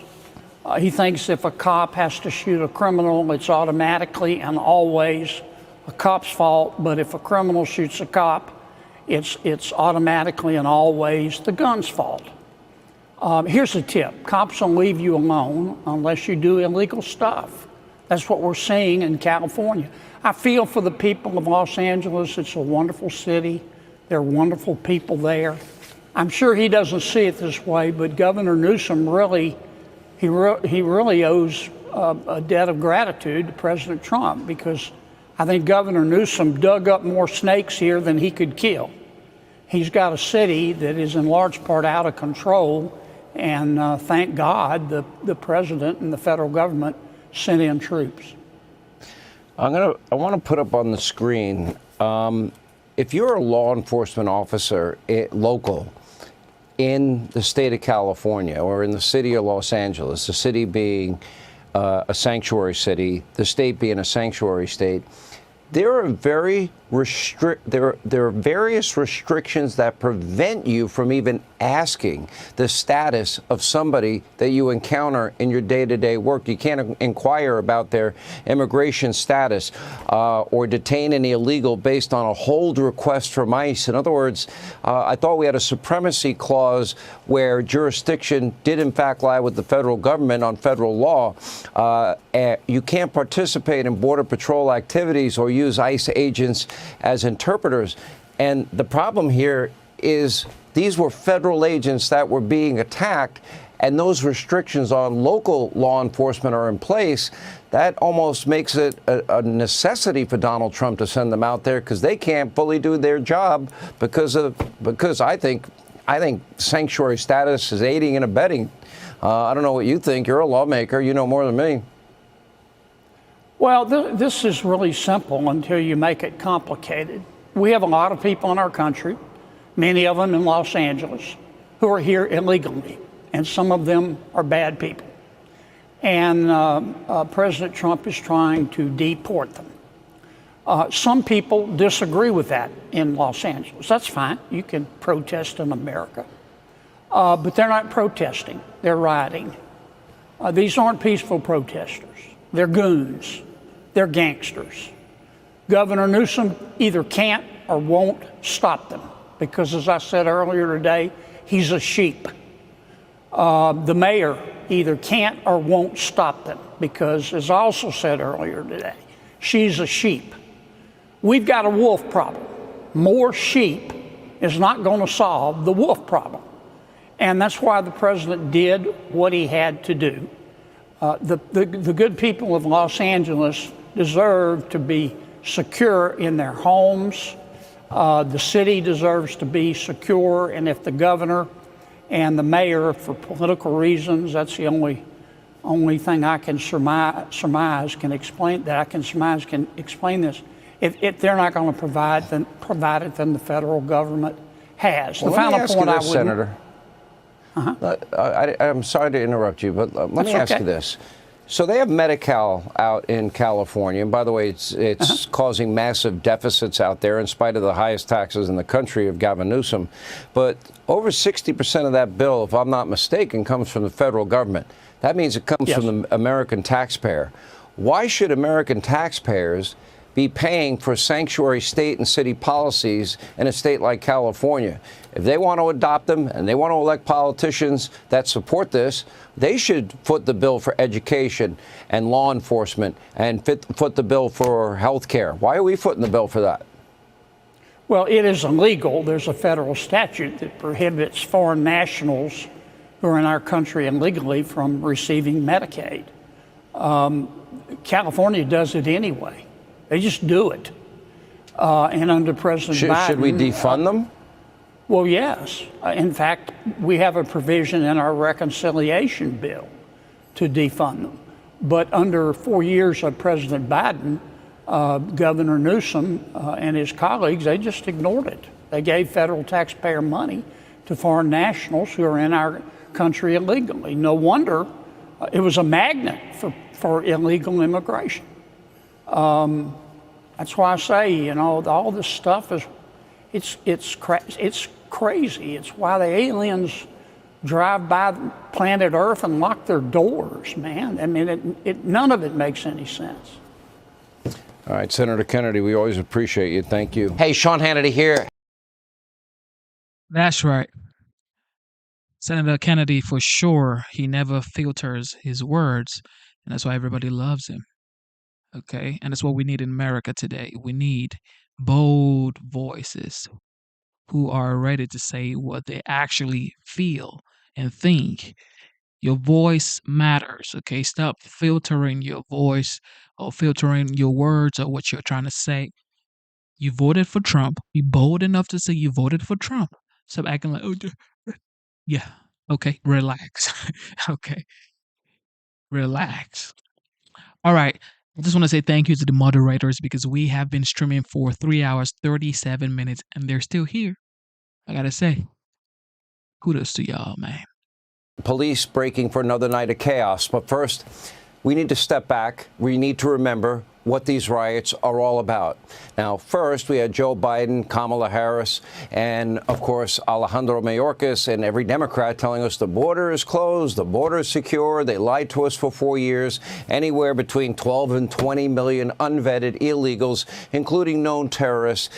We have Iranian assassination squads in the country. We have cartel members. We have gang members. We have murderers. We have rapists. We have other violent criminals. Started there. Then, of course, ICE, in this case, is doing the job of getting rid of these people that Joe and Kamala and others allowed in the country. And, of course, the safe haven created by cities and states like California, cities like Los Angeles. And ICE conducted an operation in Los Angeles, arresting, quote, the worst of the worst illegal alien criminals there. In other words, far-left idiots are now taking to the streets, waving foreign flags, looting stores, burning cars, in support of, let's see, murderers, rapists, gang members. Remember, this is the party of Abrego Garcia. So tonight, why don't we introduce you, this was on FoxNews.com, to some of the other criminal illegal aliens that the left is so desperate to keep in your country, that Gavin is fighting for, Karen Bass is fighting for. First up, Jose Ortiz from Ecuador, previously sentenced to 11 years in prison after getting caught with 11 kilos of cocaine. That's close to $500,000 worth of cocaine. Next up is Armando Ordaz, or a suspected gang member from Mexico. Now, Armando is a convicted sex offender and a thief. Then, of course, there's Victor Mendoza Aguilar from Mexico, who previously was deported in 2017. This suspected gang member served time for drug charges and deadly assault with a deadly weapon, among other crimes. And here is Delfino Aguilar Martinez from Mexico. He was convicted of assault with a deadly weapon with great bodily injury. Next up is Eswin Ariel Castro, who was also previously deported. Castro has convictions for child molestation, has also been arrested for robbery, domestic violence. And look at your screen. This is Lionel Sanchez Laguna. His crimes include battery to a spouse, cruelty to a child, shooting into a house, assault with a firearm, and a DUI on top of that. We could go on and on. I have pages and pages and pages of people that they are arresting, including a convicted murderer from Vietnam and a guy from the Philippines convicted of an unspeakable sexual assault. But just so we are clear, this is who the anti-ICE protesters are fighting for. These are the people that Gavin Newsom and Karen Bass are protecting. These are the people that would still be on the streets of Los Angeles if their mayor, if their governor had their way. They were all protected, every one of them, under L.A. and California's insane sanctuary city and state policies. Governor Gavin Newsom, who we expect will be speaking in this hour, he has been protecting these criminals for years, never once lifted a finger to protect the law-abiding citizens in his state, with sanctuary state laws that now Newsom now supports. Get this, police in California, they are not allowed to even ask criminals for their immigration status. State law enforcement officials are barred from working with ICE even to apprehend violent convicted offenders. They can't even hand them over to ICE. My question for Governor Newsom, and I have a lot of them, and we'll put them up maybe in the course of the show tonight, was it worth it? Are you proud of putting innocent Americans in danger by creating a sanctuary for criminal illegal aliens? I'm going to scroll here, the names of victims in California of violent crime. And while we get that up and running, think about this. You know, we scrolled during the 2024 campaign, all the names of people that were murdered and all the people that were raped and all the people that were victims of violent crime because of the open borders that they were lying about, because they said the border's closed, the border's secure. None of that was true. We have the same thing out in the state of California. And my question, we know that Joe Biden and Kamala Harris never picked up a phone. They never called the victims. They never called Laken Riley's family, Rachel Morin's family, Jocelyn Nungary's family. Did Gavin Newsom ever call the victims' families in California? Now, probably won't answer that question, although we you know, he did take a lot of time to respond and fight with me on X during the height of the riot. And also Mark Wayne Mullen also took time to do multiple interviews on friendly left-wing legacy media mob networks like MSDNC. He even, in the middle of all this, had time to do podcasts just so he could trash Donald Trump while pretending to be a martyr, almost begging to be arrested. It is, as usual, pathetic. He's putting his own blind political ambition over the safety of law enforcement and the safety of the law-abiding citizens of Los Angeles and in his own state. Instead of conducting himself like a leader when his state needed him the most, Gavin Newsom was trying to use the riots for political gain. In fact, one California sheriff is telling Newsom, put the phone down, be quiet, because he, quote, is doing nothing but fueling this process. Remember, during the Pacific Palisades fires, he claimed no responsibility. Remember, they had fire hydrants. They were empty. They had reservoirs. They were empty, too. And then his answer was, well, it's not my fault. You need to ask the local elected officials. I'm on the phone right now, ma'am, talking to Joe Biden. He wasn't talking to Joe Biden. Well, I'm going to talk to Joe Biden. But it's not just Gavin Newsom. The response of almost every top Democrat has been totally bizarre, completely dishonest. I mean, you have Kamala Harris, you have Adam Schiff, you have Cory Booker. You've got all the predictable actors. Now we can add Hillary Clinton to the list. Maxine Waters claiming there's no violence, none at all, in Los Angeles. Don't believe what your eyes are showing you. Take a look. The protests, and even those who were out of step with what we are advocating, peaceful protest, did not create any violence. Nobody was shot. Nobody was killed. Get it in your head. Don't miss the point, you all. Don't think that somehow, because they called out the National Guard, there was violence. There was no violence. I was on the street. I know. Oh, I went to a couple of streets, and I know, never mind what's on TV, never mind the videos. Oh, let's see, we've got plenty of that we're going to be showing you throughout the night. Really, Maxine? No violence? All of this peaceful? No, we could show pictures. Oh, that's right, look at that, car's on fire. That looks like violence taking place there. Oh, another car on fire. Looks like more violence taking place there. Never mind the fact that law enforcement agents, they were being attacked. They were being hit with bricks and mysterious liquids, and baseball bats were placed. And the rioters just conveniently all had gas masks and frozen water bottles. Anyway, and her colleague out there, Nancy Pelosi, said that lighting cars on fire, really not a big deal. The rioters just got caught up in the exuberance of the moment. Is this how you act when you're exuberant? Take a look. And I say this as a former party chair, when there is a gathering, a large gathering of people, the anarchists see it as an opportunity and they move in. So always have to be careful whether you see a burned car, a broken window, or whatever it is. It may be the exuberance of the moment, but it may be the anarchist setting in. Wait a minute. I have a question. That horrible attack against her husband, and it was horrible. Was that somebody being exuberant? I'm feeling exuberant. Let me attack somebody. I'm feeling exuberant. Let me attack cops. I'm feeling exuberant. Let me burn some cars. What a genius. And let's not forget about California's junior senator, the congenital liar Adam Schiff. Yesterday, he filmed himself praising the peaceful nature of the riots. Just pause for a second. You know, in the summer of 2020, the media, Democrats, they all said they're peaceful. They're mostly peaceful. 24 Americans died, thousands of cops injured, billions in property damage. Kamala said they won't stop, shouldn't stop, and she wouldn't stop supporting them. Remember that? But they cared about only one riot, not the 574 riots. Oh, the border's closed. What are you talking about? Millions of people are walking across it, but it's closed. Joe Biden is cognitively as sharp as he's ever been. It's hard to keep up with him. These people lie all the time. They do all of this while blaming Trump for the riots. You know, not their own sanctuary city and state policies. Take a look.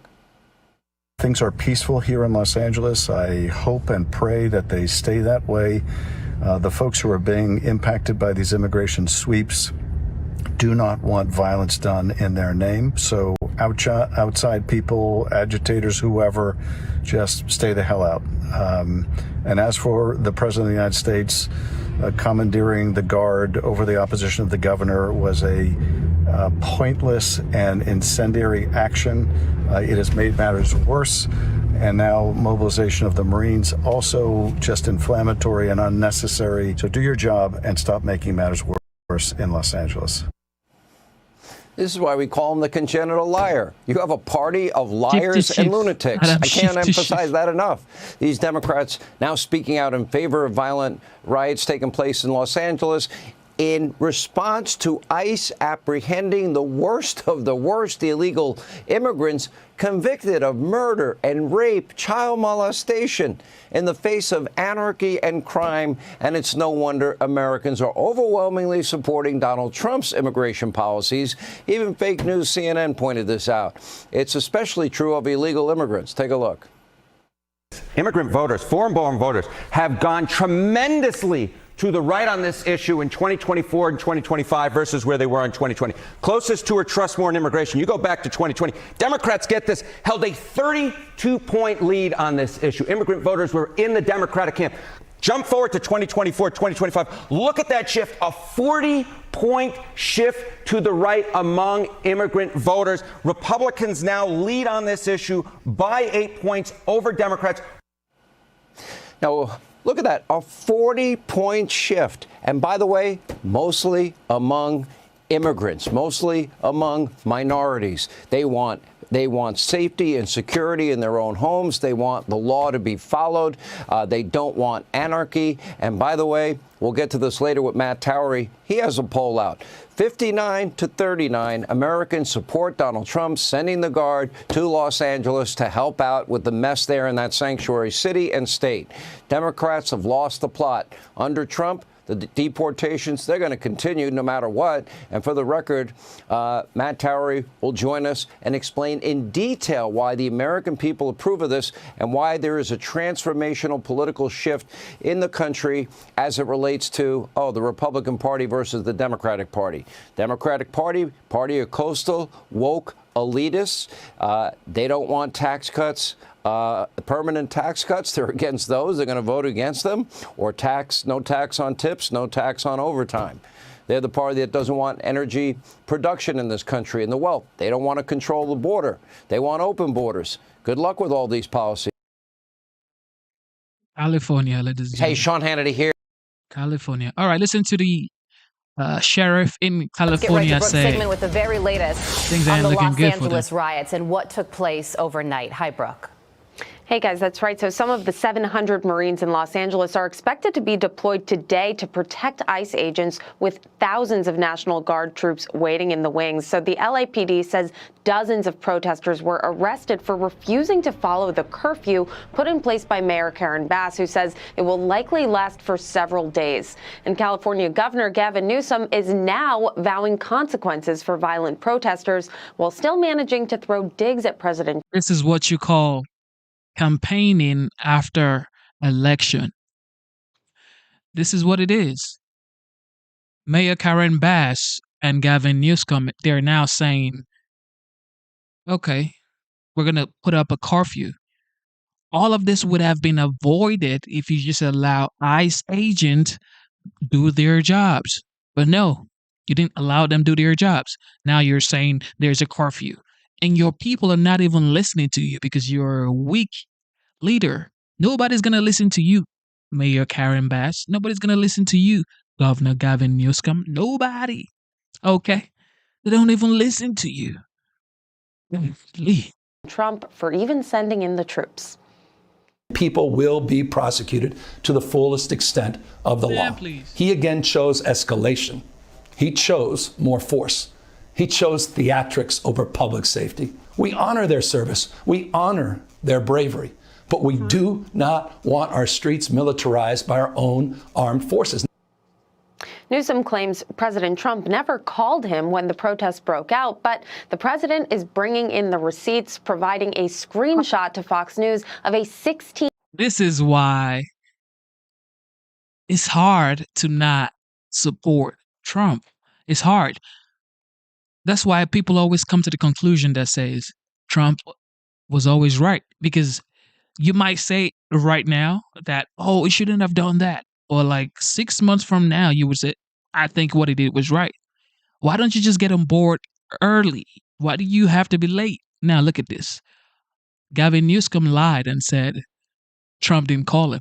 But you know Trump, he's so straight to the point, transparent, that he would bring up receipt. Here goes the receipt.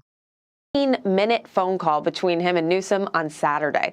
And President Trump is not backing down on his efforts to stop these violent riots. He issued a stark message to any protesters who burn an American flag. Listen. These are animals, but they proudly carry the flags of other countries, but they don't carry the American flag. They only burn it. People that burn the American flag should go to jail for 1 year.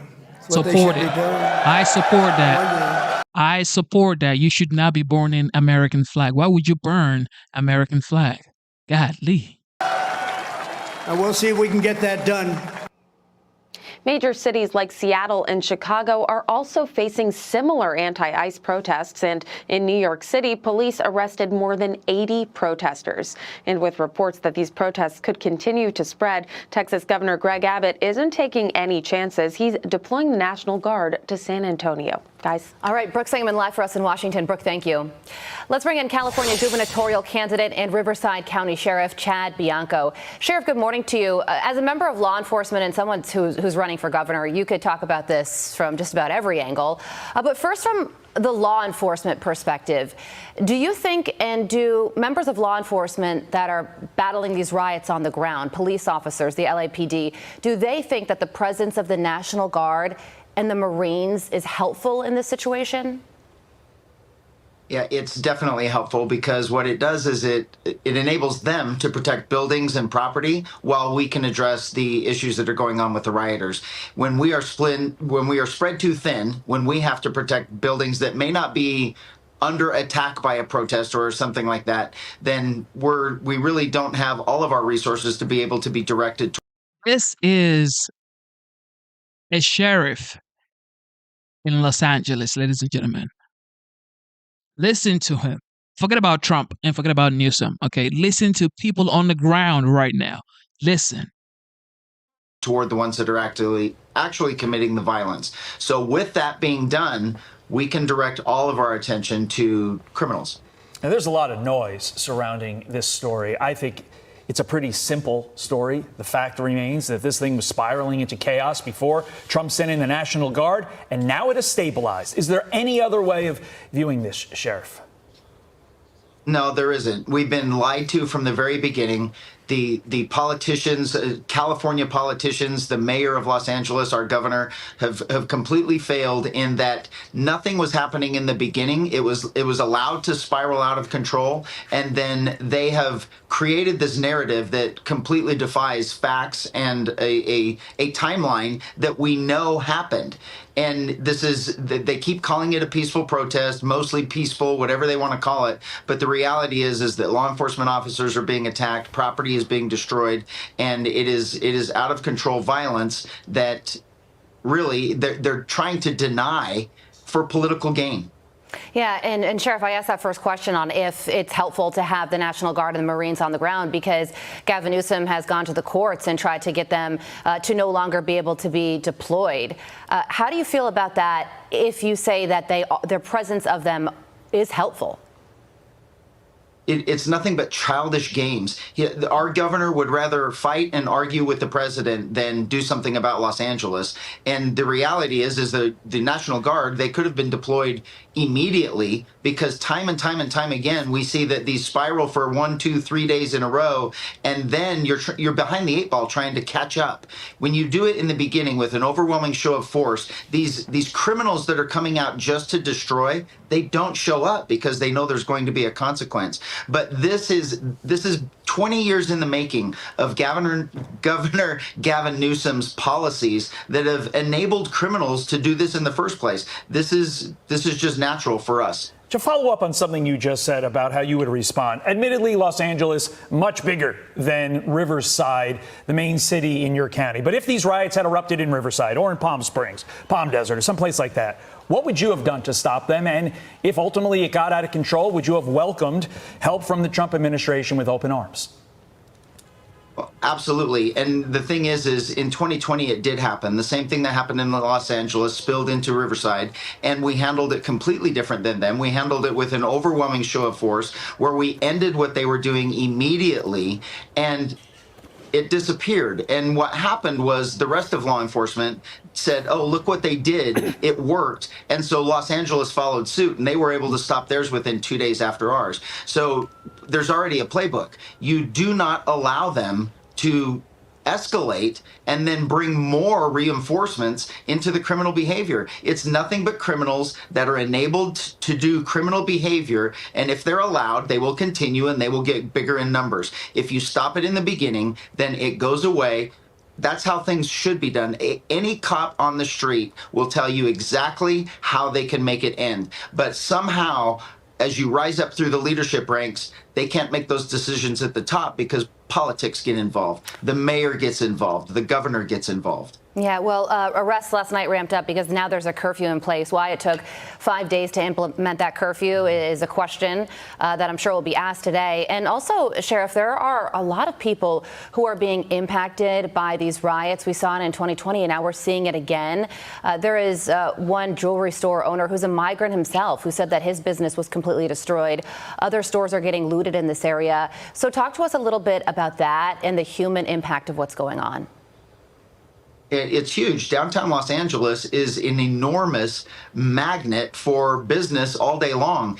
And I mean, you know what our freeways are. Our freeways are just really an absolute mess on a good day. So when you bring thousands of protesters in to block freeways, to stop freeways, that impacts everyone's day. Where businesses are closing, businesses have to close, people can't make it to work. It's a major impact for all of Los Angeles. Yeah, I don't think people maybe in a different part of the country understand when you shut down the 101, you shut down basically the entire Southland, because the 101, to your point, Sheriff, on a good day, the 101 is a disaster. This was a bad days or a series of bad days. And so thank you for making that point. Sheriff Chad Bianco, thank you, sir. Appreciate it. So you've heard from people on the ground, right? These are actual people that protect citizens in California. Okay? So sometimes I get it, you don't support Trump and all that, but listen to the people who are actually affected. Listen, man. This is in 2020. That's what they wanted. They thought it was going to be 2020 riots. No. Deploy the National Guard. If you incite violence or destroy our communities, you're going to be held to account. That kind of criminal behavior will not be. It's already tolerated, Gavin Newsom. You already tolerated it. You already tolerated it with what's her name? Mayor Karen Bass. You both tolerated it. You could have let ICE do their jobs, but you didn't. This is your mess. Stop saying this is Donald Trump's mess. Tolerated, full stop. Already more than 220 people have been arrested, and we're reviewing tapes to build additional cases, and people will be prosecuted to the fullest extent of the law. Again, thanks to our law enforcement officers and the majority of Angelenos who protested peacefully. We just heard your law enforcement officer say, "Thank you, guards." We just heard your law enforcement officer say, "Thank you to the National Guard." What are you saying, sir? Of the law. Again, thanks to our law enforcement officers and the majority of Angelenos who protested peacefully, the situation was winding down and was. Oh my God. This man is still saying peacefully. Oh, great. Concentrated in just a few square blocks downtown. But that's not what Donald Trump wanted. He again chose escalation. It went dead again. But Markwayne Mullin, notice what he does. He's blaming Trump.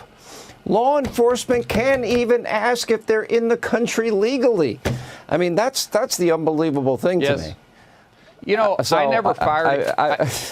By the way, he needs a tech operator. He does. And Sean, I was going to say that I've never fired anybody for making a mistake. I fired a lot of people for not admitting he made a mistake. Gavin Newsom needs to be fired as governor. There is no way this guy should be running that state. Well, I Kids will tell you afraid this. of I think. attending their own. All right, let's listen to him. Let's dip in again. Trump Let's is pulling a military dragnet all across Los Angeles, well beyond his stated intent to just go after violent and serious criminals. His agents are arresting dishwashers, gardeners, day laborers.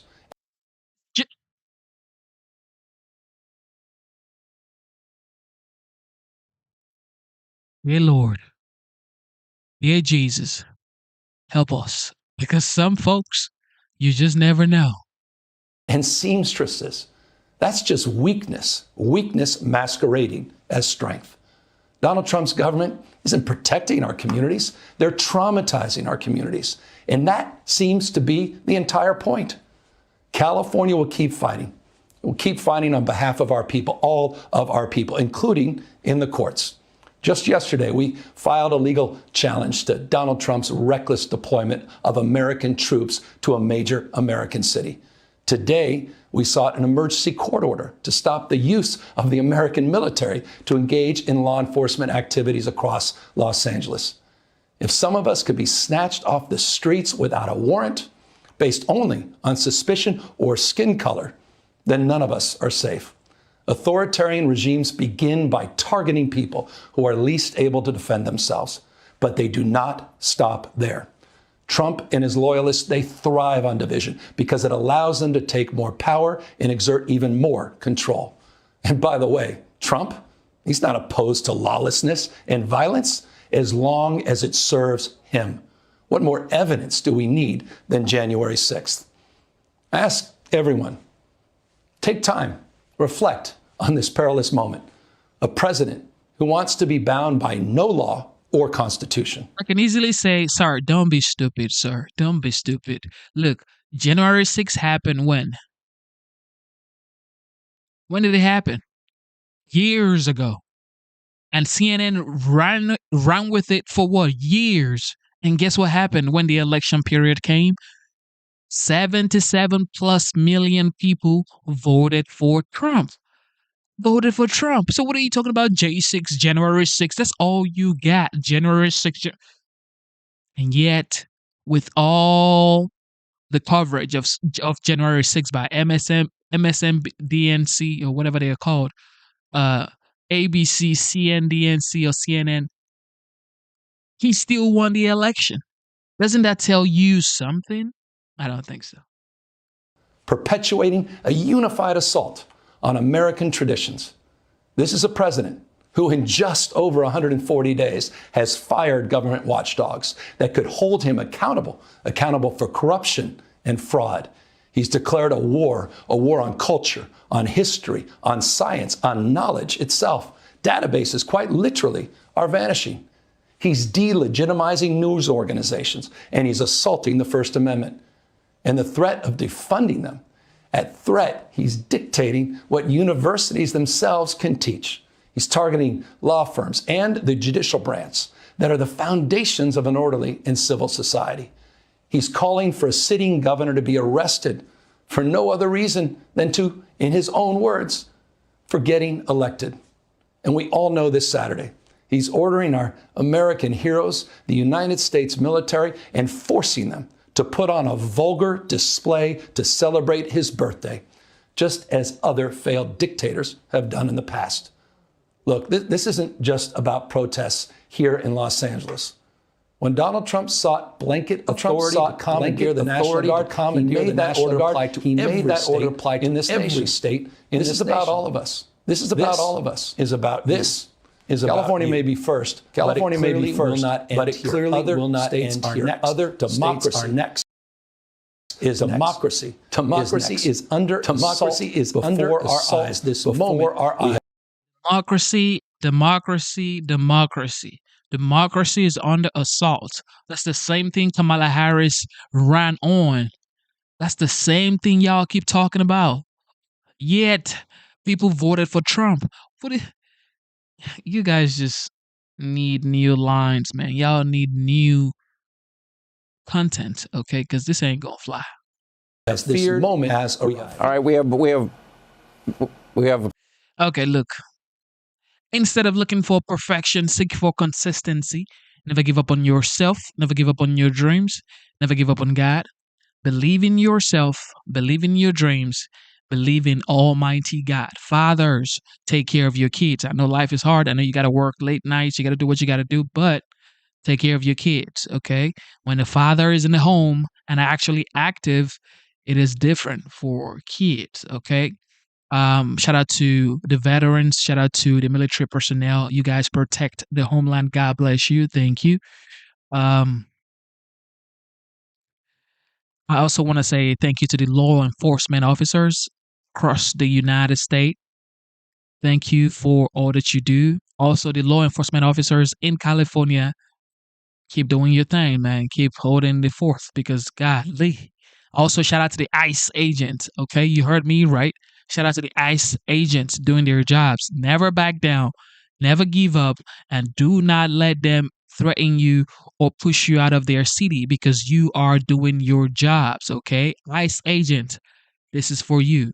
All right, shout out to our esteemed members, Dr. Luke the Goat. God bless you. Shout out to Ellie. Shout out to Ringmaster. Shout out to Sandra.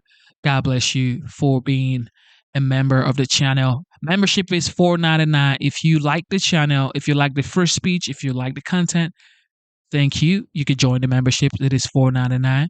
Also, I want to say God bless you to the legendary moderators on the channel. Mr. Busky, the Bucket Master, C. Shelley, legendary C. Shelley. God bless you. Thank you for being here. And everybody here watching, commenting, this is Free Speech Channel. Be respectful of your fellow American, okay? Because of the YouTube algorithm. So sometimes when you say some things, we might block you. Not because we actually want to block you, but because of the YouTube algorithm, okay? So with that being said, I believe the United States is the greatest country on earth. I love America. I came to America for a better life, and America has made me who I am today. And I know for a fact that this is the land of freedom. Everybody comes here to be free. And that's why what is happening in California is happening right now, because there's freedom in America. All of those protesters or rioters, actually, all of those rioters could never be in China doing what they're doing now. It's impossible. You could never be in Russia doing that kind of behavior. It's impossible. It's only in America because they know this is the land of the free. You could be whatever you want to be in America. And that's why, in my opinion, as much as we do not like what they're doing in California, I condemn what they're doing in California for sure, which I think is so absurd and would have never happened if Gavin Newsom and Mayor Karen Bass have just allowed ICE agents do their jobs. Allow ICE agents do their jobs. Stop stopping them. And tell your people to stop stopping them as well. Well, they don't even listen to you. We heard your ship. Okay, we heard your ship, ladies and gentlemen. So, yeah. All right, ladies and gentlemen, God bless you. God bless the United States. God bless your families. God bless your kids. Stay strong. Life is hard. Never give up. Okay, stay strong. Life is hard. I get it. But never, ever give up. All right. God bless you. It is your boy Genesis, and I am signing out.